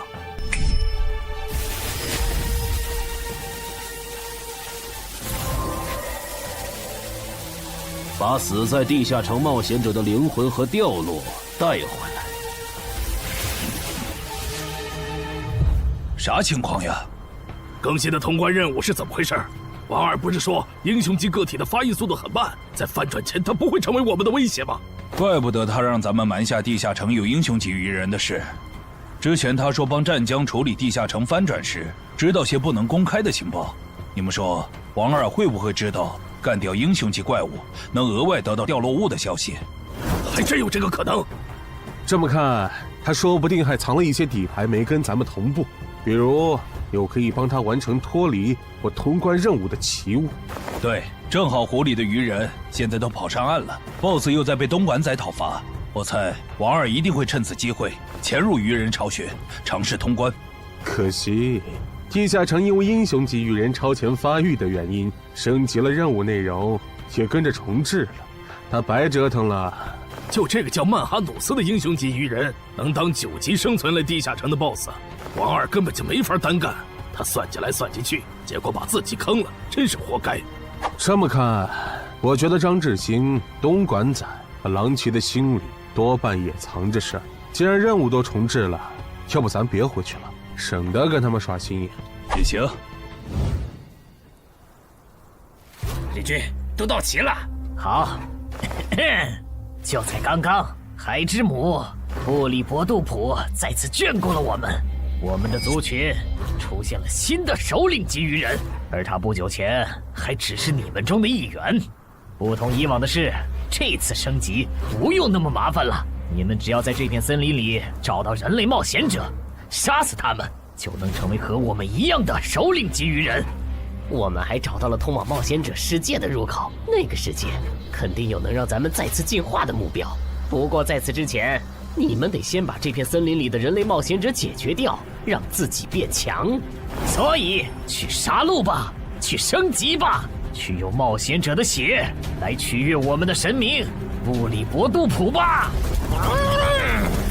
等一下，曼哈努斯大人，这片森林还剩7个人类冒险者，其中3个正在快速远离我们，还有1个落单的。如果你们想要狩猎人类冒险者，从而进化，建议先从这个方向的落单冒险者开始。不可思议，吃了这么多冒险者的曼哈努斯大人竟然变得平和了。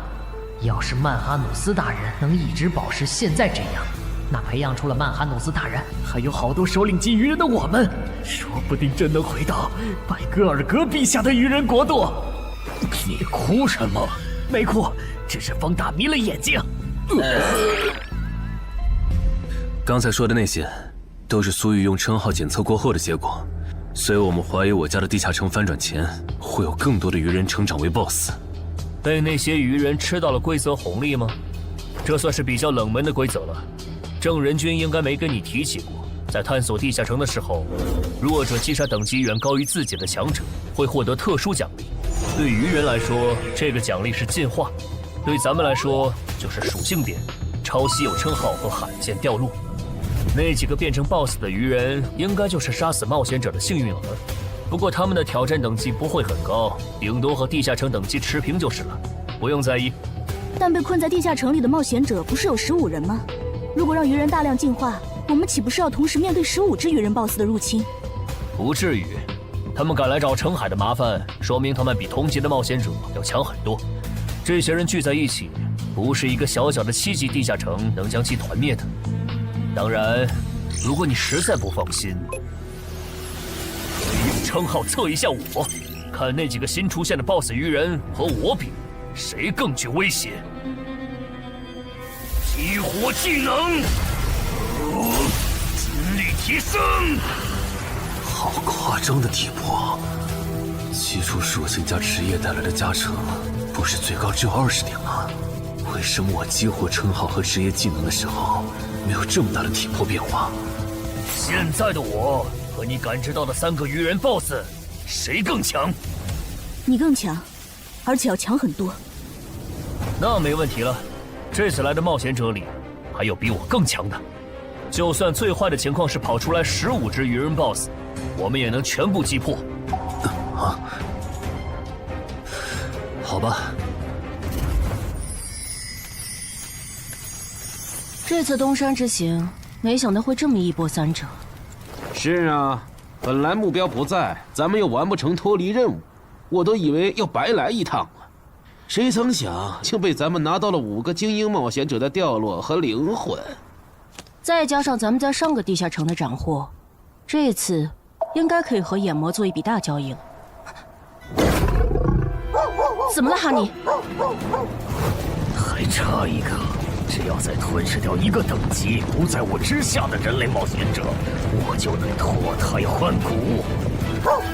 什么？你说这片森林里最强大的鱼人正带着几个实力仅比你差一点的手下向我们靠拢？8成是冲咱们来的。我问了朱球之言，他们说这片森林里有一只靠吃人就能升级的怪物，应该就是通关任务里提到的吞噬者曼哈努斯。那怎么办？这个 BOSS 咱们肯定打不过，更别说他还带着一大批手下。只能先保命了。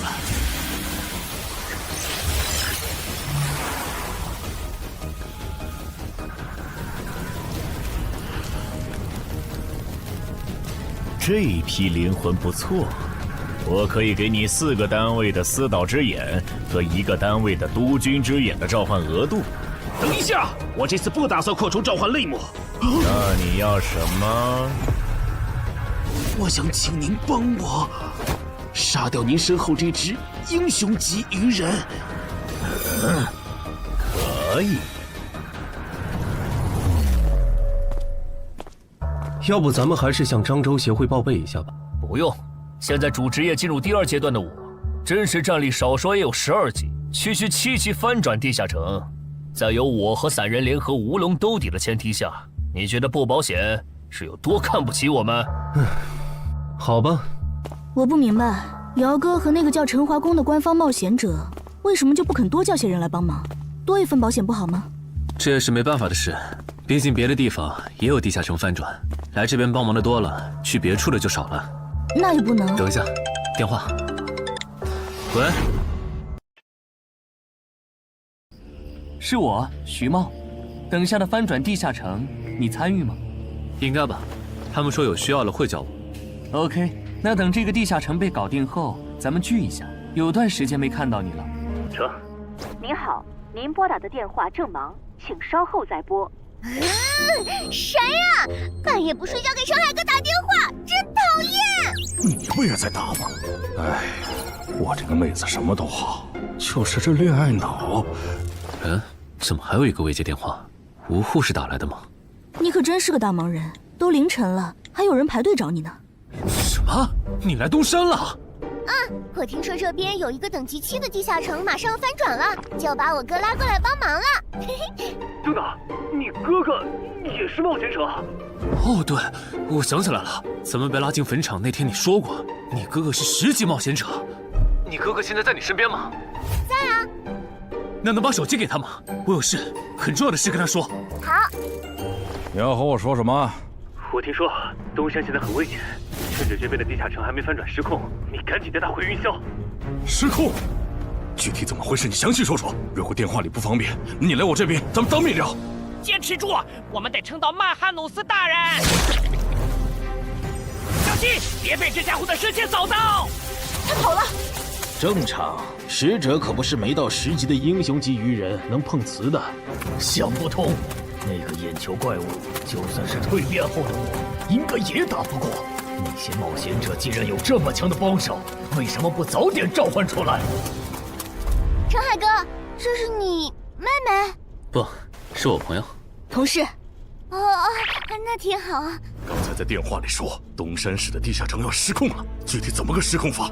最坏的情况是，几个小时后会有15只鱼人 BOSS 来到我们的世界。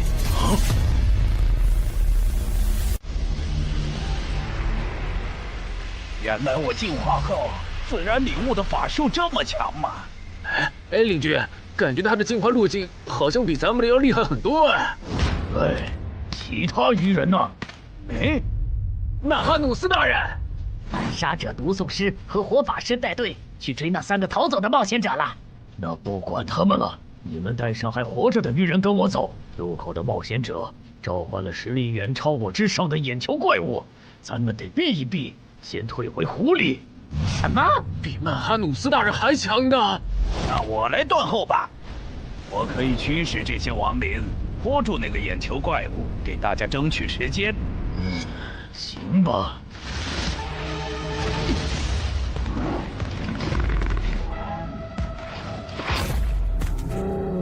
这个数量的亡灵，这里竟然还有掌握了死灵转化的部下。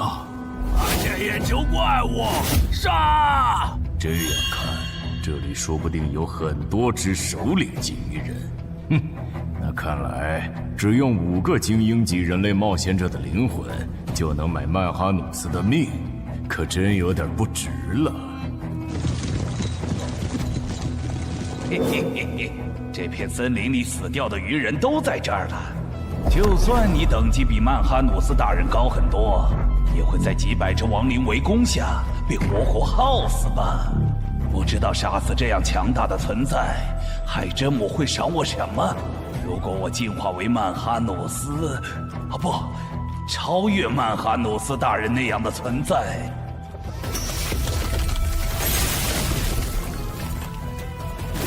那是什么法术？我的亡灵大军竟然这么轻易就被全灭了！别让狼骑在原来的基础上追加报酬。要追加报酬？委托难度和报酬不匹配，我要追加报酬很合理。当然，你也可以更改委托内容。如果换成保护我们直到该地下城翻转。那5个精英冒险者的灵魂够吗？够。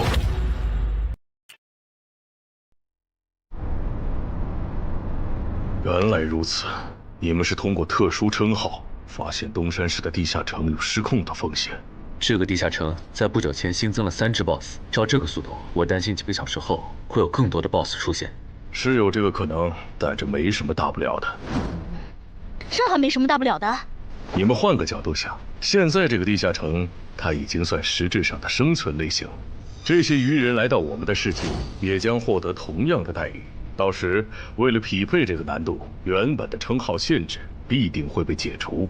如果这样还不能配平，那这个翻转地下城说不定会变成坟场那样。一旦有鱼人完成脱离任务，就会出现更高等级的我方冒险者介入的类型。哥，你怎么又提坟场？总之，你们把心放肚子里，这个地下城不会成为东山的威胁，我保证。我刚刚躲在树后，才侥幸逃过一命。他放过你了？对，那个眼球怪物用射线全灭了我的亡灵后就离开了，感觉他好像只对曼哈努斯大人感兴趣。曼哈努斯大人呢？他去找美食了。我说怎么有一个冒险者消失了？原来躲在这儿了呀！或许真的是我想太多了。不，是他们的问题。啊！坟场1阶段的实际难度比同级别普通地下城低很多。要是鱼人地下城翻转后跟坟场一样，那1阶段对鱼人来说简直小菜一碟。到那时，就是东山市的精英冒险者的噩梦。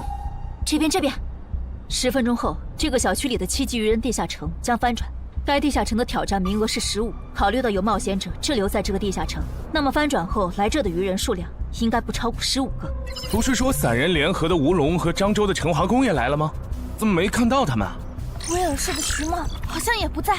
正常，作为精英冒险者中的大人物，他们可不会干冲锋这种辛苦活。啊，这样吗？哼。还有，一旦有人成功捕捉到鱼人，我会通过无人机将这个消息同步给大家。首个被活捉的鱼人价值与 BOSS 相当。等这个翻转地下城被彻底解决，我会根据大家狩猎到的鱼人来核算绩点，然后协助各位兑换奇物、称号线索或者情报转制道具。结果最后只有5人幸存吗？感谢您的帮助。客气。脱离。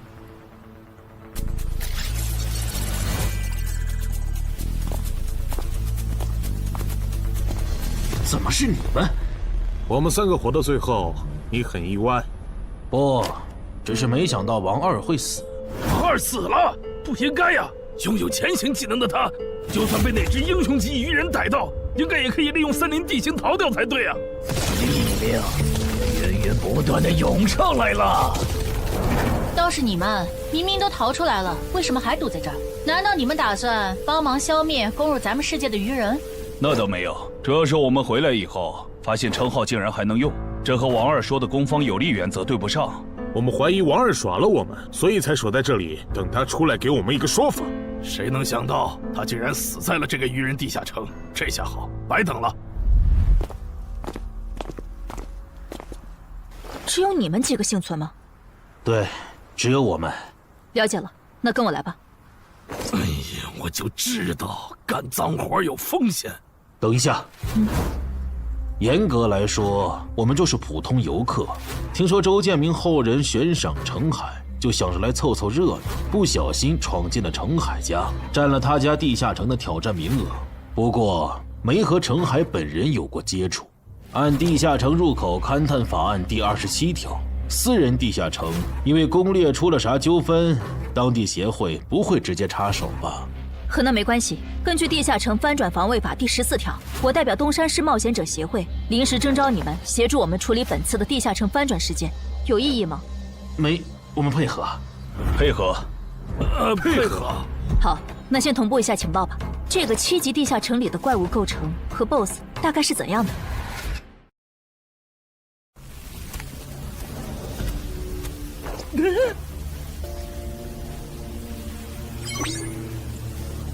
刚刚才是10，进去一只鱼人以后就变成了9，所以这个数字指的是能前往那边的名额吗？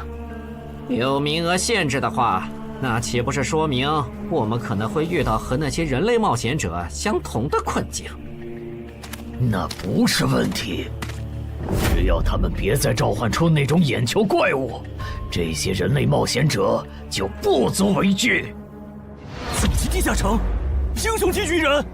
不止如此，他也变成了死亡率最高的生存型。这点我们可以作证。当时我们被英雄级鱼人盯上，花了不小的代价才侥幸活了下来。但刺杀者王二就没那么幸运了。刺杀者王二死了，连他都没活下来，那这个地下城的难度……生存类地下城，英雄级鱼人吗？有意思。啊！陈海家的地下城里有只英雄级鱼人，地下城还变成了9级生存型。是的，我觉得这次的翻转地下城恐怕要失控了。先别慌，生存型地下城翻转后也会是生存型。为了配平难度，你们的称号限制应该会解除。没了限制，主职业升阶过的陈华宫和吴龙应该可以打赢那只英雄级鱼人。如果他们失败了的话，那我和安然会出手将其逼退，明白？怎么事情一旦和陈海扯上，就变得离谱起来？那小子是属扫把星的吗？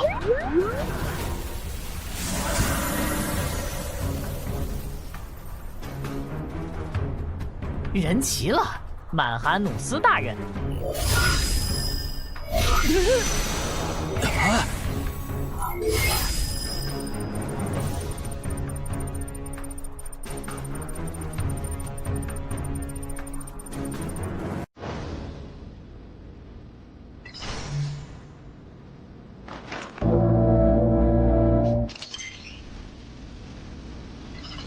大人，您找我？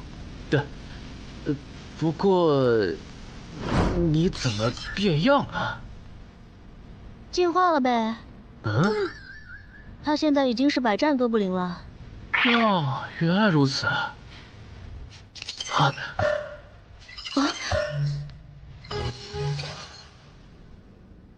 喂，你在哪儿？环城东路，怎么了？事情有变，东山的翻转地下城现在有英雄级鱼人坐镇，你随便找2只实力过得去的鱼人杀了交差，别去碰那只英雄级鱼人。行吧，还有别的要求吗？没了，注意安全。我懂了，红点是等级和我相差不过2级的人类冒险者，而黑点是等级比我高3级的人类冒险者中的首领。只有2个黑点，有点不够分呢。等等，为什么我这里全是红点，没有黑点？因为你等级比我们高1级吧。那这样的话，咱们要进化就不能用令君大人的增益 buff 了，不然和人类冒险者的等级差就拉不开了。你这么一说，好像是这样哎。曼哈努斯大人，您的地图上有可用来进化的吗？没有，我猜只有把这片区域的人类冒险者杀光，才能吸引来更高等级的人类冒险者。明白了，诸位，你们的任务是清理掉地图上所有的红点、黑点，把更高等级的人类冒险者吸引过来。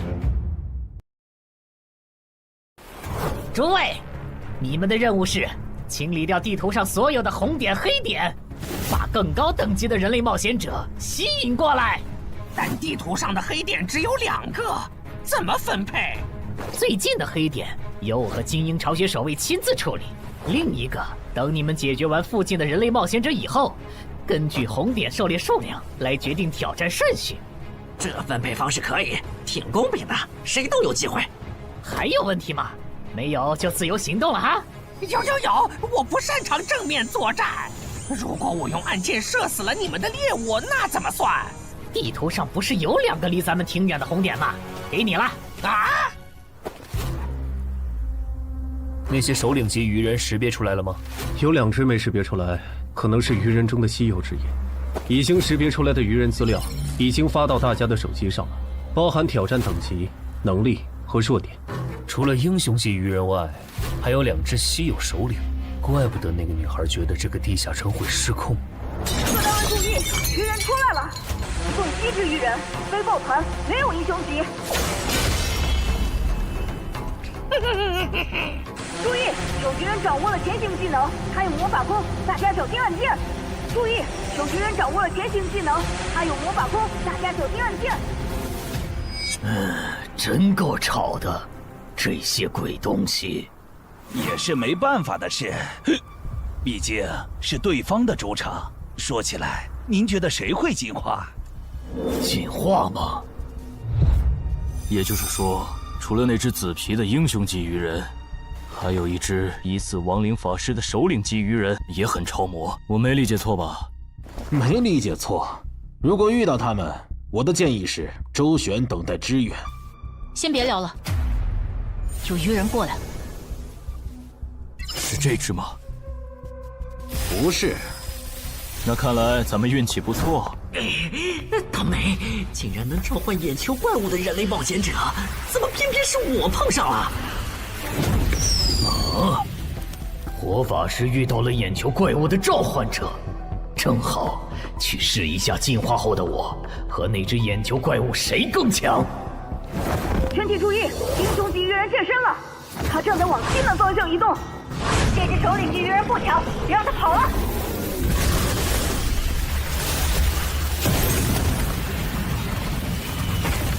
远波射线！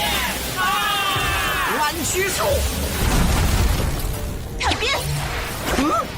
幽暗地狱的王眼暴君啊！我请求借用您的力量，心灵遥控。就是现在！至高无上的影之国王后啊，请赋予我斩杀眼前之敌的力量。尽情使用吧，我的骑士。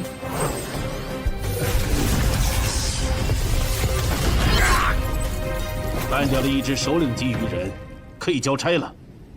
西门方向的冒险者请注意，有英雄级鱼人正在往这个方向移动。啊！英雄级鱼人，怎么来的这么快？怎么办？打还是跑？哎，他们这次没召唤那只眼球怪物，是觉得没必要吗？还是他们现在不能召唤？找到了，那个负责警戒的绿皮傻大个，看上去要更强一些。就杀他！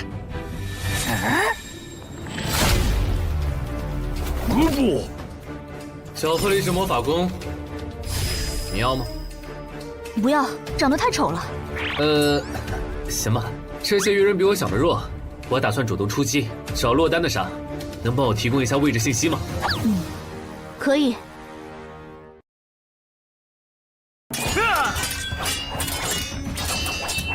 这些鱼人的实力好像还不如同等级的哥布林强。这样看，那这英雄级鱼人应该也不会强到哪去，白担心一场。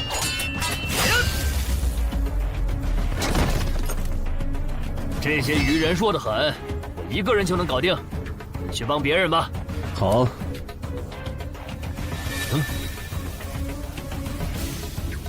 搞什么？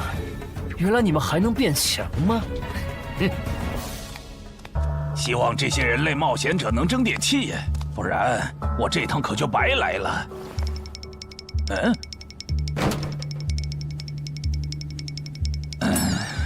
都冻成这样了，你就不能换个地方藏吗？看你能跑到哪去！小心，他分了强化药剂，我的元素护甲不一定能挡住他的细弓波了。收到。老二、老三，好的，大哥。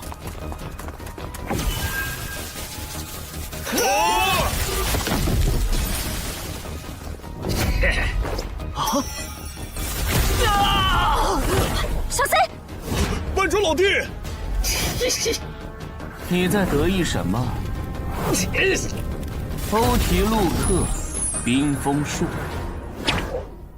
幽暗地狱的王眼暴君啊！我请求借用你的力量，心灵遥控。玩够了吧？把那只眼球怪物叫出来，我要和他打。狼骑，问过了，他没回应。张离，来帮忙，我知道你还有底牌没交。不，我拒绝。这只英雄级鱼人是奔着你来的，我没义务为你冒险。更何况你的控制法术还对他无效。我撤了，你们加油。你可惜了，看来你们真的无法再召唤他。我还想着杀掉他，说不定有机会2段进化。狼骑，没用了。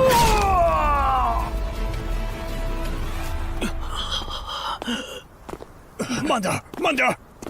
首次捕获的对应极点，等地下城结束后，会根据 BOSS 的强度核算给你。到时你可以来换取想要的东西。我很期待。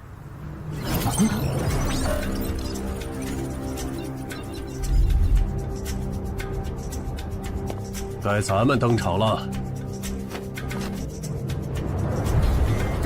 大意了。虽然对10级人类冒险者的强大有一定预期，但强化到9级的基因巢穴守卫，竟然这么轻松就被干掉了。这个高等级的人类冒险者和森林里遇到的那些完全不一样，不能再……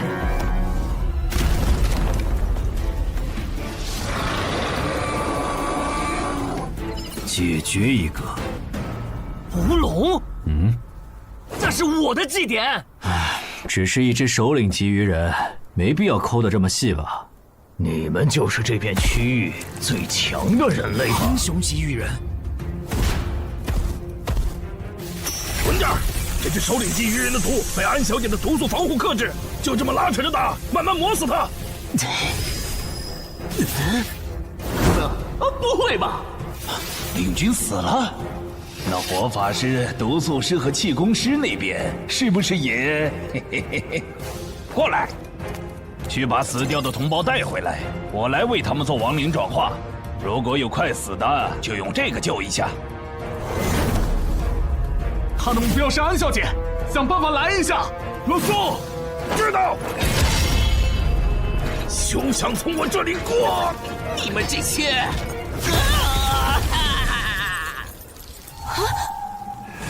天使，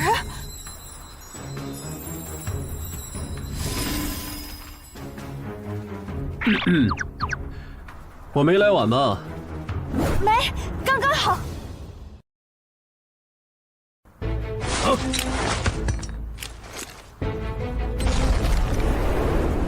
这谁扔的烟雾弹？不对，我感知掉了。正常烟雾弹没有这种效果，这是奇物化的烟雾弹。火法师和领军死了，主人让我喊你回去。别管我，我不奢求进化，等下我随便杀个红点就脱离。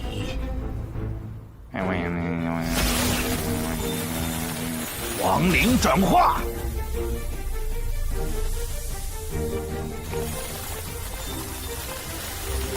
我变成亡灵了。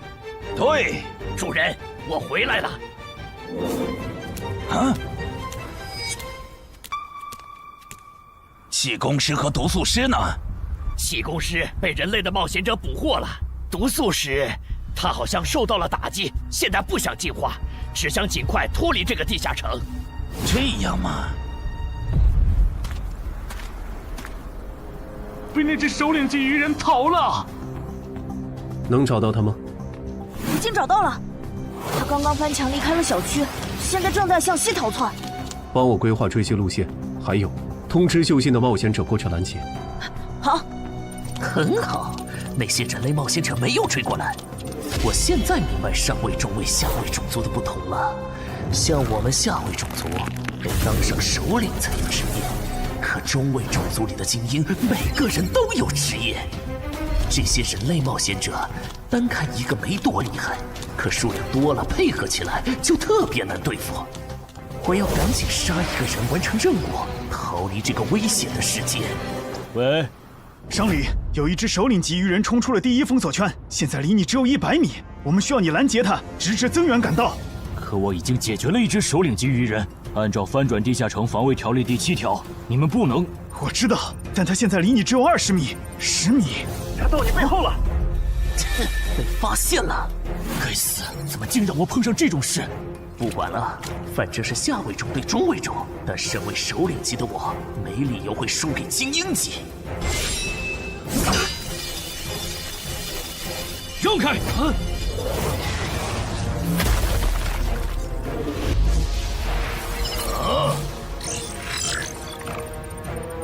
你连偷袭都不会吗？刚才为什么要喊出声来？笨蛋，我那是在帮你解围。这两个黑点移动的速度好快，这样看，我这边应该是来不及了，有点可惜。本来我还想着吃掉它们，升到11级以后再进化的。啊，那是进化之光。等等，英雄级鱼人竟然还能进化，这不是6到10级地下城吗？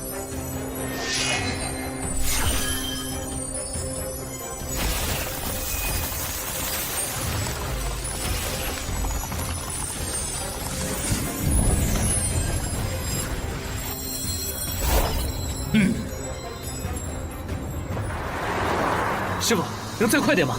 已经很快了。什么情况？明明刚才已经没剩几只鱼人了，怎么突然又冒出来2个危险源？苏玉这个表情，前线的形势这么不乐观吗？该死！我都拖了这么久，说好的增援怎么还没来？大意了。没想到这个人类冒险者的实力和我这么接近，差一点就阴沟翻船了。到此为止了吗？等等，这2个黑点，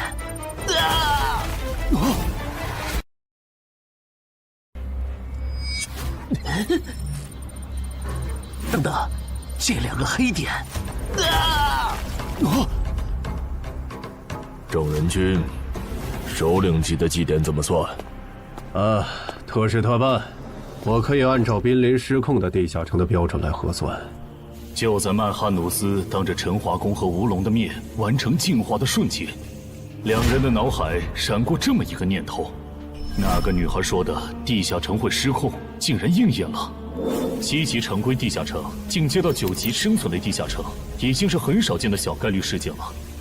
在这个基础上，又出现了英雄级个体，并且还能主动进化，这种事简直闻所未闻。唉，我到底是有多倒霉，才会一头撞上这种死局？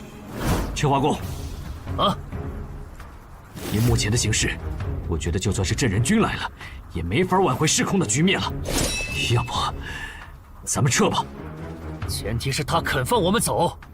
郑人君。他是你们的首领吗？什么情况？鱼人不是不能用人类的语言吗？我能感受到，那个方向有2个很强的人正在往这边赶。他们中有你们刚才提到的郑人君吗？有的话，能告诉我这位郑人君现在是传奇吗？无可奉告。看来不是。那就没什么好担心的了。小心，他要动真格的了。终止召唤！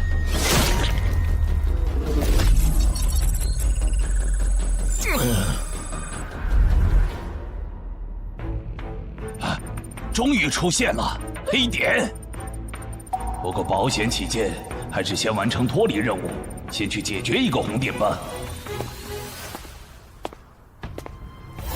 你不是去追那只毒素鱼人了吗？怎么又回来了？哦，那只首领级 BOSS 被郑人君和他找来的帮手干掉了。倒是你们为什么都聚在这里？小区里的鱼人解决了？大部分解决了，除了吴龙和陈华宫负责的英雄级鱼人，现在只剩下陈海家里的鱼人没解决。但他们待在楼里不肯出来，在室内作战的话，我们的人数优势就没了。亡灵能快速穿过墙。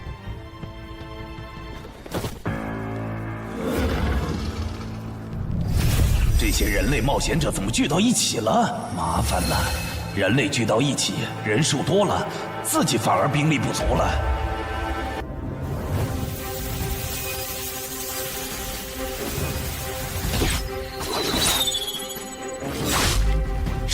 谁干的？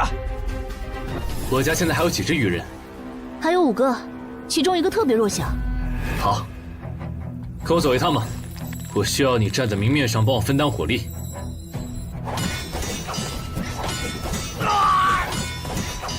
够了，我玩腻了。你个乌龙，机会我可是给你创造了，你给我好好把握！一铁贯穿，过杀神枪，还有你。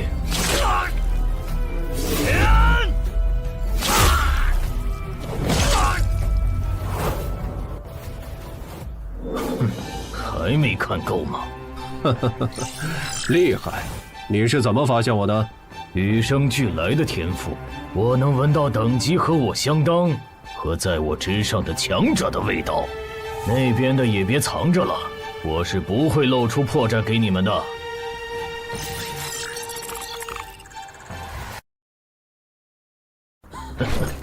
说起来，你们还真是冷酷无情呢。就这么看着我对你们优秀的后辈下杀手？如果我不叫你们出来，你们是不是还会继续看下去？彼此彼此吧。你的部下不也被歼灭的七七八八了吗？郑仁君，这家伙的实力和你跟我说的差的也太多了吧？我也不知道他会进化。放心，该算的绩点都有，我不会让你吃亏的。那就好。什么？郑仁君让我们撤出小区？对，这次翻转的地下城彻底失控了。他说等下打起来顾不上你们。但是愚人亡灵法师和他的仆从不是还没解决吗？就这么放着不管？没有放着不管，苏玉刚刚联系我了，他说楼里的愚人由陈海哥处理。陈海来了，你现在给他打电话，让他别犯傻。那只愚人亡灵法师和他解决的愚人暗杀者不是一个级别的，他这样的传说苗子没必要在这上面冒险，哪怕这个翻转地下城和他有关也不行。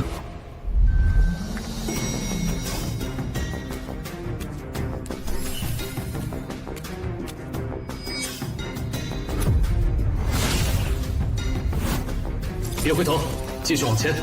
又被瞬杀了，开什么玩笑？这可是7级精英种亡灵，没办法了。你们去给我干掉那个绿大个儿。好。他这样的传说苗子没必要在这上面冒险，哪怕这个翻转地下城和他有关也不行。小哥，不行啊！陈海哥关机了，电话打不通。啊，关机了？啊？需要帮忙吗？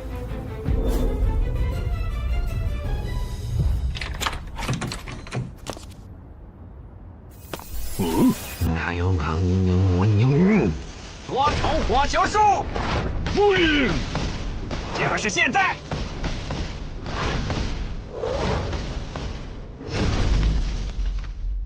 和暗杀者有着相同技能的人类，怪不得那2个巢穴守卫会被瞬杀，这样就解释得通了。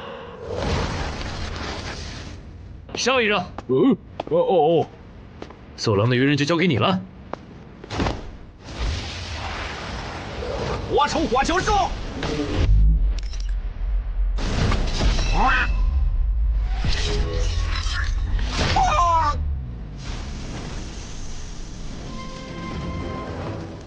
那只愚人亡灵法师怎么没露面？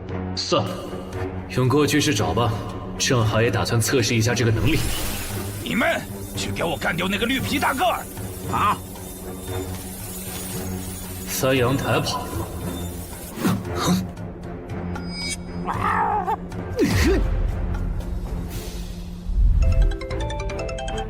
姚哥，我这边抓到了被用来探路的普通愚人。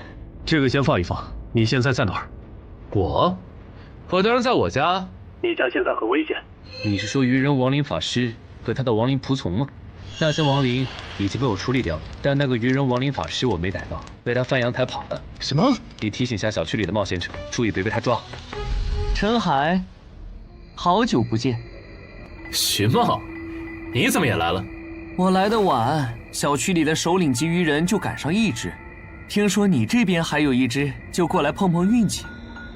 那你算白来了，大鱼已经跑了，他手下的亡灵也被我和我的哥布林随从清干净了。何不？那把武器，这些等等再聊，咱们得撤了。撤？不去帮吴龙和陈华攻我，已经帮不上忙了。你和宗玄是对的，这个翻转地下城确实失控了。虽然回音受到的伤害不会同步给本体，但回音被毁是会消耗体力的。而且打到现在，我这边的牌基本都展示一轮了。安然，如果你的暗杀拳杀不了这怪物，那咱们今天都要交代在这儿了。再来一次，显现回音。啊！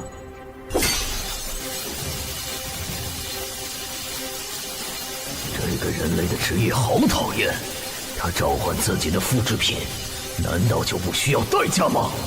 终于让我等到了。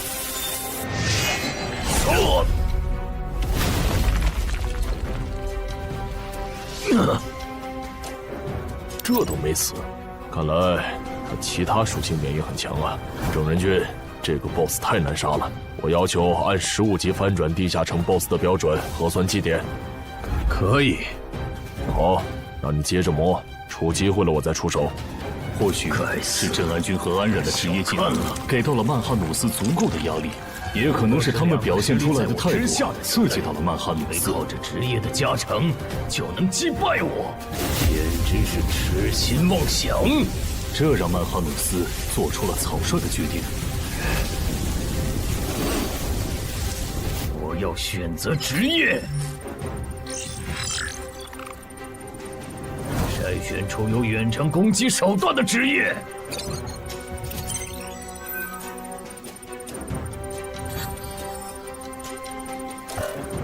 少啰嗦，我选2。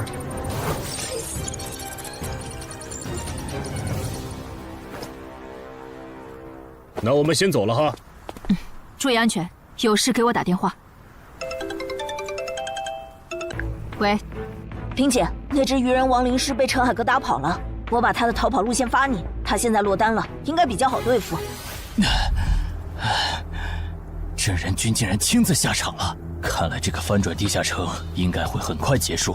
虽然中间出了不少插曲，但好在是活下来了。啊！可算找到我的猎物了。是从什么时候开始的呢？我的人生走入了死胡同。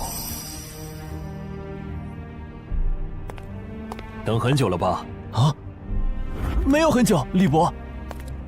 这是我之前跟你提到的周畅，传说级冒险者周建明的孙女。这是云霄市的新兴冒险者商礼，她是咱们省唯一受到影之国王后青睐的冒险者，以后大有可为。你们认识一下。你好。你好。哦，是从那次李伯介绍周畅给我认识的时候开始的。那又是什么时候，我的冒险者生涯正式步入坟墓了呢？早上贵子，好像是从我变成周家女婿，官方给我分配超出能力上限的攻略任务，而我的妻子却袖手旁观的时候。还没好吗？他快撑不住了。岿然不动。完了！五环法术，怪物定身术。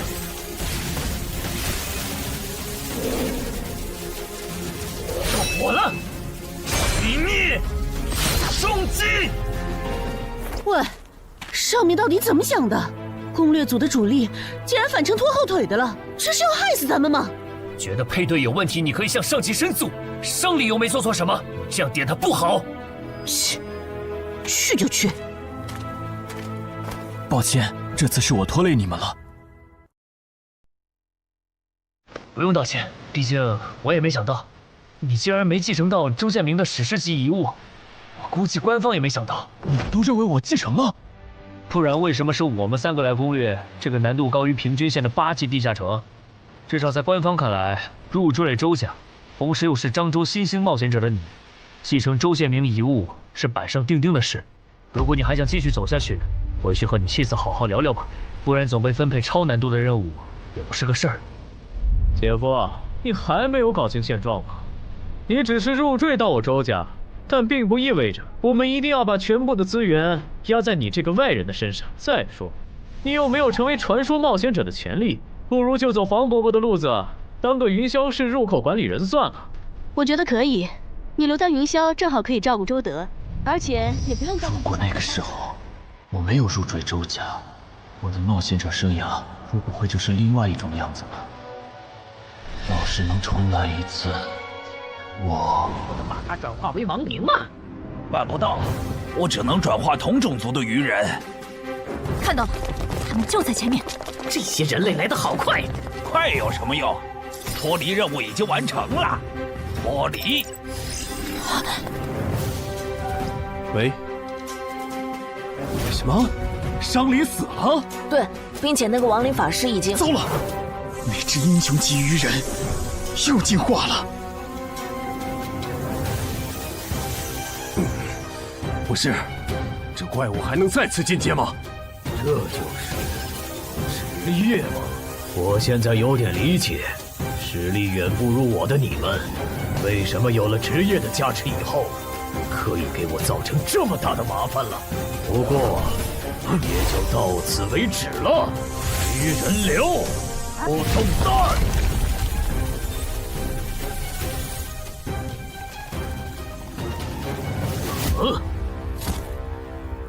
移形换位，欠你条命。这种时候就不要说什么欠不欠的了。哼，原来你的复制品还可以和别人交换位置啊？是啊，很方便嘛。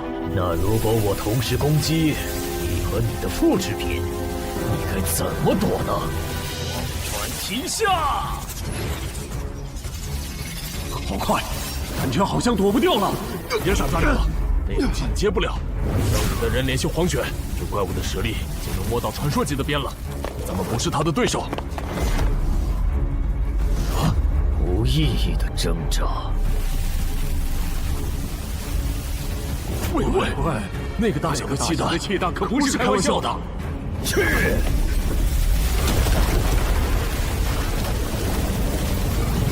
记住了。疏散市民吧。郑哥和他找来的帮手败了，那个鱼人 BOSS 身上一点伤都没有。在黄玄大佬赶过来以前，无论对方打算做什么，我们都无法阻止了。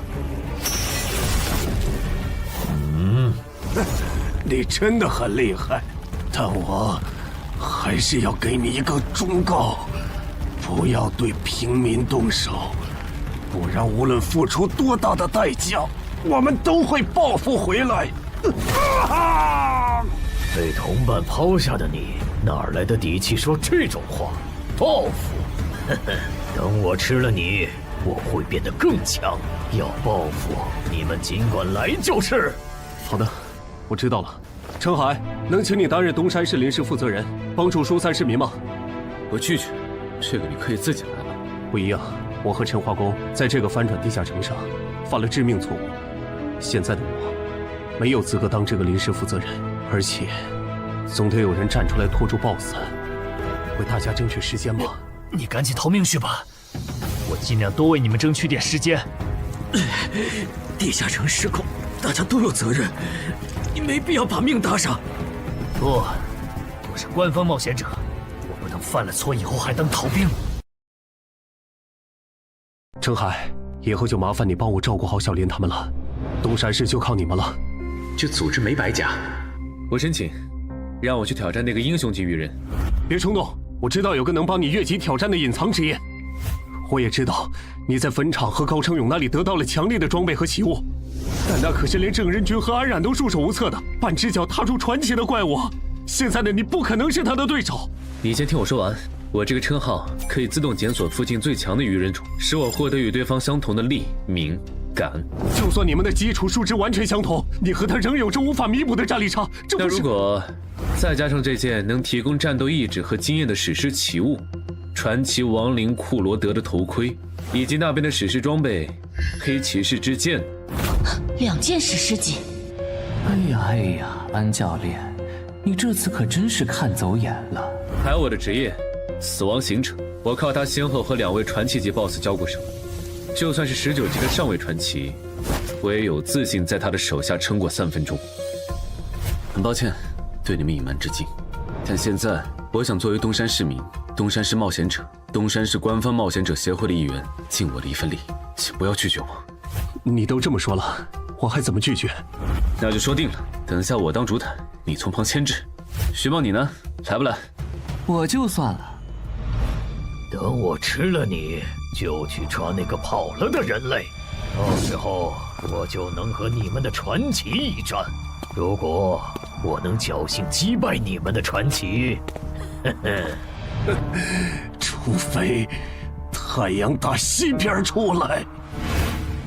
知道临头了还嘴硬，我看你是不想死痛快了。喂，杂鱼兄，我来打2番战了。我都已经大发慈悲放你一马了，为什么你还要不识好歹的回来送死啊？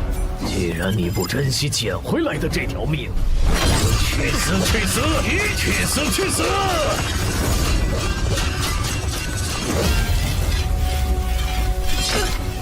糟糕，死！行换位。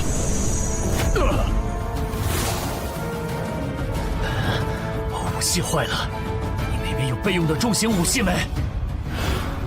有。竟然还在垂死挣扎！你们在聊什么？聊得这么起劲，也带我一个嘛！程海，他不是才6级吗？他来干什么？这个人类很强。有点意外啊。那个叫程海的冒险者，很有可能挽回局势的。这种可以白蹭基点的好事，你为什么要拒绝？彼此吧，你不也没去吗？攻略团的攻城魔女，我不是说了，随便找2只鱼人杀了交差就可以撤了吗？怎么还没走？算了，不重要了，赶紧跟我走。这个翻转地下城失控了，东山市已经不安全了。凭借气功师带来的高级感知，曼哈努斯敏锐地察觉到，这位不速之客的实力和自己非常接近。这个人类很强，但诡异的是，天赋却告诉曼哈努斯，吃掉眼前之人并不能升级。显然，他和自己一样，也是族群中的特殊个体。人类，你现在多少级？我6级啊，怎么了？把我当傻子吗？就算你也有王者资质，也不可能6级就和我实力相当。想知道原因吗？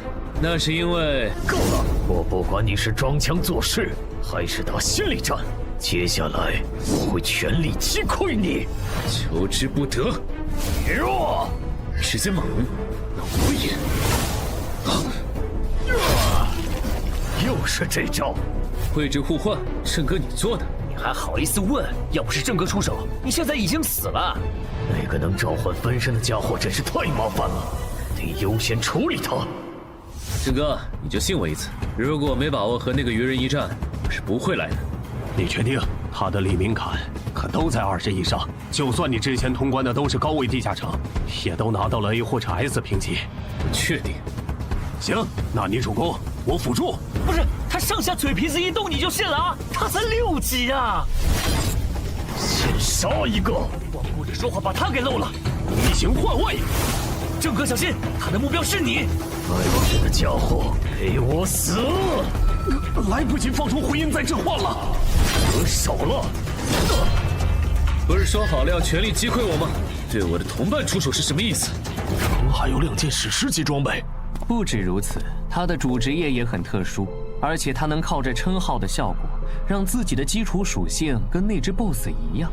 我觉得加上你，就算杀不掉那只英雄级鱼人，也足够拖到黄选和五虎救场了。这次还要使用移形换位呢？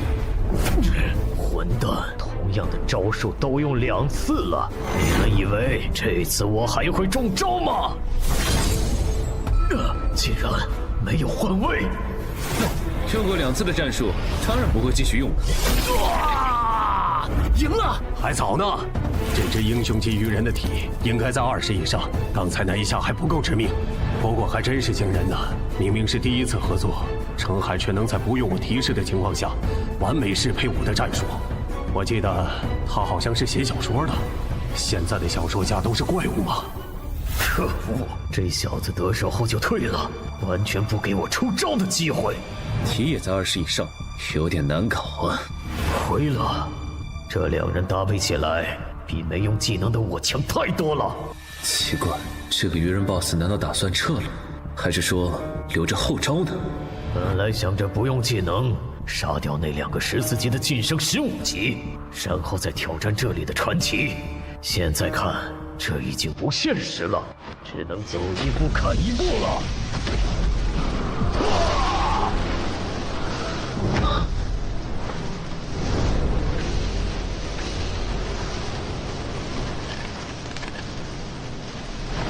本来打算把这招留给你们的传奇的，但现在看来是没这个机会了。这个快跑！这鱼人的速度又提升了，这次我不一定能拦住他。至少在走之前，让我提升到15级吧。很好，他的一条胳膊废了，接下来应该很难再。上海，趁现在，收到。以为这样就能限制住我的行动，别太想当然了。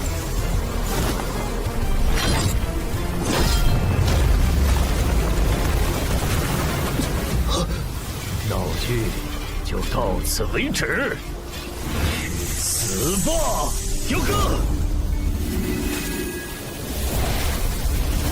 这种速度的攻击都破不了他的防。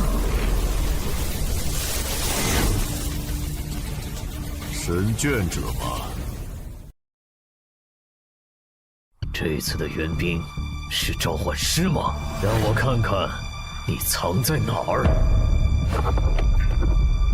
找到了，他旁边的绿皮傻大个应该也是他的召唤物。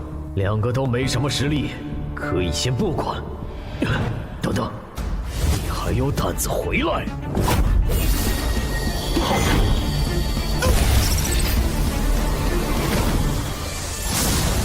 给我死！还能打吗？有点难。这是回解药剂，你和郑哥省着点喝。在增援赶到以前，咱们只能靠他撑时间了。我明白了，不杀掉你，我就不能对其他人出手。是这个意思吧？可以这么理解。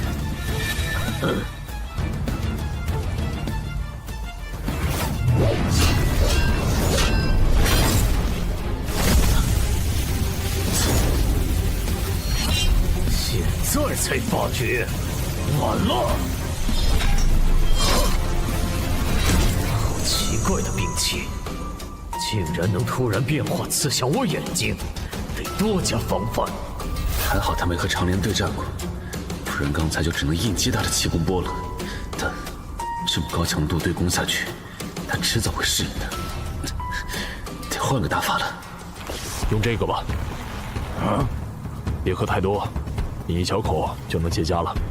这么阔气吗？3A 级教练就配备了回血药水，我还以为至少要馆主级才有。是程海借给咱们用的。哼，我估计他自己都没意识到，在6级这个阶段找到这种级别的装备奇物有多难。我警告你，别打他的主意啊！不管这个翻转地下城最终结果如何，程海都会成为我民省官方冒险者协会全力培养的超新星。我不会这么不识趣的。我能在民省淘到一个徐茂，已经是大功一件了，没必要为了不适合我的东西和你们交恶。不过说真的，都到这份上了，针对热武器的禁令，你还要遵守吗？我靠，这回血药水的味道怎么这么怪呀？里面加了芥末吗？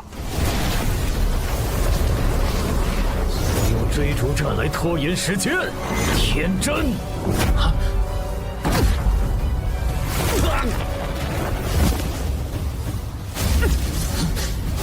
怎么不逃了？该死，怎么在这个节骨眼上崴脚？既然你逃不动了，那就去死吧！不得不说，你真的很顽强。像你这样能和我周旋这么久的对手，或许以后我再也不会遇到了。光了，先救人！来不及了。我会记住你的，人类。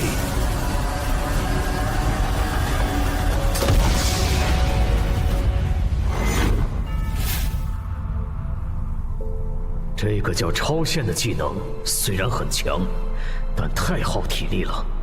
还好这个人类的等级不高，不然本大爷说不定真会败在你们手上。你还没赢呢，笑什么？一个手下败将，不会以为简单处理了下伤口就能和我再战了吧？别太异想天开！这是什么武器？竟然能破我铜皮铁骨的防御！安然，好了没？好了。那我这边就不用顾忌了。有。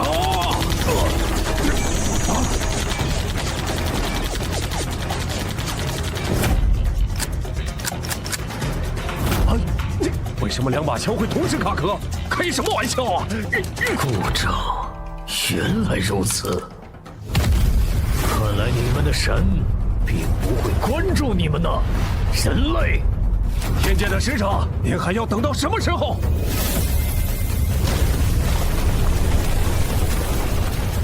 你怎么瞄准的？我刚才差点被你杀了。不会的，我有分寸。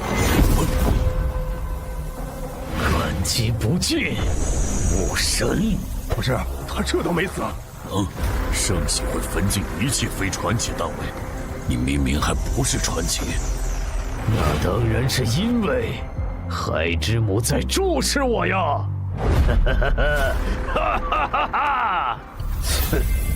本来想着有限度的使用这武器，尽量控制地下城的失控的影响，但遇到这种打不死的怪物，蝼蚁们继续呀！再加把劲，你们差一点儿就能打过本大爷了。如果你不小心败在你所认为的蝼蚁手上，对你来说一定不亚于最终极的羞辱吧？就凭你痴心妄想！太傲慢了，连续的车轮战早就让你打不动了。现在的你没办法硬接下我的拳头，自己享有墓志铭吧。该享墓志铭的是你。再来一次超限！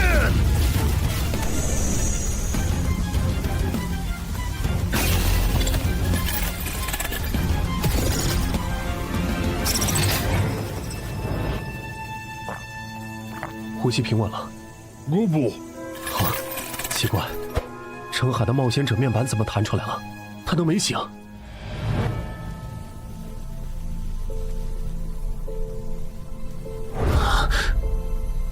为什么不用试炼徽章？库罗德，你如果用了英勇之骑士试炼徽章，应该可以躲过那只鱼人的绝招吧？等等，你不是库罗德，按理来说他应该不知道怪物鱼人到底是谁，这是哪儿？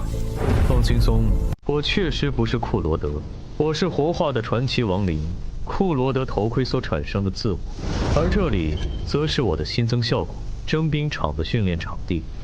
活化？什么时候的事？就在刚刚，你们和那只鱼人的战斗引来了2位神明的关注，其中一位神明因为3次干涉地下城进程，引起了另一位神明的不满，我因此被活化。继续刚才的话题，为什么不用试炼徽章规避伤害？是你的话，应该能想到这个解法。我想主意吧，当时想着用奇迹生还者硬扛，再用假死骗那个鱼人，找机会偷袭，尝试一击毙命。但没想到那个元气弹的伤害这么猛，差一点就被杀了。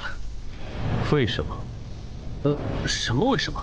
为什么你要冒这么大的风险来赌？你和他的等级差这么多，能拖这么久，已经算超额完成任务了。就算中途退场，也没人会怪你。可能因为这个地下城之所以失控，其源头在我吧。如果我当初选择上交入口，而非自己攻略，说不定就不会演变成现在这样。万一你上交后，官方也没打通这个地下城呢？而且你成为冒险者后，不是也帮助过很多人吗？2件事，一码归一码。对了，我要怎么做才能离开这里？外面的战斗还需要我？已经不需要了。我不是说了吗？观战的神明开始下场了，这场闹剧很快就会结束。你醒了？不，只是孱弱的身体。打开冒险者面板，称号还可以，有几个能用的。别冲动，人类。我只是借用你同伴的身体，给不守规矩的玩家一点教训。你别做多余的事，最多10分钟，这个地下城就会结束。可是你一声招呼都不打，就占用了程海的身体，你这样要我怎么相信你对我们没有恶意？是，站在你们的角度，确实可以。这样好了。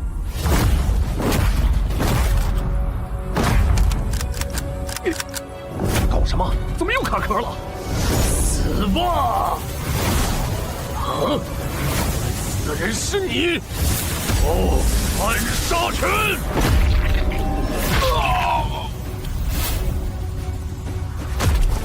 安然，被你们耍了这么多次，就算是傻子，也知道该怎么应对了。谁？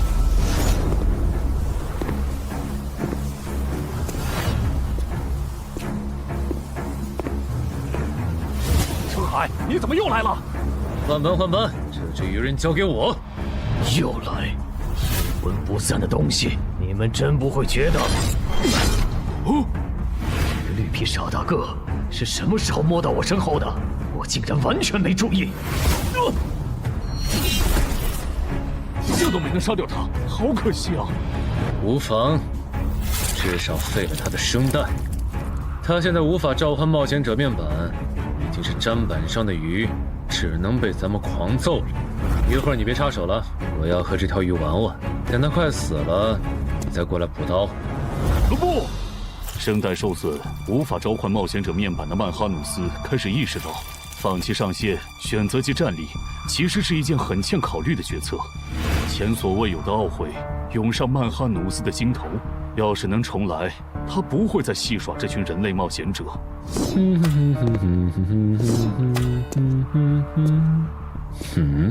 同样感到后悔的还有布里伯杜姆，连续违反 DM 协议的代价，让他不得不孤注一掷，提醒曼哈努斯还有一线生机。感谢你，牧神。这都帮你几次了，你的神难道是你们的保姆吗？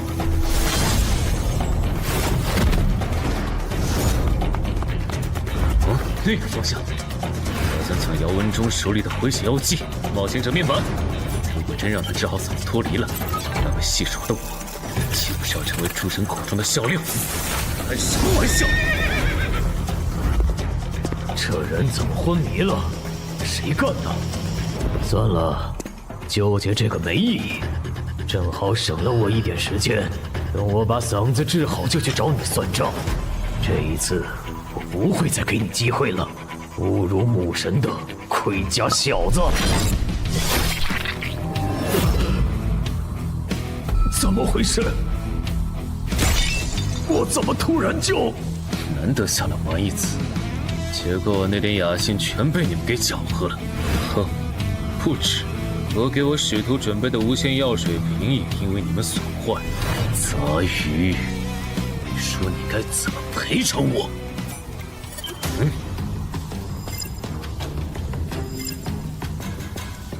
赔偿可以，但这条鱼人必须死。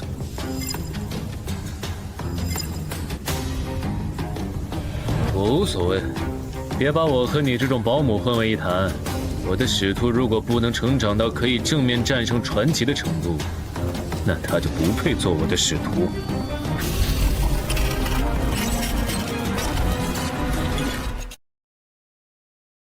哥布，你来的再迟一点，这鱼人就死了。哥布。对了，黑骑士之剑的效果，你应该还没吃满吧？那用它补刀。哥布，我要死了吗？我不甘心，我还能战斗。母神啊，如果您还在注视我，我祈求您再给我一次。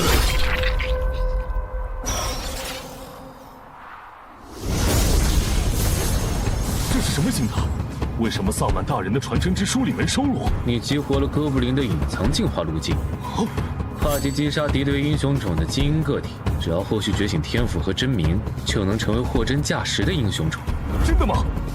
先别急着高兴。既然您已出手中断了这个翻转地下城，能不能先把澄海先生的身体还回去？他可是我钦定的继任者，如果有什么闪失，我和看好他的人会很心疼的。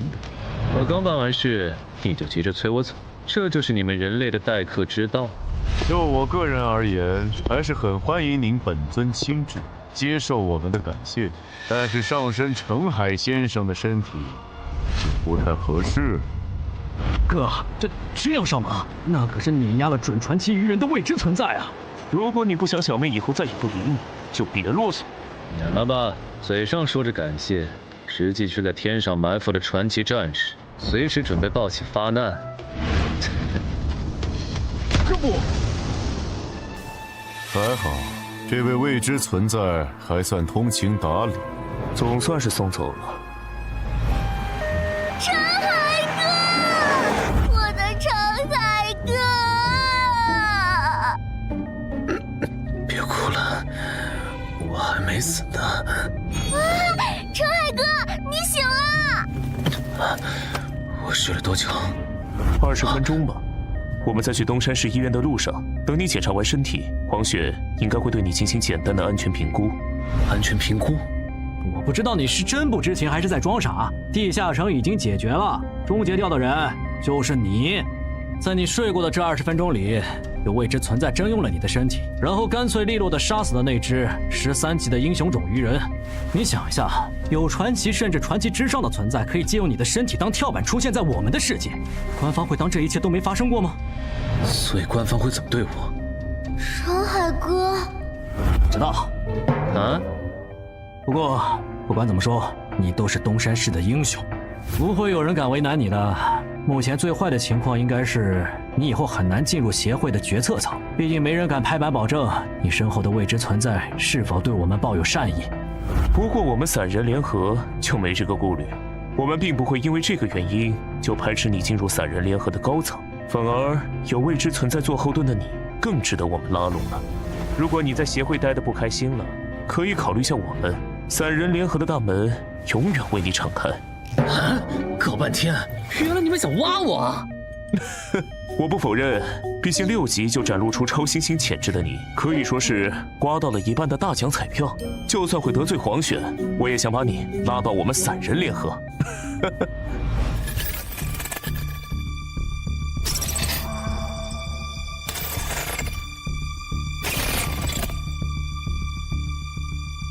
死囚之船，澄海先生，什么意思？澄海先生，澄海先生。抱歉，刚才在想事情，怎么了？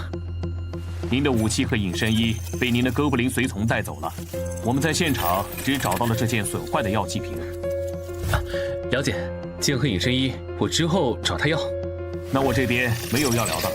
关于药水瓶的补偿方案，协会会在3个工作日内整理出来。好。这个人有点厉害，刚才的谈话，连我哪天成为冒险者和死亡主宰何时关注我都被他问出来了。他的副职业技能，该不会是强制对话，或者必须说真话吧？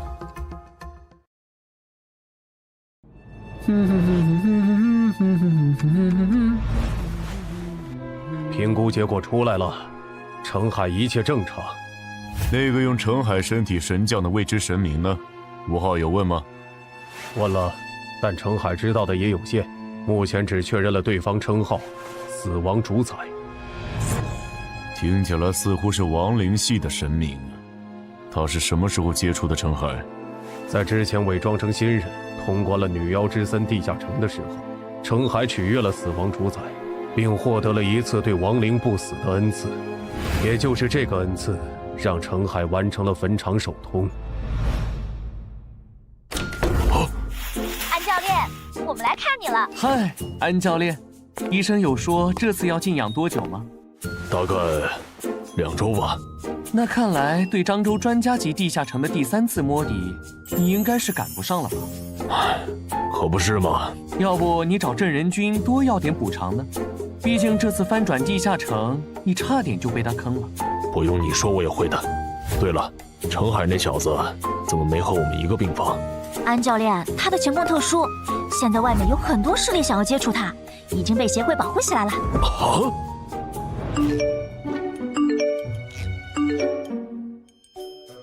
婉婉，不是吧？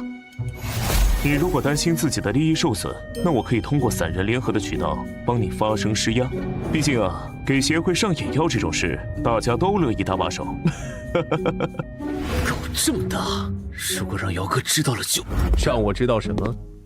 姚哥，看来你已经想起来了。这样好了，有缘再见了，这也是卷宗学者的人类冒险者。放心，我一点都不记恨这件事。毕竟打晕我的不是你，是你背后的未知神明。姚哥，但我怎么感觉你好像很在意这件事啊？好了，不跟你开玩笑了，你的安全评估过了，可以回家了。啊？现在吗？不需要再观察几天？怎么想留这儿白吃白喝吗？国内登记在册的神眷者就超过10个，他们背后的神明大多是守规矩的。说白了，只要你背后的神明没有展现出明显的反社会、反人类倾向，那协会这边就不会限制你的人身自由。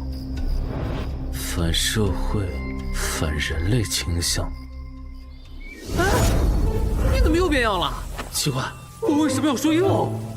算了，你和我简单说一下那位大人征用我身体的事吧。哥不。懂了，所以他是用我的身体打赢了那只鱼人，然后让你补了刀，你才进化成这个姿态的。不止如此，我还激活了隐藏进化路径，是连萨满大人的传承之书都没能收录的。那不错，正好你这个新形态蛮帅的，以后就叫你豪杰吧。对了，我的隐身衣和黑骑士之剑是不是在你那儿？在的。没别的事了，黑骑士之剑你拿好，等以后击杀强敌没提升了再还我。哥不。之前还担心他可能会跟不上我的脚步，现在看来这个担心有点多余啊。我的天，传说节！这效果也太 bug 了吧！征兵场我知道，这个突然冒出来的临时托管，该不会是降神吧？不行，我得问问。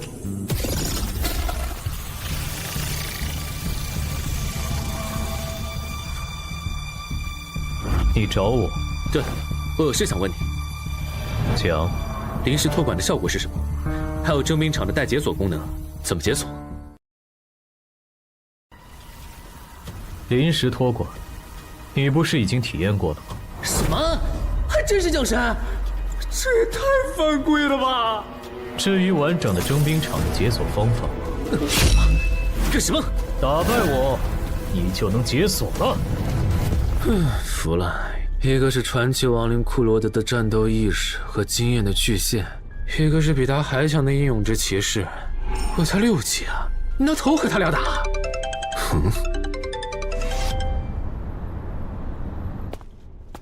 程海老弟来了。那个女冒险者不是地下城翻转的时候来帮助协助防守的吗？她怎么也在？哎，过来坐。就是他嘛，看起来不太像啊。是啊。没想到这位国家级超新星的气场竟然这么普通。王老哥，一阵子没见，你瘦了不少啊。有吗？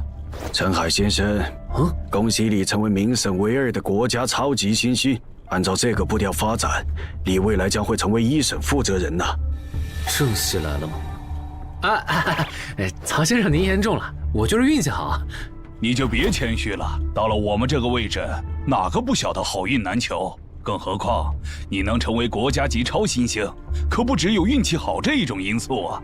我这人不喜欢弯弯绕绕，所以就开门见山了。您说，处理过1次翻转地下城的你，应该能意识到，一个优秀的入口负责人对于当地的生产和安全有多大保证了吧？负责人人选确实很重要。黄选会在明年卸任名省负责人一职，去挑战时隔多年重现人间的18级地下城。恐惧之墓，所以你应该能理解我们现在有多焦虑吧？恐惧之墓，18级地下城恐惧之墓。我知道这个地下城 ，BOSS 不是被传说级冒险者周建明带队击杀了吗？没那么容易，那可是连核弹都炸不死的怪物。周建明和黄雪他们当年豁出性命，也只是把它封印在了这个世界的某处，这才是真相。你所知道的，只是官方为了避免引起民众恐慌，特意修饰过的版本。但我还有一点不太理解，现在地下城就算出现，攻略价值也会下滑很多吧？这样一个地下城，为什么他会宁可舍弃民审负责人的身份，也要再挑战一遍？还是说这个恐惧之墓其实很特别？并不特别，就是个难度超标的18级亡灵系地下城而已。黄选在意它，主要还是因为天门山一战，他的很多战友死在了那里，再加上阿瑟瑞拉克的种族特性和弱点都已经被探明，现在不需要封印，可以直接击杀他们。这种情况下，你觉得黄选会眼睁睁地看着仇人被别人手刃吗？肯定不能。但我现在才6级，黄选卸任后谁当民审负责人的事，我好像帮不上忙吧？怎么帮不了？以你目前表现出来的潜力和成长速度，只要搭配合适的攻略团队，再加上我们的大力支持，1年时间足够你冲击负责人候补的位置。代价呢？你们付出的资源，就算是传说级冒险者也会感兴趣吗？如果只是为了在高等级地下城翻转时照顾一下你们的产业和家人，我想这点小忙应该换谁来都没理由拒绝吧。所以你们到底想要我做什么？陈海先生，你误会了，我们投资你不需要你付出任何代价，我们只是单纯不选任某个人成为民审负责人。某个人？在你横空出世之前，民省只有1个国家级超新星，如无意外的话，他将是黄选的接班人。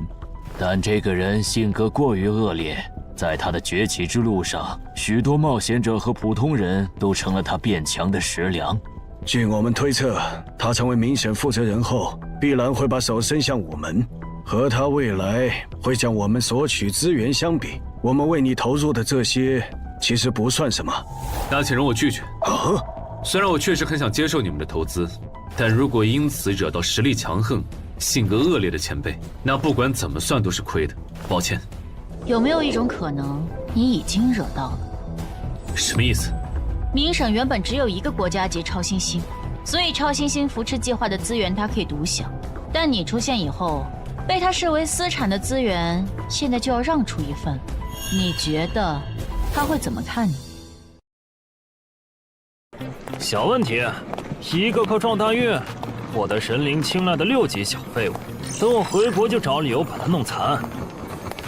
就是他嘛，大火鸟唐德，穿得这么招摇，不知道的还以为他是来济州岛开演唱会的潮流巨星呢。你小声点，听说这个人脾气性格不太好，你如果不想攻略地下城的时候被他失手打伤，就别说这种话。这俩韩国人嘀嘀咕咕的，以为我听不懂他们在说什么吗？要不是我急着升到传说，回去接黄选的班儿，肯定要教训一下这俩韩国佬。你好，你们也好啊，韩国的兄弟。这位是全仇，我叫卜子明，我们是韩国的国家级超新星。幸会幸会，我叫唐哲，圈内人喜欢叫我大火鸟，你们叫我大鸟就行。话说，咱们什么时候开始攻略济州岛的高难度专家级地下城？你想打听唐德？对，我听说他有点难相处。3人联合跟你说的？这你就别问了。不过你的消息源确实没骗你。不，应该说他比传言更难相处。我这个称号其实就和他有关。老实说，如果我后来没加入健身馆，现在可能已经死在某个地下城，或者被他和他的狗腿赶出名省了。不用太担心，你和唐德不是一个等级区间，现在还不属于竞争关系。只要你后面能控制好升级速度，他应该不会太为难你。但愿吧。说起来，你今年的地下城通关指标还没做吧？我过几天要去漳州挑战10级地下城山丘上的巨人。咱俩认识这么久了，还没合作过，要不要组个队一起？好啊。啊？你想在近期把你今年的地下城攻略指标全清掉？我感觉我的力、名、体，靠锻炼已经很难有明显的提升了。打算找2个合适的地下城，锻炼下实战能力。合适的地下城，很难找吗？那要不条件放宽一些？倒也不用。襄城区有一个难度中等的10级地下城，我跟那边的负责人打声招呼，把你加进去。真的吗？谢谢郑哥。嗨，这有什么好谢的？啊，对了，你那个药水瓶的补偿方案下来了，你空了记得去找姚文仲，顺便把你之前赚到的祭点一并兑换成奇物。好。你的无限红药瓶属于极珍稀的补给型器物，整个漳州没有第2件。我们目前能给出的补偿是：1. 同等稀有度的保命奇物；2. 1张奇物升级券。你看选哪个？我能看一下保命奇物的效果吗？可以。好霸道的效果，没有脱战的限制，说明可以在打不过又逃不掉的地下城 BOSS 面前强制脱离。如果不是只能用1次，我感觉它的价值要远高于稀奇古怪的回血药水。我个人建议你选1，因为奇物升级券只有高魅力才能发挥它的最大效果。高魅力？怎么说？你可以理解为，高魅力冒险者在使用奇物升级券时，会更容易得到自己急需的奇物和装备。至于这一现象背后的原理，学界目前还在猜想论证阶段。等等，我记得用奇物升级券换到稀奇古怪的回血药水时，不仅是面板提示我呀，而且那时魅力值才11，这算高吗？难不成那时候死亡主宰之类的什么东西就盯上我了？是他拉了我一把，从鬼门关前救回了我吗？但是为了什么呢？陈海，不好意思，走神了。我选1。好，那我们接下来核算祭点兑换奇物。结果适合我的奇物就只有这2件，这跟手杖找东西时有一半的几率指错方向。不过有了它，以后碰到寻找类任务，总归能派上用场，也算是挺好用的辅助奇物。还有这枚戒指，虽然用1次要冷却3天，但这上面的范围性伤害法术，刚好可以弥补我没有群伤技能的短板。完美！现在的我已经没有死角了。必要再考虑一段时间。对，正好这段时间，我要去把协会的地下城通关指标做完，预计需要1个月时间。到时候我会升到8级，您和您的朋友也不用担心时间上会来不及。1个月嘛，那唐德应该也从济州岛回来了。行吧，1个月后我等你电话。没道理啊！我完全按照坟场的攻略法来的。为什么我假死后，坟场的 BOSS 还会攻击我啊？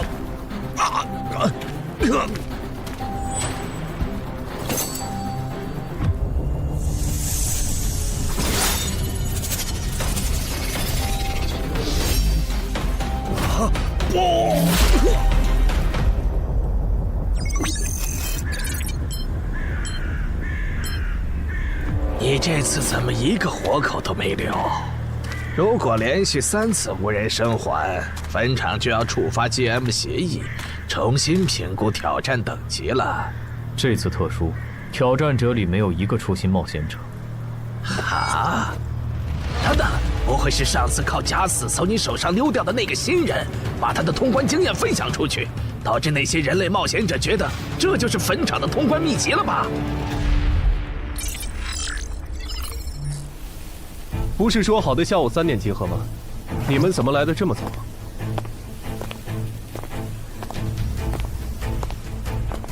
这次攻略行动一共几人？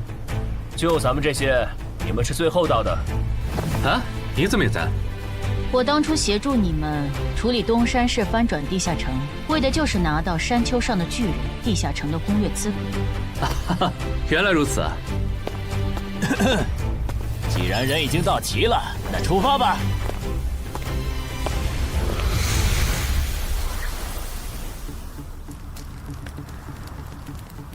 那头暴龙怎么死了？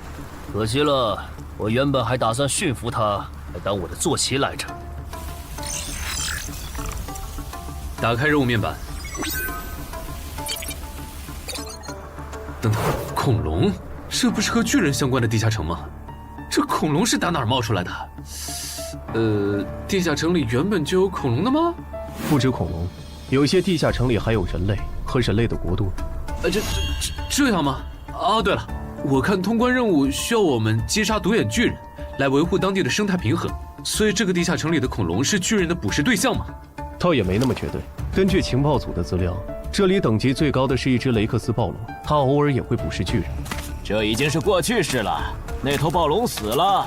死了？应该是最近几天有独眼巨人碰巧晋升为首领级个体了，然后联合同伴围杀了那头雷克斯暴龙。现在的问题是，成年的独眼巨人一般有22点力量和20点体质，首领级的独眼巨人只会更高。如果对方的体质达到了23点，那我们恐怕很难破他的防。你的意思是，这个地下城不久前诞生了个首领级独眼巨人？不然无法解释那头雷克斯暴龙的死。我记得独眼巨人的进化路径不多，其中最常见的是冠军独眼巨人。冠军独眼巨人的体质大概多少？23，加上巨人族普遍皮糙肉厚，冠军独眼巨人更是这个亚种里的佼佼者。我觉得就算解禁弱武器，咱们也未必能给对方造成多大伤害。那只能先送一个人回去，跟入口负责人说，山丘上的巨人地下城难度上调，急需针对性奇物和帮手了。咱们之中我实力最差，送信的工作交给我吧。好，我知道这附近哪有恐龙，我带你去做脱离任务。我带了无人机，寻找首领级独眼巨人的工作可以交给我。和可靠的队友一起攻略地下城，感觉如何？怎么说呢？我感觉或许会成为我通关的最轻松的地下城了吧。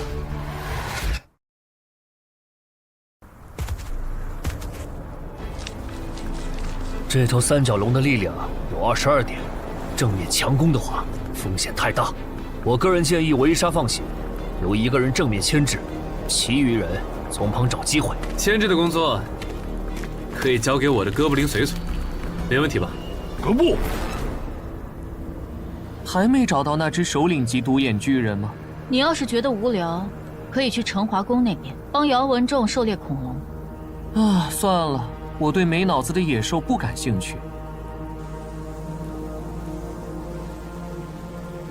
我明明用的低噪音无人机，怎么会被发现呢？独眼巨人的感知，不是说很低的吗？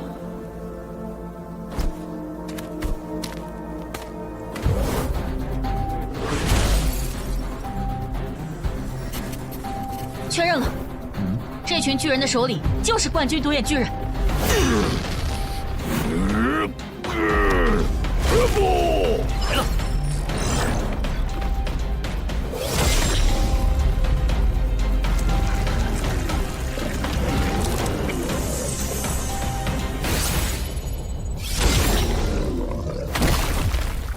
很出色嘛，那个叫澄海的超新星。再出色他也出不了头。远的不说，就周家那个上门女婿，他当年不出色吗？最后还不是被唐德针对到心灰意冷，给周家姐弟当保姆去了。散开！你的有限次天界召唤魔导书已经不能再召唤我了。之后如果还想找我帮忙，记得准备有价值的卷宗或古物。好的。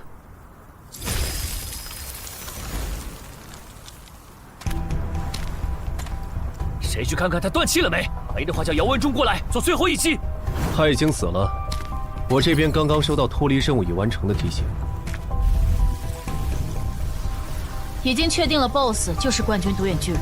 你出去以后，记得让入口负责人做针对性的人员补充。明白。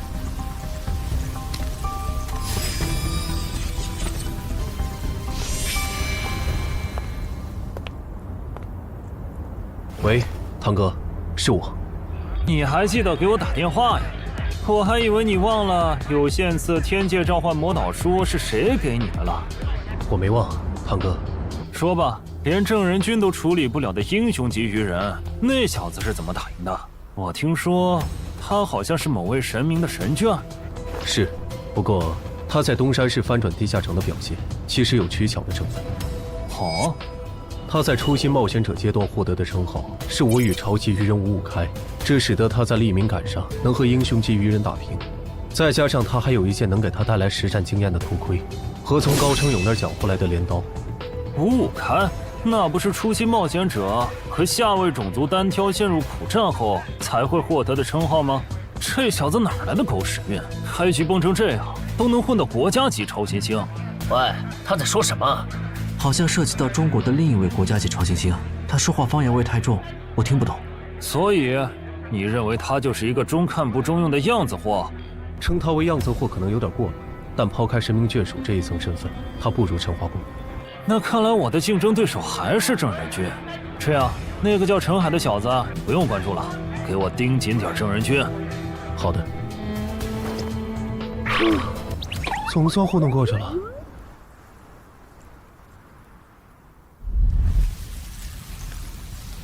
陈哥，白天的时候明明时间很充裕，咱们为什么不顺便也把脱离任务做了？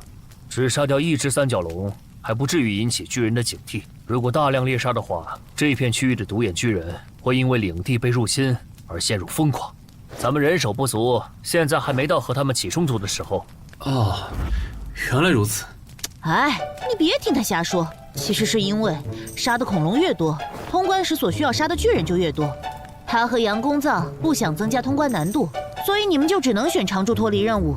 哎，不是，你别拆我台啊！哼，就许你扯谎骗新人，还不准我跟人家说实话？臭女人！不过这么看的话，这个地下城的轮换脱离任务其实很坑啊。一般来讲，在杀死一只恐龙和记录一种恐龙的习性之间，只要实力够，没人会选择更耗时间的后者。但殊不知，这样反而导致了通关难度的上升。看来我要学习的东西还很多呀。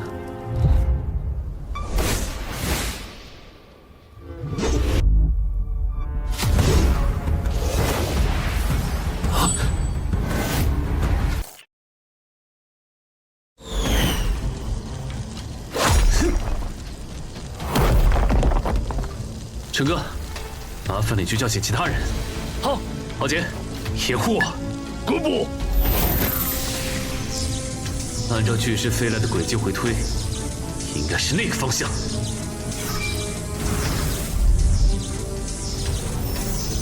找到了。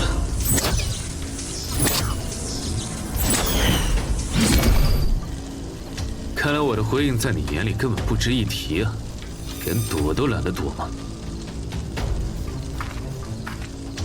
那些巨人是怎么找到我们的？应该是篝火。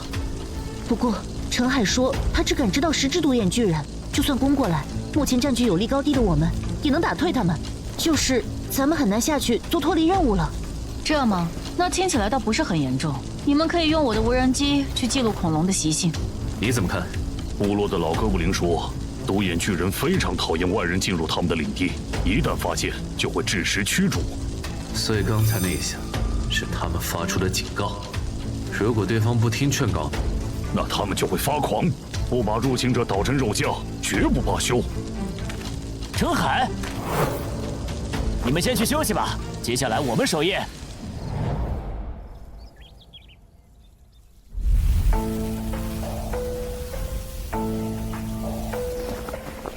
老豆，他们还没走。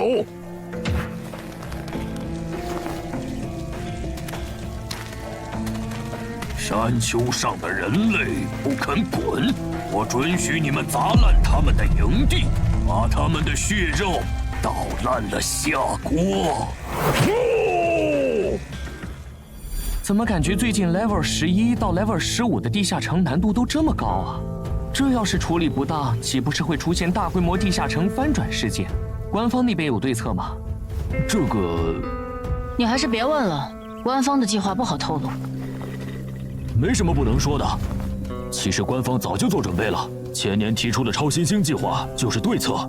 难怪官方突然花这么大精力在各地招募精英冒险者，原来是想利用他们来对抗这些失控的地下城怪物。哎呀，憋死了，憋死了！哦，痛快。什么声音？巨人爬上来了！灵力提升，想偷袭门都没有。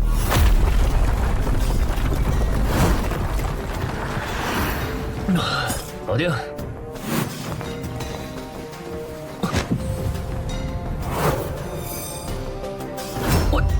完蛋了！杨公曹，你们怎么让独眼巨人打上来了？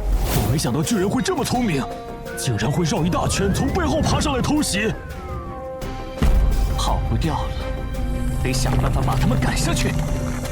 欧提路克冰封术，冰封术撑不了太久，你们还有什么办法？除了硬碰硬，还能怎么办？直接上！人数、力量都不占优，我们的胜率很低。而且，对面还有一只冠军独眼巨人，我们加起来也不是他的对手，到底该怎么办？等等，我记得你会接上控制类法术，能用在巨人身上吗？我们可以试试用困惑术干扰他们的行动，但是这样根本没用，巨人对这种法术有免疫效果。你别管，我自有办法。契约召唤，构装生命体。尊敬的工程魔女，构装体9号，很高兴为您服务。隐身斗篷给你用吧。那你呢？我有头盔就够了。走吧，去会会他们的首领。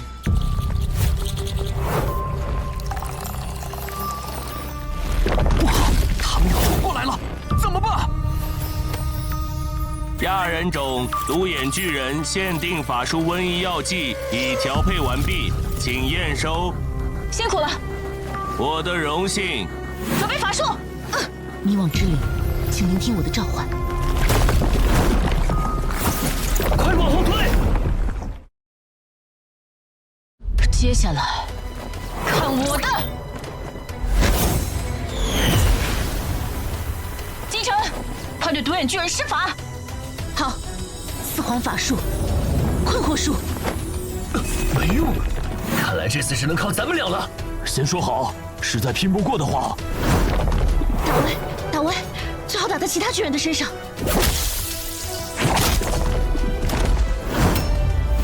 术竟然变成了指使术，巨人强制执行了我的指令。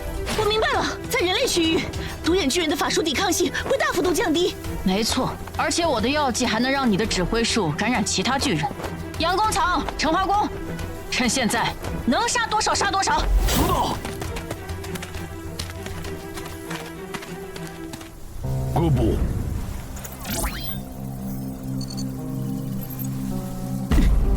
从记录恐龙习性到击杀冠军独眼巨人，这任务难度差的也太多了吧！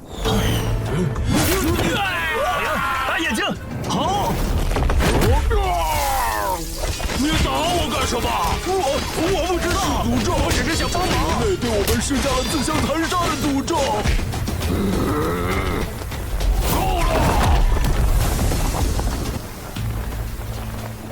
够了！你们赢了，人类！我承认这一片是你们的领地。带上受伤的同胞，我们离开。可是这是命令。这就结束了，我都准备要拼死抵抗了。独眼巨人的生育周期很长，所以都很惜命。他这是为了避免死战损失才退让的。我要回去睡回笼觉了。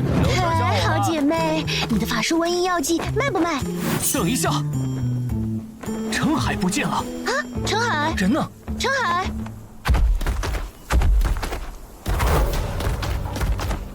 人类，我们不是已经认输了吗？为什么还来？真要闹到不死不休的地步吗？人类，我也不想这样。但今天你我只能活一个，你要怪就怪那个逼着我们决斗的混蛋神明吧。就在这儿打，我都行，第一套你挑。找到了，等等，陈海要单挑冠军独眼巨人，在哪儿？他在独眼巨人的决斗场里。这应该是队友的无人机，本来不想暴露战斗细节的。看来不行了，人类。你说你是被神明逼着来和我决斗的，那你们能进入我们的领地，也是因为他吗？具体我也不清楚，不过10年前我们那边就已经开始出现入口了。要是不按规定完成任务，像你一样的怪物们就会冲出来反杀我们。原来如此，那就没办法了。是啊。不可调和的矛盾，只能你死我活了。考虑到我和巨人的身形差距，他的攻击路线应该只有4种，分别是向下砸、低空扫、凌空踩，以及直接抓。无论哪一种，拥有未来视野的我都能在第一时间预判、避并反击。只要抓住机会弄下他的毒瘾，管他是不是，我们耗死他。是财。接下来人类，快结束了！原来还有第5种变化吗？好嘞！刚才那一下是错觉吗？手感竟然和我打暴龙时相差无几，他区区一个人类。老大小心！这样也不行吗？你还真是强的可怕，一点死角都找不到。彼此彼此，你也比我想象的更难对付。麻烦了，解决不了他的阵脚，近战就只能被动挨打。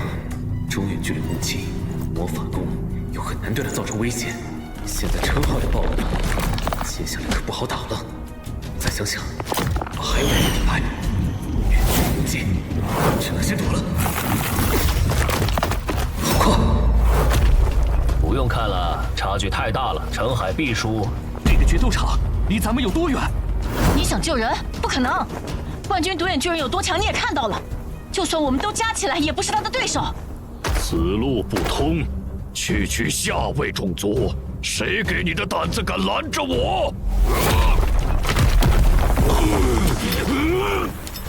大意了，这个冠军独眼巨人除了力量和体质，敏捷竟然也有接近20的水平，不好！这个小人很耐打呀，这样都没死。放开我！小心点，他好像还能攻击。怕什么？上次那头暴龙挨了老大2棒子后，都任人宰割了。这个小人类还能翻起什么浪花呀？那就让你见识一下！老大，布林被杀了！那个人类还没死，你也感受一下吧！不！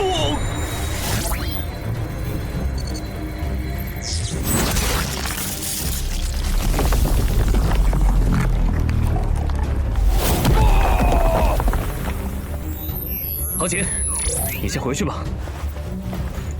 狡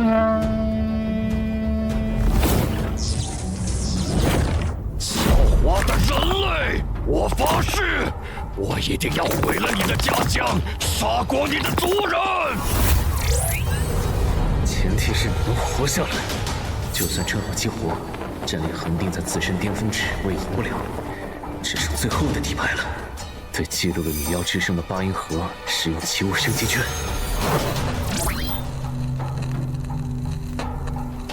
只要撑过绝望之音的3分钟，就有机会。使用英勇之骑士试炼徽章，接下来就好好享受吧。哎，不许跑！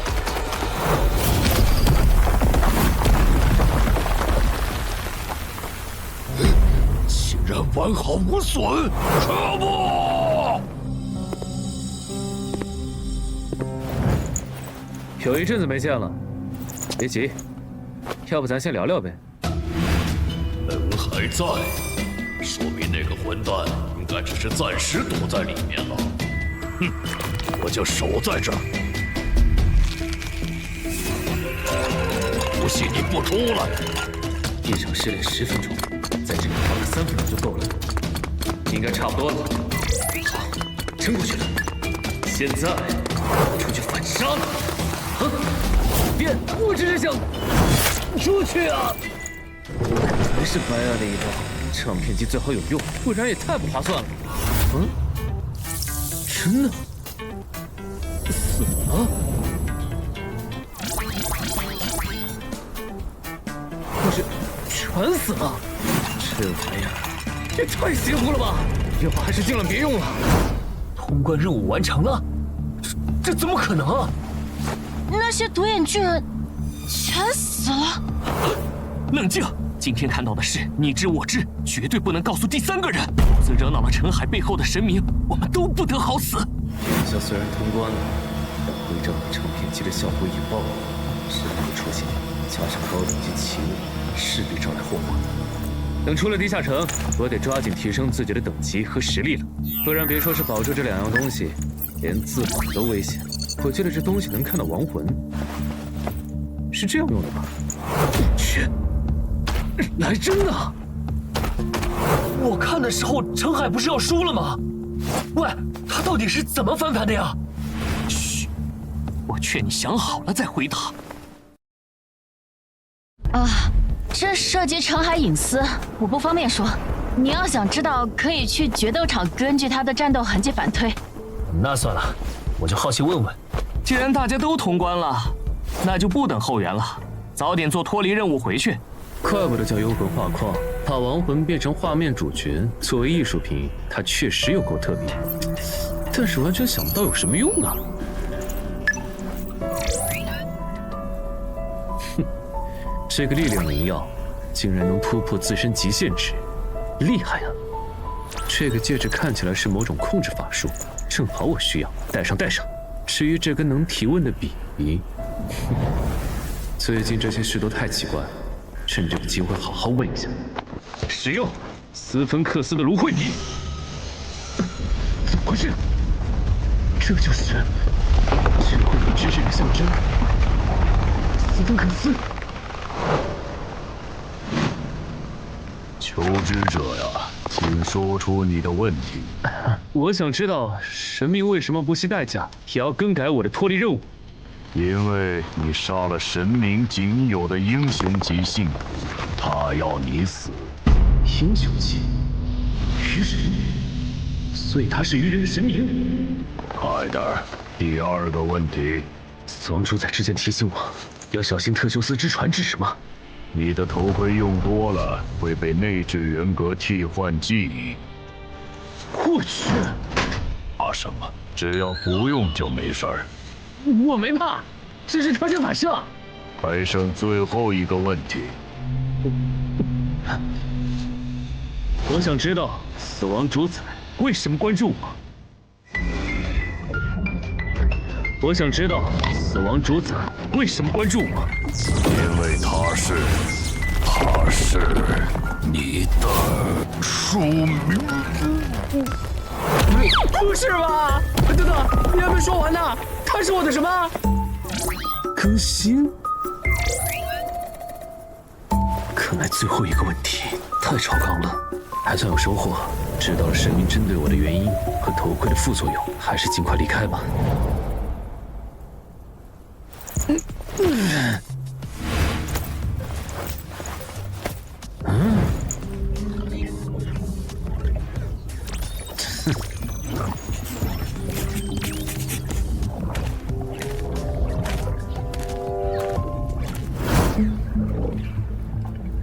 不是说有冠军独眼巨人要支援吗？这怎么显示已经通关了？可能我走后，里面又有了什么突发状况。有人出来了。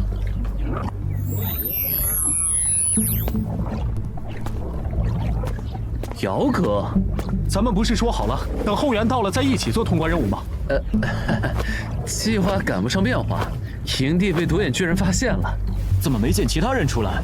别告诉我，就你活下来了？他们还在做脱离任务啊！我最先完事，所以先回来了。山丘上的巨人，地下城里有恐龙，负责通关的官方冒险者，还有额外的恐龙蛋采集任务，晚一些出来也正常。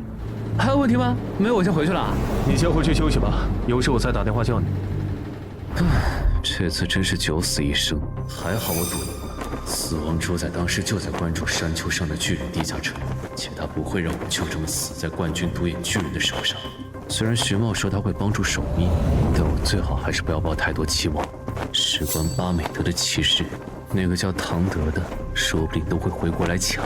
所以摆在我面前的路只有一条，那就是赶紧出国，速通死亡行者的8项势力。但下个地下城里波利伯杜瀑布，如果又把脱离任务的难度改到我完成不了怎么办？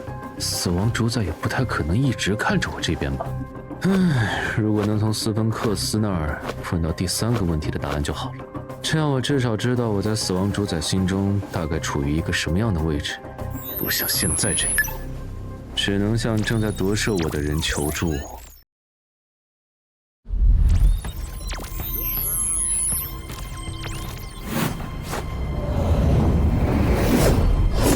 我不是来打架的。你已经知道了使用我的代价，不从我这夺回你的记忆和部分人格，那来干什么？果然，我已经有一部分内在被替换。按他刚才说的，似乎只要打赢了他，我就能夺回自己被替换掉的部分。我来问几个问题，问完就走。咱们在上一个地下城的遭遇你也看到了，你应该不想我就这样被坑死在某个地下城，然后陪着我一起腐烂生锈。你想问什么？你觉得我和布里伯杜普的恩怨有没有大到让他在之后的地下城继续做手脚，不把我坑死不罢休？如果有，你觉得下次遇到类似的情况，死亡主宰还会帮我吗？这破头盔坑我啊！海之母找死亡主宰求情，让他饶了英雄级鱼人的事儿不和我说。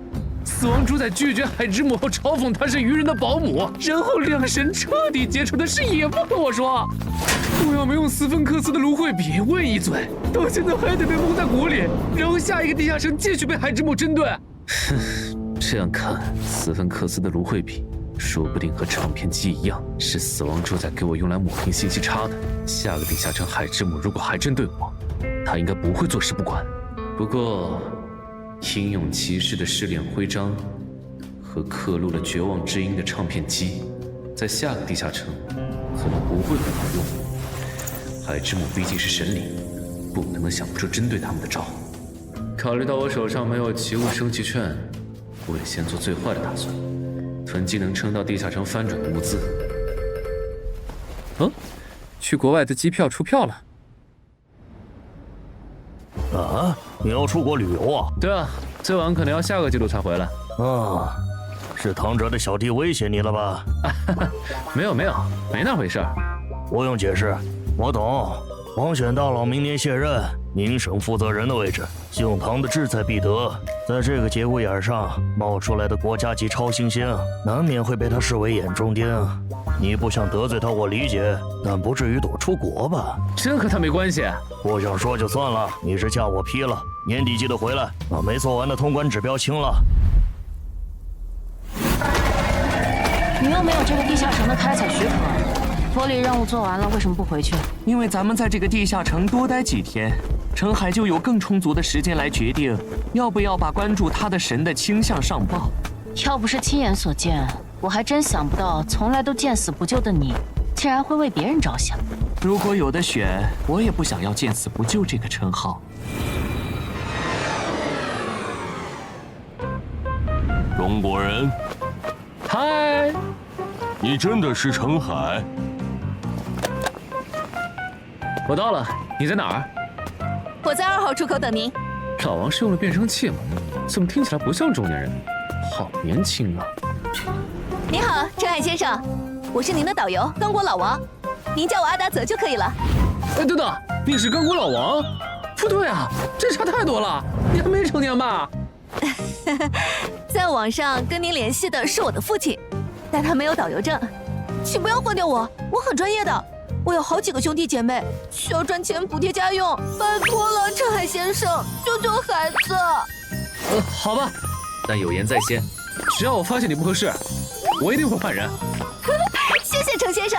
谢就免了。我现在要买一套激流滑艇用的装备，我想明天就挑战刚果河，你来安排，可以吧？没问题。陈海先生是来自别国的冒险者吗？不，只是普普通通的极限运动爱好者。陈海先生不擅长说谎呢。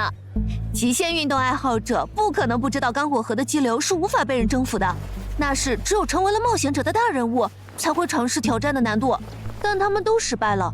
不过赞助商还是把冈布河激流滑艇作为一个常驻挑战，只要能在10级以前征服它，就能成为签约冒险者，得到新星培养。除了您以外，明天还有2位冒险者要挑战它。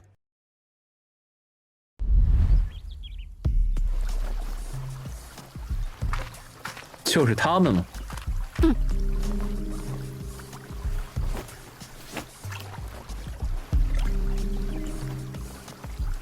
那小子也要挑战刚果和激流滑艇，别管他，按咱们的节奏来。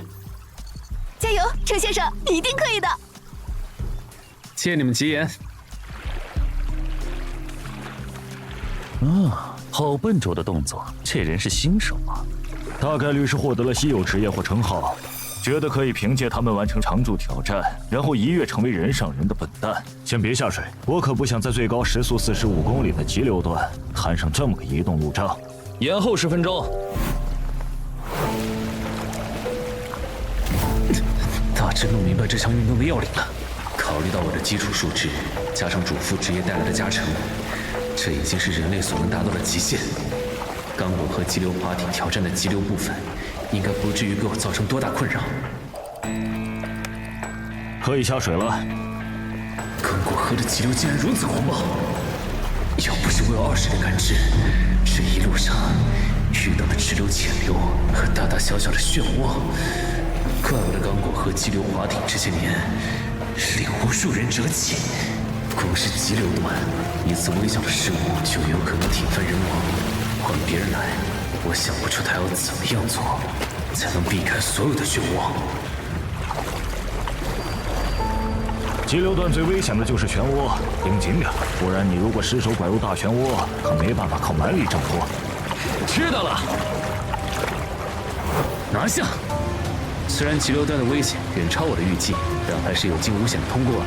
就算这体力消耗的有点多，如果回血钥匙还在就好了。瀑布，这么快就要进入落差段了吗？糟了，我还没准备好！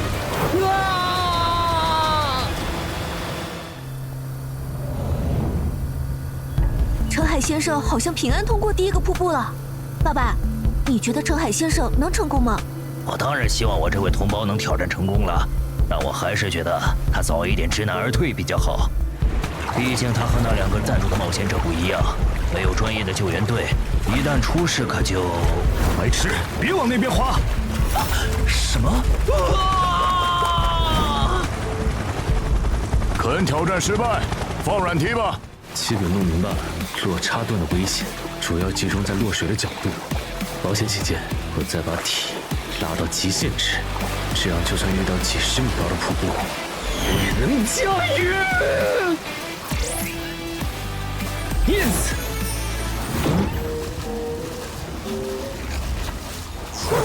等一下，等一下，等一下！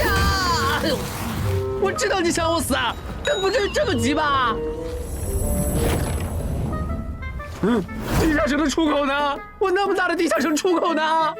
虽然对这一次地下城的难度早有预料，但出口都不给我留，是不是有点太过分了？本想耗到地下城反转，结果海之木根本不给机会。就算这次活下来，以后的地下城也都是玩命了。不是，这个地下城的脱离任务是找到沙漠里的一艘船，这任务正常情况下谁完得成啊？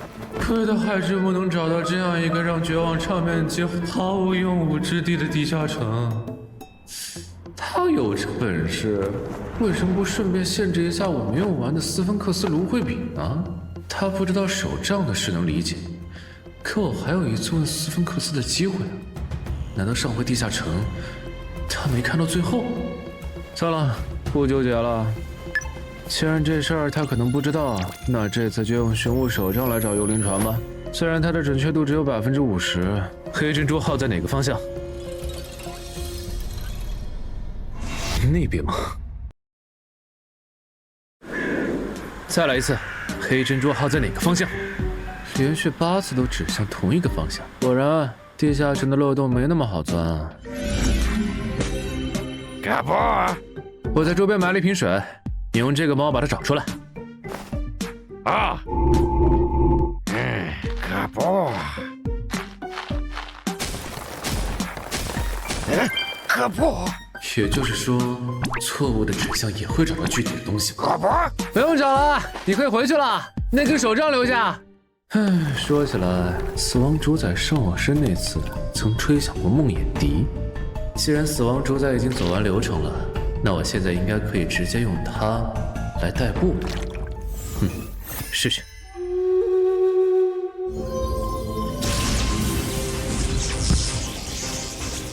嗨，还记得我吗？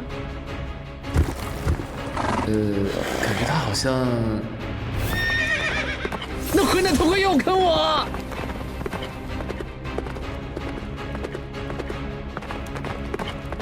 就是这里，但周围什么也没有啊。那艘幽灵船该不会埋在地下吧？如果真是这样，那我的工作量可就大了。提示：触发死亡行者专属技能“死亡预兆”。快躲开！咱们的脚下有东西啊！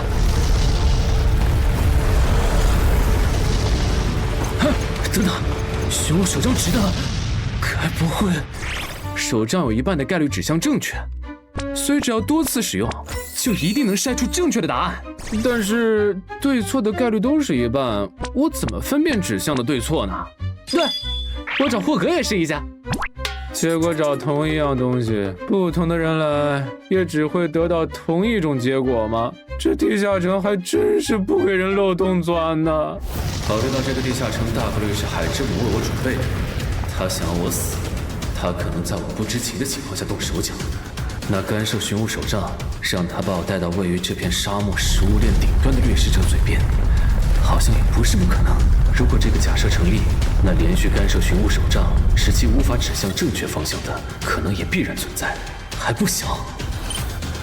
这就是与神明为敌的下场吗？还真是如履薄冰呢。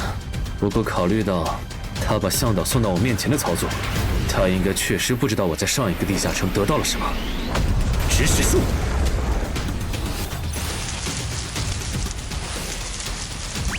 这些够吗？他说可以。那就按照咱们约定的，你吃饱了要带我们去找埋葬在这片沙漠里的幽灵船。什么东西？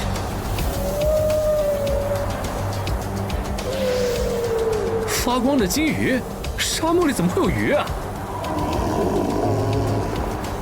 他说那是远古的幽灵，看到幽灵就说明我们快到了。远古的幽灵，所以这片沙漠曾经是海洋。那就是幽灵船黑珍珠号吗？他让咱们小心，那艘船里有一位非常强大的幽灵，他打不过。多谢告知。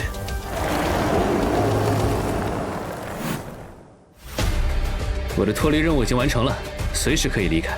等会儿如果没谈拢，你赶紧走，别管我。好的。海洋与天空诸神已经示威到这个地步了吗？竟然找你们这样的菜鸟来收集诅咒金币！诅咒金币？你不知道诅咒的事？搞半天你是得罪了某位海洋女神，被流放到这里的倒霉蛋呢！哼，亏你能找到这儿来！就现在，走！保重，萨满大人！那你没用了！干不！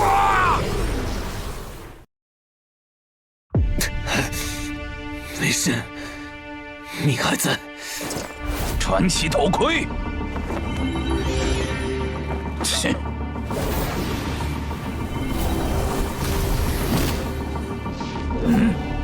试炼之门，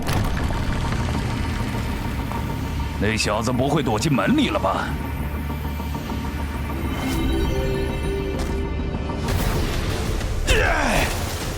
那个死小鬼，竟然敢耍伟大的巴博萨船长！10分钟，是要我在10分钟内打败这个叫麦拉的家伙吗？还是存活10分钟？好快！巴博萨的储金匣在哪个地方？等等，这个活化盔甲的等级不会比本船长还要高吧？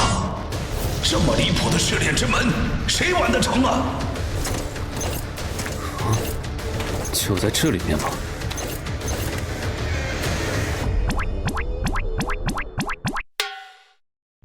靠，又错了！不过这猴子好像是巴博萨的宠物，他应该知道储金匣放在哪吧？小猴子，能不能告诉我你家船长的储金匣放在哪儿啊？我可以拿这个跟你换。不同意，那没办法了。指使术，带我去找巴博萨的处境匣。很好，就剩最后1分钟了，只要再坚持一会儿。哇！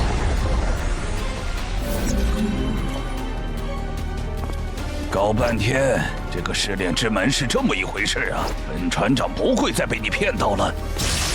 等等，我的处境匣。这就是巴博萨的处境匣吗？脱离和延续任务都做完了，我这边可以随时备案。正好巴博萨还没回来，要不……你们船长的宝物平时都放在哪儿啊？指使术的法术效果已经结束了吗？你别以为我只有指使术这一种对付你的法子。不想被我关到幽魂画框，成为独眼巨人的口粮，就给我乖乖听话。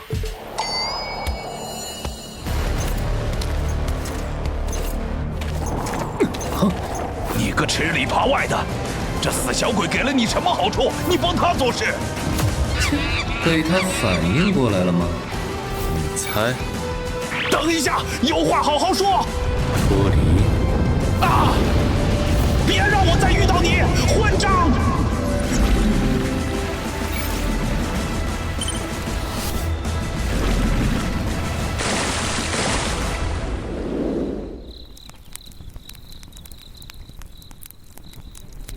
通关山丘上的巨人，地下城时事情太多，没来得及看。结果在那个地下城，我的力量、敏捷和感知都上升了一点。我记得之前在潮汐鱼人的狩猎季节，地下城里也出现过类似的情况，所以其实基础数值是可以在攻略地下城时得到提升的，只是触发条件还不明确。感觉回东山后可以请教一下正哥。虽然得到了2件史诗级奇物，但他们一个是用来寻找阿兹特克金币的，一个是储金匣，装满以后开启下一阶段的地下城。对现在的我来说都没什么用。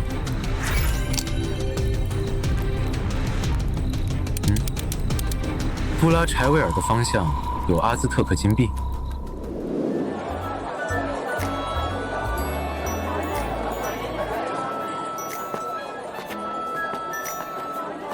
程海先生，您为什么不早点打电话叫我们开车去接您呢？您一个人在野外生存20多天。因为我在附近发现了一个地下城入口，当时光想着攻略那个地下城。这样吗？不，5枚是最低价。好吧，5枚就5枚。老板，我能看一下你手里的金币吗？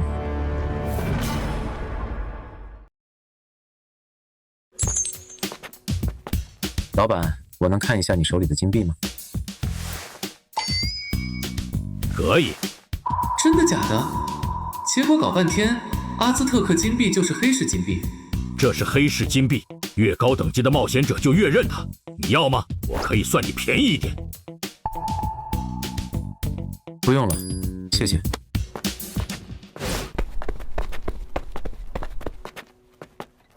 如果收集的对象是黑市金币，感觉装满储金匣应该没多难，毕竟它已经多到能当冒险者的主流货币了。这样看，永恒指针在我这里反而没多大用处，之后可以考虑用奇物置换券换成别的史诗级奇物。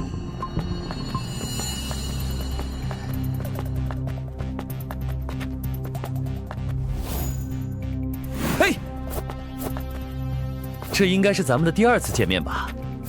肯，费舍尔，程海，阿达泽。那天之后，你怎么不继续挑战冈部和急流了？他们不知道我其实挑战成功了吗？那还是不要说实话了。嘿嘿，因为我发现这个项目对现在的我来说有点过难了。这里不是说话的地方，咱们换个地方聊。我个人不喜欢绕弯子，所以就开门见山了。请说。我们郑重邀请你加入我们的团队。啊，等等，你们又不知道我的职业和等级，为什么邀请我？这会不会太儿戏了？这是我们深思熟虑后的决定。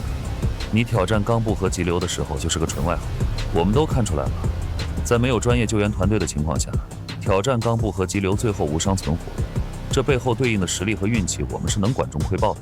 所以你觉得像你这样的人才，我们会什么也不做，眼睁睁的错过吗？原来如此，感谢你们的认可。但我是官方冒险者，每年的地下城攻略指标和翻转地下城借调会占用我绝大部分时间，恐怕……官方冒险者嘛，那就没办法了。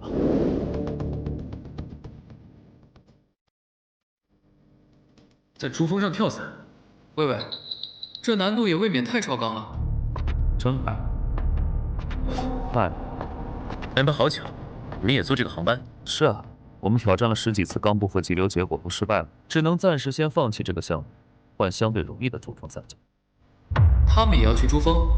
等等，我的前2项试炼和他们的行程完全重合，这2个人的职业不会也是死亡行者吧？试探一下。珠峰伞降也是 Yellow Moon 的常驻挑战项目吗？不是。那你们为什么要？因为我们的副职业是极限运动员，它的其中一个效果是职业者可以靠完成超高难度的极限运动来永久性提升自身的基础属性。竟然还有这样的副职业？那你们的基础属性几乎远远高于同等级的冒险者。没你想的那么好，只有几乎无法完成的极限运动才能带来属性上的提升，比如攀登珠峰。这个项目放在20年前绝对够格，但随着当地的下巴人推出了针对有钱人的向导服务以后，登顶的人就越来越多，这就导致我们为了凑难度，不得不额外追加疾风伞降的部分。这样吗？那还真是辛苦。喂，1月之期已到，你考虑的怎么样？我想了想，还是不掺和黄选大佬的接班人选拔了。你可以不参加。但你觉得唐国会放过同为超新星的潜在竞争对手吗？大不了在结果出来以前，我先在省外待一段时间呗。我都这样了，他总不能赶尽杀绝吧？程海，该出发了。好的，我马上来。